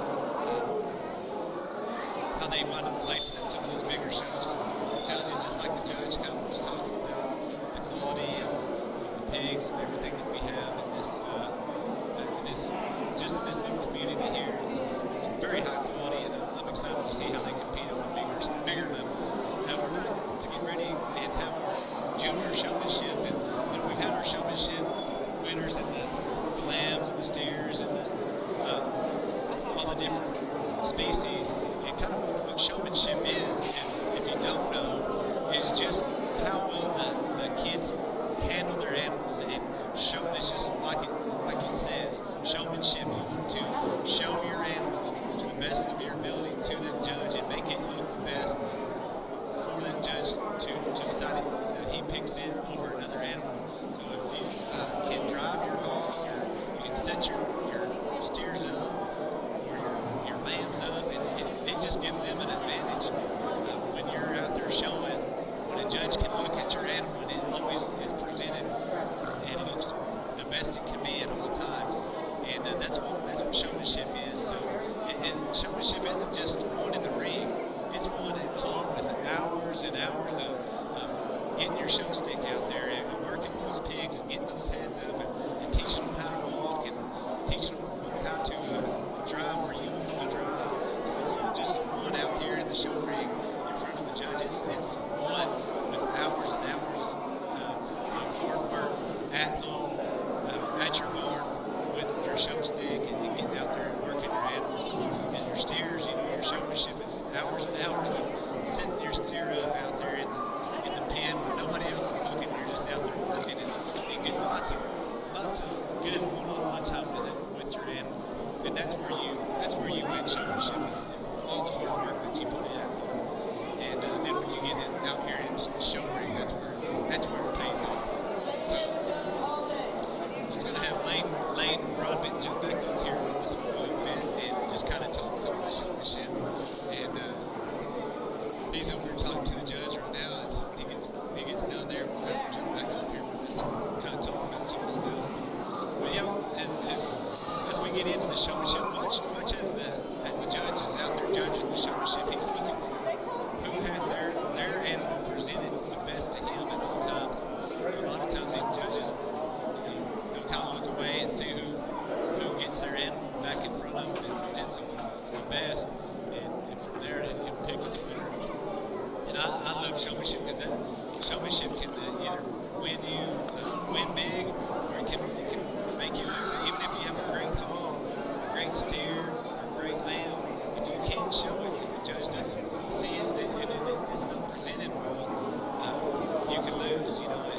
Even if you don't have the best pig out there, if you show it, get that, present that pig or that steer or that lamb the best to the judge, that can move you other places where if you didn't show it as good, it's not you're not going to place as well. So showmanship has always been one of those fun classes where you don't have to have the best pig, but you can get out there and if you work the hardest, you always competed in.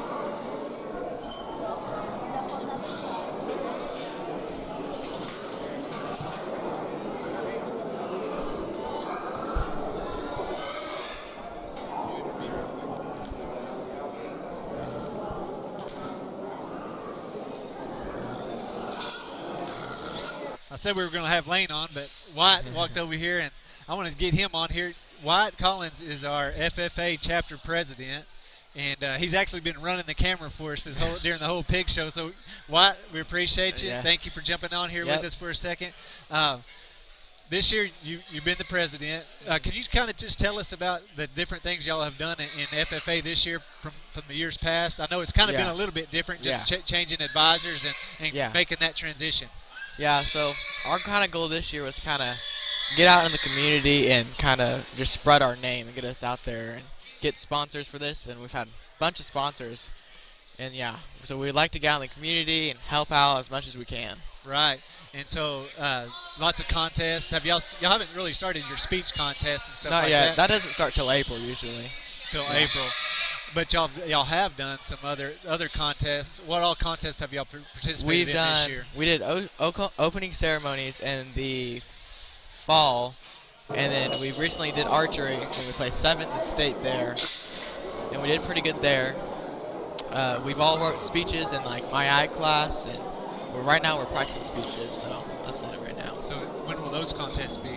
They'll usually be after OA, so in April. After OA, so yeah, after March, into April. What? You didn't show any pigs this year, did you? No, not this year. You showed lambs. Yeah. But you know, you've shown pigs, and you've done well in showmanship and all that stuff. And I was just trying to tell the people at home watching, you know, most of the time, showmanship isn't really won in the ring, right? Yeah. It's won at the house, in the barn, with all the hours of working with your animal and being able to present it to that judge, right? Uh-huh. And you always do a great job with your lambs. You always do a great job with when you show the pigs. When you work with your animal, how many hours a day do you think you get out there and spend with your animals? Depending on the day, like weather situations and all that, I go out there every day and kind of you got to change it up, because if they get in a routine, they'll know better. So I'll probably spend an hour on an easy day to 2 hours on a long day. Yeah. And that's every day. Yeah, every day. In the morning you're up feeding, and in the evening you're out there working with them and just trying to make them the best you can. And that's why I try to tell Maddox all the time. You know, I'm like, if you don't want to struggle in that show ring, you got to get out there and spend hours with your animal, and that way, then when you get to that show ring, you don't have to worry about it. You've already prepared, you know. Yeah. And all the kids, they do a great job. You know, a lot of times there's people say, well, the parents do all the work. Not my house. Maddox does the work, and I see you, Wyatt. Yeah. You get out there. Say if you ask my dad to do something, he doesn't know how to do it, because I do all of it. So, that just shows that you get out there and you do all your hard work. And that's definitely, we can see that with the success you have and how you handle with your animals and all the great things you've done.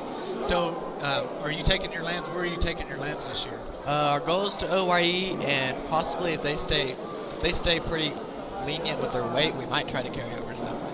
Oh yeah, going to take them to some of the summer jackpots. And will you be able to take them to the fairs, or will it be? They might be a little bit too old for that. A little bit too old for that.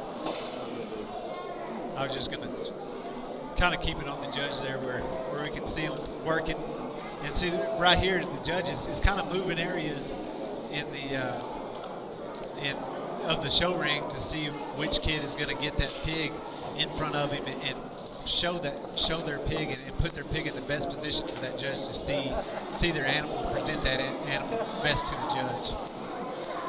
And a lot of these pigs, they've been in the show ring, you know, multiple times today. Yeah. And so that makes it harder, because those pigs are smart, aren't they? Yeah, they're tired and they're ready to go home. They're ready to go lay down somewhere, so they're trying to find a way back. And these kids are doing a great job of driving them and working with their animals. And that's the thing, is even when a pig or a lamb gets tired, you got to have to kind of take a deep breath and keep working with your animal, right? Let's listen to what our judge has to say. For all these kids that came back and are doing junior showmanship.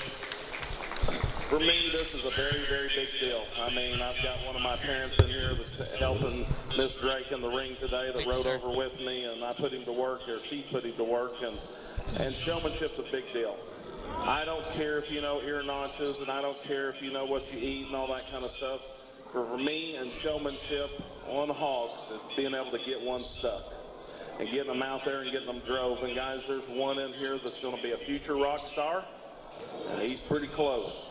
And there's one in here to me that when this person hit the ring early in the show, I thought, dang, that kid can show. And as the day went on, I thought, I really hope that this set of parents that have this kid would like to get rid of this child, maybe let me adopt this kid, because I'm almost out of kids and almost out of showmen, and this one could get one stuck. They can get one stuck from me all day long. That young lady driving that red bear coming right at me. She's good.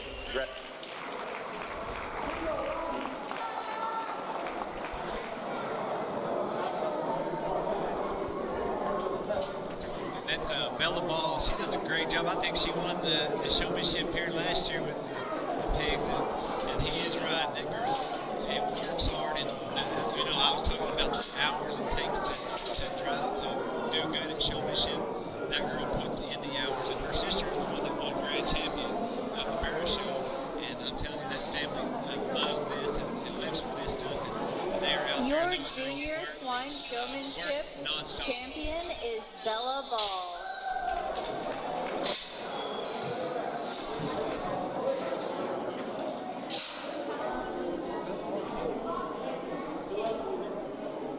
That was the junior showmanship. Now we'll go into the senior showmanship. And these kids right here are the older kids. And I'm telling you, when you get to this point in your show career, this is a tough thing because all of these kids have spent hours and hours working with their animals. And they've got years of experience in the show ring. And it's always All right, and now we are moving on to our senior swine showmanship. And what you do and what they do, and when you win, it's kind of a bragging rights kind of thing. When you get to this point in your career, showing animals, and these kids in Cashion, they do a great job. I'm telling you, lots of hours of work, and dedication to their animals and their livestock. It's always a good thing to watch.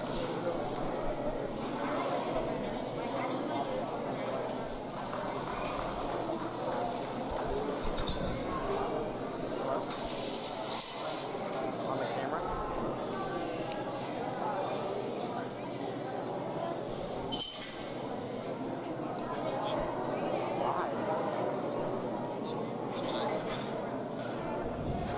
Test. Go, girl.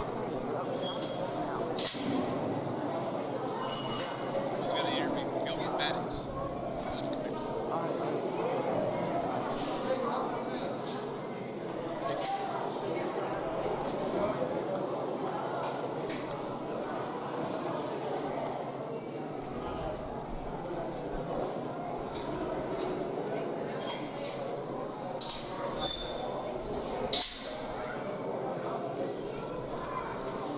As you watch these kids out here, just watch them how they're intense because they know what they're doing and they work lots of hours with their animals and they're out there presenting these hogs as best as they can. And they, like I said, you get to this point in your career, there's lots of bragging rights and especially in these senior showmanship, there is lots of bragging rights and it's a pride thing when you get to this point because you want to win, you want to beat these other kids. You see them, especially in these local shows.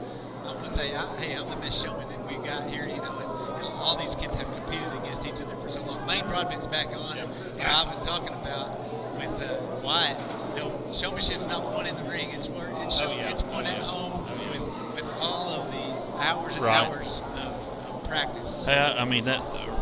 I'm around Ryan Ball some, and I mean she's a 30 minute to an hour kind of a kid walking pigs every day, much less they're out there at the barn all the time. And that's every pig. You bet. I mean, they have. You bet. I don't know. I think some of you guys should try And Jay Seven's same way, and Tyndall, and all of these kids. Jake Wilkerson has really come on as a shower. He kind of was come on this show deal. He does a lot of other stuff, and he has really excelled at this show and deal. Yeah, we have Tyndall Fields, we have Jake Wilkerson, Jay Sevens, Nathaniel Brunel, and Ryan Ball. And all these kids, and we're talking about the small town of Cashion. Right. Great things about Cashion. One of the things I love about Cashion is all these older kids, they are more than willing to jump in and help all these younger kids that are just now getting into it. You don't even have to ask. They jump in and help, and before you even ask, they are out there and you could turn any of these kids loose on any 4-H FFA project and they would kill it. Yes. Because they just do a great job. Listen to our judge and see what he has to say about this. Got in the ring for senior showmanship, and you got lots and lots of little bitty ones, and then when you get to this older age, the numbers drop off, and I know that as an ag teacher, you lose kids to athletics and other things, but the 5 kids that have made their way out here, guys, all 5 of them can drive a hog good. And if you ever get tired of showing do you want to Cashion, Hara's only about 31 miles from here. I'm needing some good ones, you know that. No, you're good. Because a lot of mine are graduating out and all that stuff. But guys, there's one in here that is very intense. And that's something that I look for in a showmanship, and that's something that it's hard to teach, and kids just either get it or they don't, and all of them are good.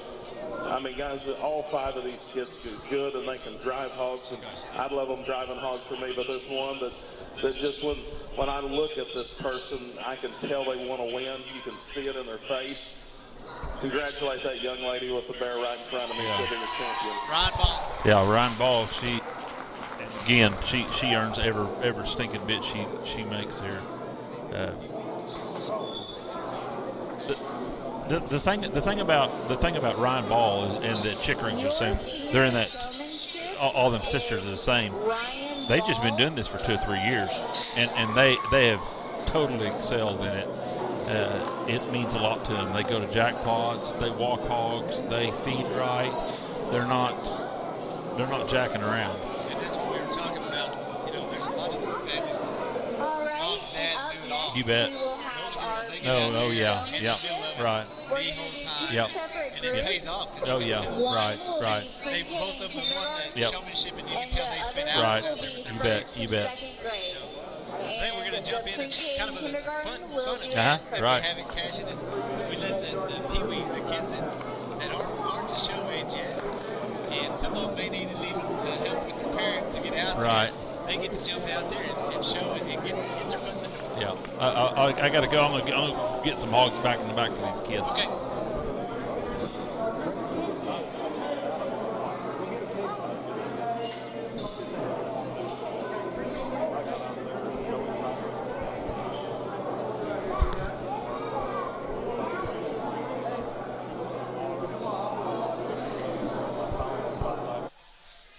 All right, we're here with Maddox.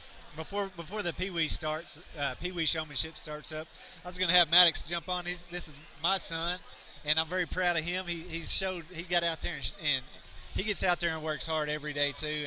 And can you tell us, Maddox, just how much work is it to raise 4 pigs and get them ready to show? It's a lot of work. It's a lot of work, isn't it? You have to make them walk good, feed them right so they can look good. Have you learned a lot this year? Yeah. And so how many years have you been showing? 2. So this is This your is my second year, second, right? yeah. And have you learned a lot in the last 2 years? Yeah. And is there still lots to learn? Yeah. Definitely, right? And so you showed how many pigs today? I showed 3. You showed 3, but you have 4. One of them's kind of a little bit sick, so she didn't get to come today. Yeah. Huh? So, and Maddox won Grand breed champion Hampshire Gilt, and what are you looking forward to going forward? To win the whole thing. To win the whole thing at some point, huh? So what shows are you going to go to this year, the rest of the year? County. Going to County and Kingfisher. OIE. And then to OIE. What's your favorite show out of all of them? OIE. OIE, it's the biggest one, right? Yeah. And you get to have lots of fun, huh? Uh-huh. What's your favorite part about OIE? Whenever you go to start and you try to get into the bigger arena. You like going into that little sift ring and really showing your animal off and trying to make the hill, huh? Yeah. And that's our goal, huh? Make the hill at OIE. OIE's the Super Bowl of stock shows. Yeah. And when you get to go there and try to make it up that hill, it's a lot of fun, huh? Uh-huh. Well, Maddox, thank you for jumping on here, bud. And we'll see you later, okay? Okay.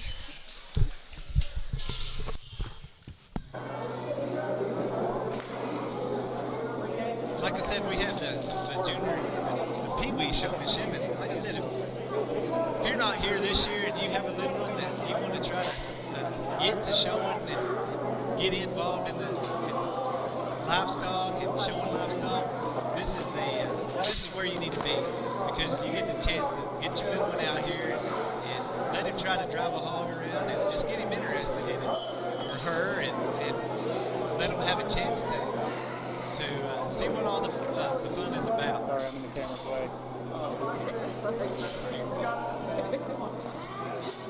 This is one of my favorite parts, just because you get to see these little ones. Their eyes light up. They love getting out here and competing too.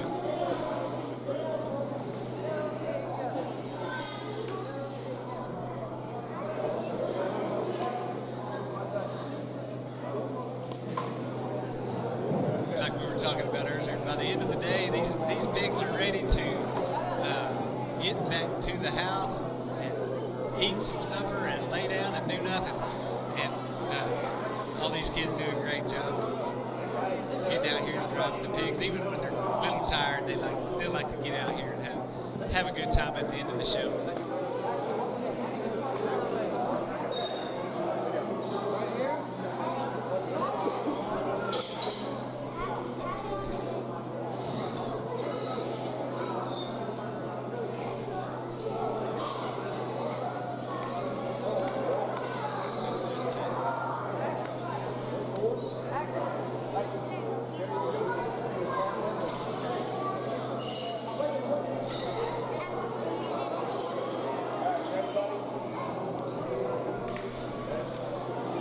I think these Pee-wee showmanship competitors take it as serious as the big ones. Like I said, all these are young kids that aren't to the age yet where they can get out and actually show in the shows. But I'm telling you, a lot of these kids are little brothers and sisters of some of the ones that already do show. And a lot of them think they're pigs. My little girls, they go to the barn every single day. They go with us to feed, and they're out there walking them with Maddox. And my little girl Avery, she had to go home and take a nap, but I guarantee if she was here, she'd have had a pig out there and been chasing her around, because she tells me all the time that those are her pigs and not Maddox's. But that's the thing, is these little ones like this that get to help, and that haven't ever even showed a pig. They have a lot of fun doing this too. First set of 8 Pee-wee showmen out here. I know you don't get close to them because there's lots of whacking and beating on hogs, but daggum, you can tell that the future is bright here in Cashion for swine showmanship. All you kids that came over here and came out here, come over here and get your gold coin.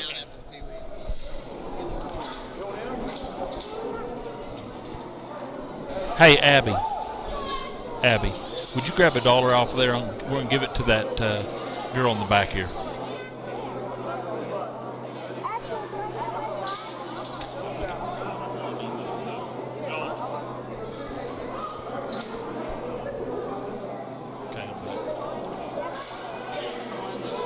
A lot of little kids running around here. Yeah, Woo! That's what I was just talking about it. A lot of these kids, they take it more serious than the older kids. Yeah. They're out there, and I was talking about how Avery, she thinks those are her pigs. Right. You know, and that's they how own them. A lot of these kids are some of the younger brothers and younger sisters of the ones that actually do get to show, and it's serious fun watching them get out there and try to drive a few of them around. Like the judge said, a lot of whacking with the whips. Right. But it sure is fun for the kids. Did you guys interview Jake Wilkerson? We have not got to interview Jake Wilkerson yet. I'm going to let him sit down and talk with you. Okay.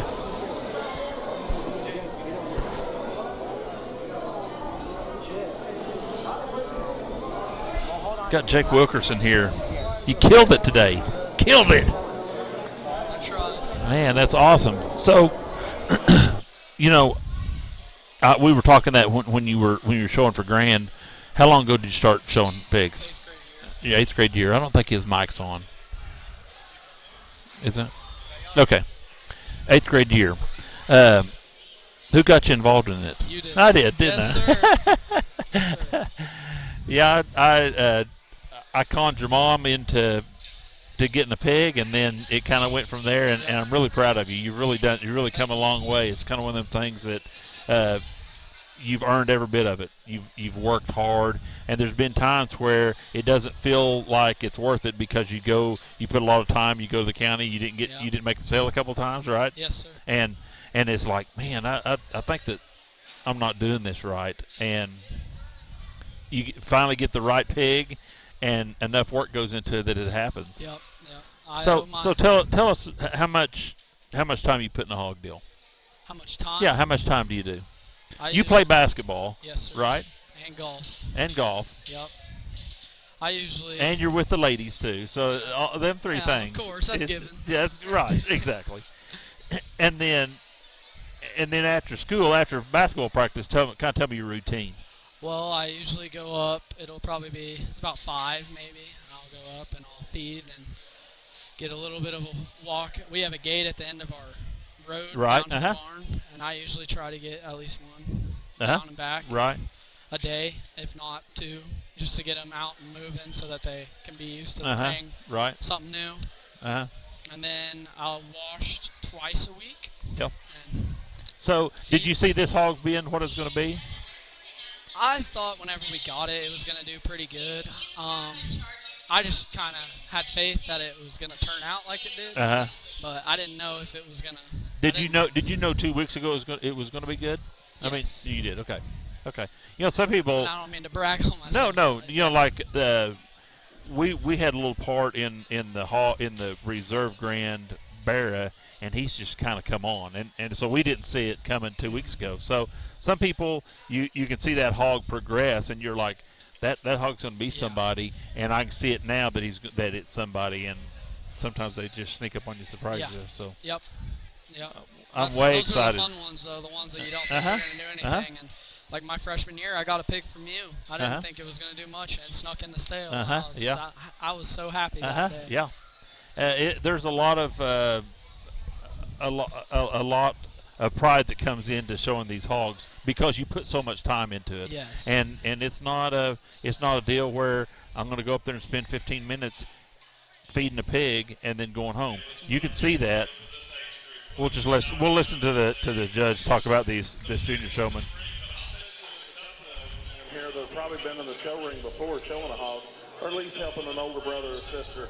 All you kids showing, come over here and get your gold coin. Okay, we're back again. So, really happy for you. You're one of them kids that I really felt for you whenever you worked hard and your hog didn't make the sale 1 year at the county, and because I know that you put that work in. Yeah. Some kids just make the county sale and they've got a good enough pig and they don't spend enough quality time. You put quality time in that pig and it didn't happen. So it all kind of come together today. Those are the ones that hurt the worst, but you just got to get back to it and hope with your next one that it'll turn out better. Eventually it will. Hard work does pay off. Oh yeah, exactly right. That's what this teaches you. There's a lot of other things they say. It teaches you responsibility and all that stuff, but the one thing that it does teach you is it teaches you hard work will get you eventually. It'll eventually pay off. So yes, sir. I'm happy for you. Thank you. Thank you very much, no Jake. Problem. Thank you for having me. You bet.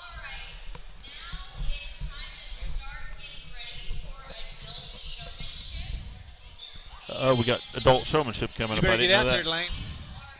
I would not be that. I would, but I think all my pigs are tired. Yeah, there's a lot of tired pigs out there. Yeah. I'm going to kind of kill some time here. I told Ryan Ball she was going to come over here and talk about her stuff. Just as soon as she gets over here, we'll get her interviewed, and then we'll kind of give a final few thoughts before we close it out. Yeah.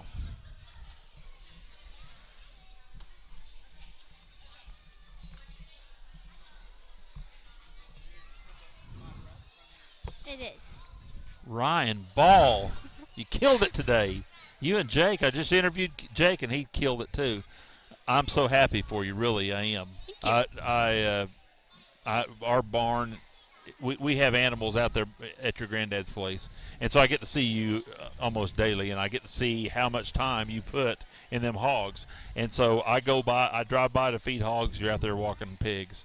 In the morning it's dark, and so you're not out there yet, but you put a ton of work in it, and I'm so happy for you. Kind of tell us who's the driving force behind your whole, what makes that whole operation work? Is it your granddad? Yes. Your granddad is the one that started the whole thing. Yes. And tell me a little bit about what you guys did last week. You guys traveled. So we traveled up to Iowa. Uh-huh. And we went and did a little bit of pig jockeying. Uh-huh. And so you went to Iowa because you were getting ready for Expo. The World Pork Expo in Iowa. Yes. And it's a big deal. I mean, there's thousands and thousands of people up there, and it's a major show. And so you guys went up there and looked for hogs. Mhm. So how many miles you traveled? A lot of states. We went from Oklahoma. We stopped in Kansas, and then we stopped in Missouri, and then we stopped in Iowa, and then we came back. Okay, yeah, it's a good trip. It's a lot of fun and a lot of looking at pigs, and it expands your thought process of how good your pigs are. You know, you see hogs in Oklahoma that are good, and they are, but it's mind-blowing how many good hogs are out there from Oklahoma all the way up into Iowa. I've made that trip in that country before, and it's pretty incredible trip. So who went with you? It was me, my grandpa, and Colin. Okay. So 3 of you went up there, and how many pigs you got for the World Pork Expo? We have 9 right now. And I think that should be our final. And maybe most of you people that are on here can know how this hog deal works, but there is hundreds and hundreds of people in Oklahoma that have 9 to 20 hogs on feed. They just work it. That's what they do. They work their head off with the numbers of pigs too, and so you narrow that down as it goes along. You have some pigs that aren't quite right on their feet, that their structure of their feet's not right. Some of them don't have enough muscle. Some of them just get crippled, and it's just kind of that 9 pigs. How many pigs will you take to World Pork Expo? We'll probably take 6. Oh, okay. 3 purebreds, 3 crosses. Okay. Oh, okay. So you're going to be taking quite a few. Yeah. Mm-hmm. That's good news. So last year you went to OYE. Did you do very well at OYE? We placed 4th out of 54 in our class. Okay, with a really good hog, and you were a little bit disappointed that you thought that hog might be a little bit better than that, even, right? Yes. I thought that hog that you had last year was pretty special, and she is showing one of our hogs, Bad Boy Genetics hogs, that she didn't bring today, and we can't wait to see what it's going to be like at county. You know, these hogs you're trying to project these hogs. You're trying to look at a 6th grade boy and see if he can play in the NBA, basically. And so you're trying to project out on how good they're going to be, and they may be good as a high school basketball player or whatever, and then they get into that college or the NBA and they're no good. And so sometimes that maturity level doesn't quite get there, but we are hoping that hog that you're driving for Bad Boy Genetics is going to be pretty good at our county next week, and then maybe make a little bit of damage at OYE. So your pig that you won grand with today, any idea how it's bred or anything? I do not know that. Okay. All I know is it's from Tanner Winters. Okay. Yeah. Well, in my view, I thought it was a no-brainer. You winning that show today. I thought that pig today looked as good, looked the part, and I think the judge pretty much agreed with that too. So, and this judge is not a high school senior. This guy's done it, and he's got show animals, and he knows what's going on. So, very, very happy for you. I'm very, very happy for your family. Your family has worked extremely hard getting where they're at. So, congratulations. Thank you. Thank you very much.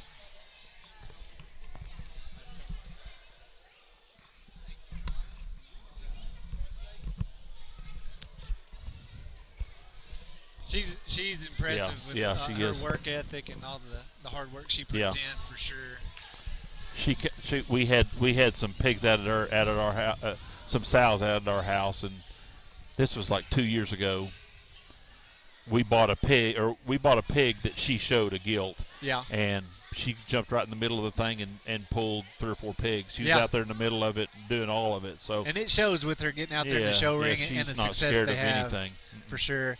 So again, this is the 70th annual Cashion Achievement Day, and we just want to really. Somebody's going to break a hip out here in this adult showmanship. Yeah, we got to show this. This is the adult showmanship. This is all the parents, and I guarantee you Maddox wants me to get out there and do it and say, put your money where your mouth is, Dad, because you always tell me how to do it. But, look, I didn't even get out there to do it. But maybe next year. All my pigs are tired, Lane. Yeah, well, there's going to be – they'll be sore tonight. They'll be down on their back. And they don't know what they're doing. Then what needs to happen is these kids need to be on the sidelines yell at these parents. Yeah, get their head up. Keep them walking. Yeah. Get him in front of the judge. Yep. Come on.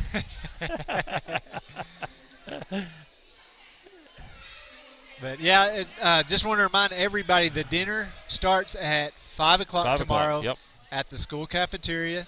Come up. If you have not bought tickets yet, just show up at the door. You can get in. We've got some hecklers. We got some hecklers over here on the side. Uh-oh. Yep.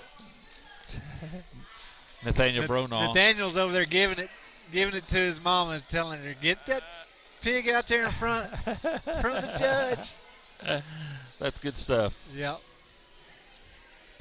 Tammy's going to win it, too. Yeah, look at her. Tyndall Fields, she does a great job in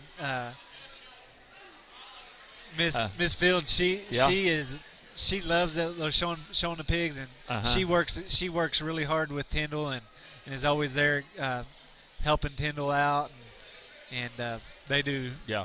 And it's a family thing. That's what I like about showing animals and getting involved in stuff like this is the whole family gets involved, and it's fun.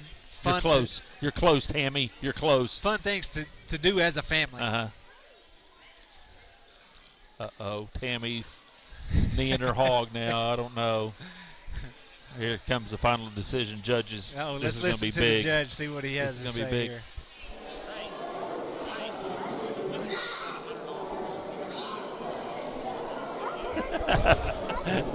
Lane just told the judge the winner gets $700. He was like, really? Let's put our hands together for the seasoned showmanship division. About 15, 20 years ago when I was a younger man, we had one of these at our local show, and I entered it, and I had 15 kids standing on the rail yelling at me the whole time, telling me to get my head up, move the hog. My God, what's wrong with you? Do you live under power lines? Did you eat lead paint as a child? What's wrong with you? Things of that nature. So it's always fun to see these things, and we've got our local show coming up there in another week, and we've talked about doing this, and if we do, it'll probably be a little more competitive because I've got some dads that think that they can still show, and I can promise you they can't. But I have to pick one, and one gentleman said that this winner gets $700. I think you'd have had more people out there if that was the case. An extremely good job, young lady right down here with the handshake. Miss Fields. Yeah, Miss Fields won. Yeah. All the kids like she won. Well, we had 2 teachers out there. That's a good time right there. Good stuff.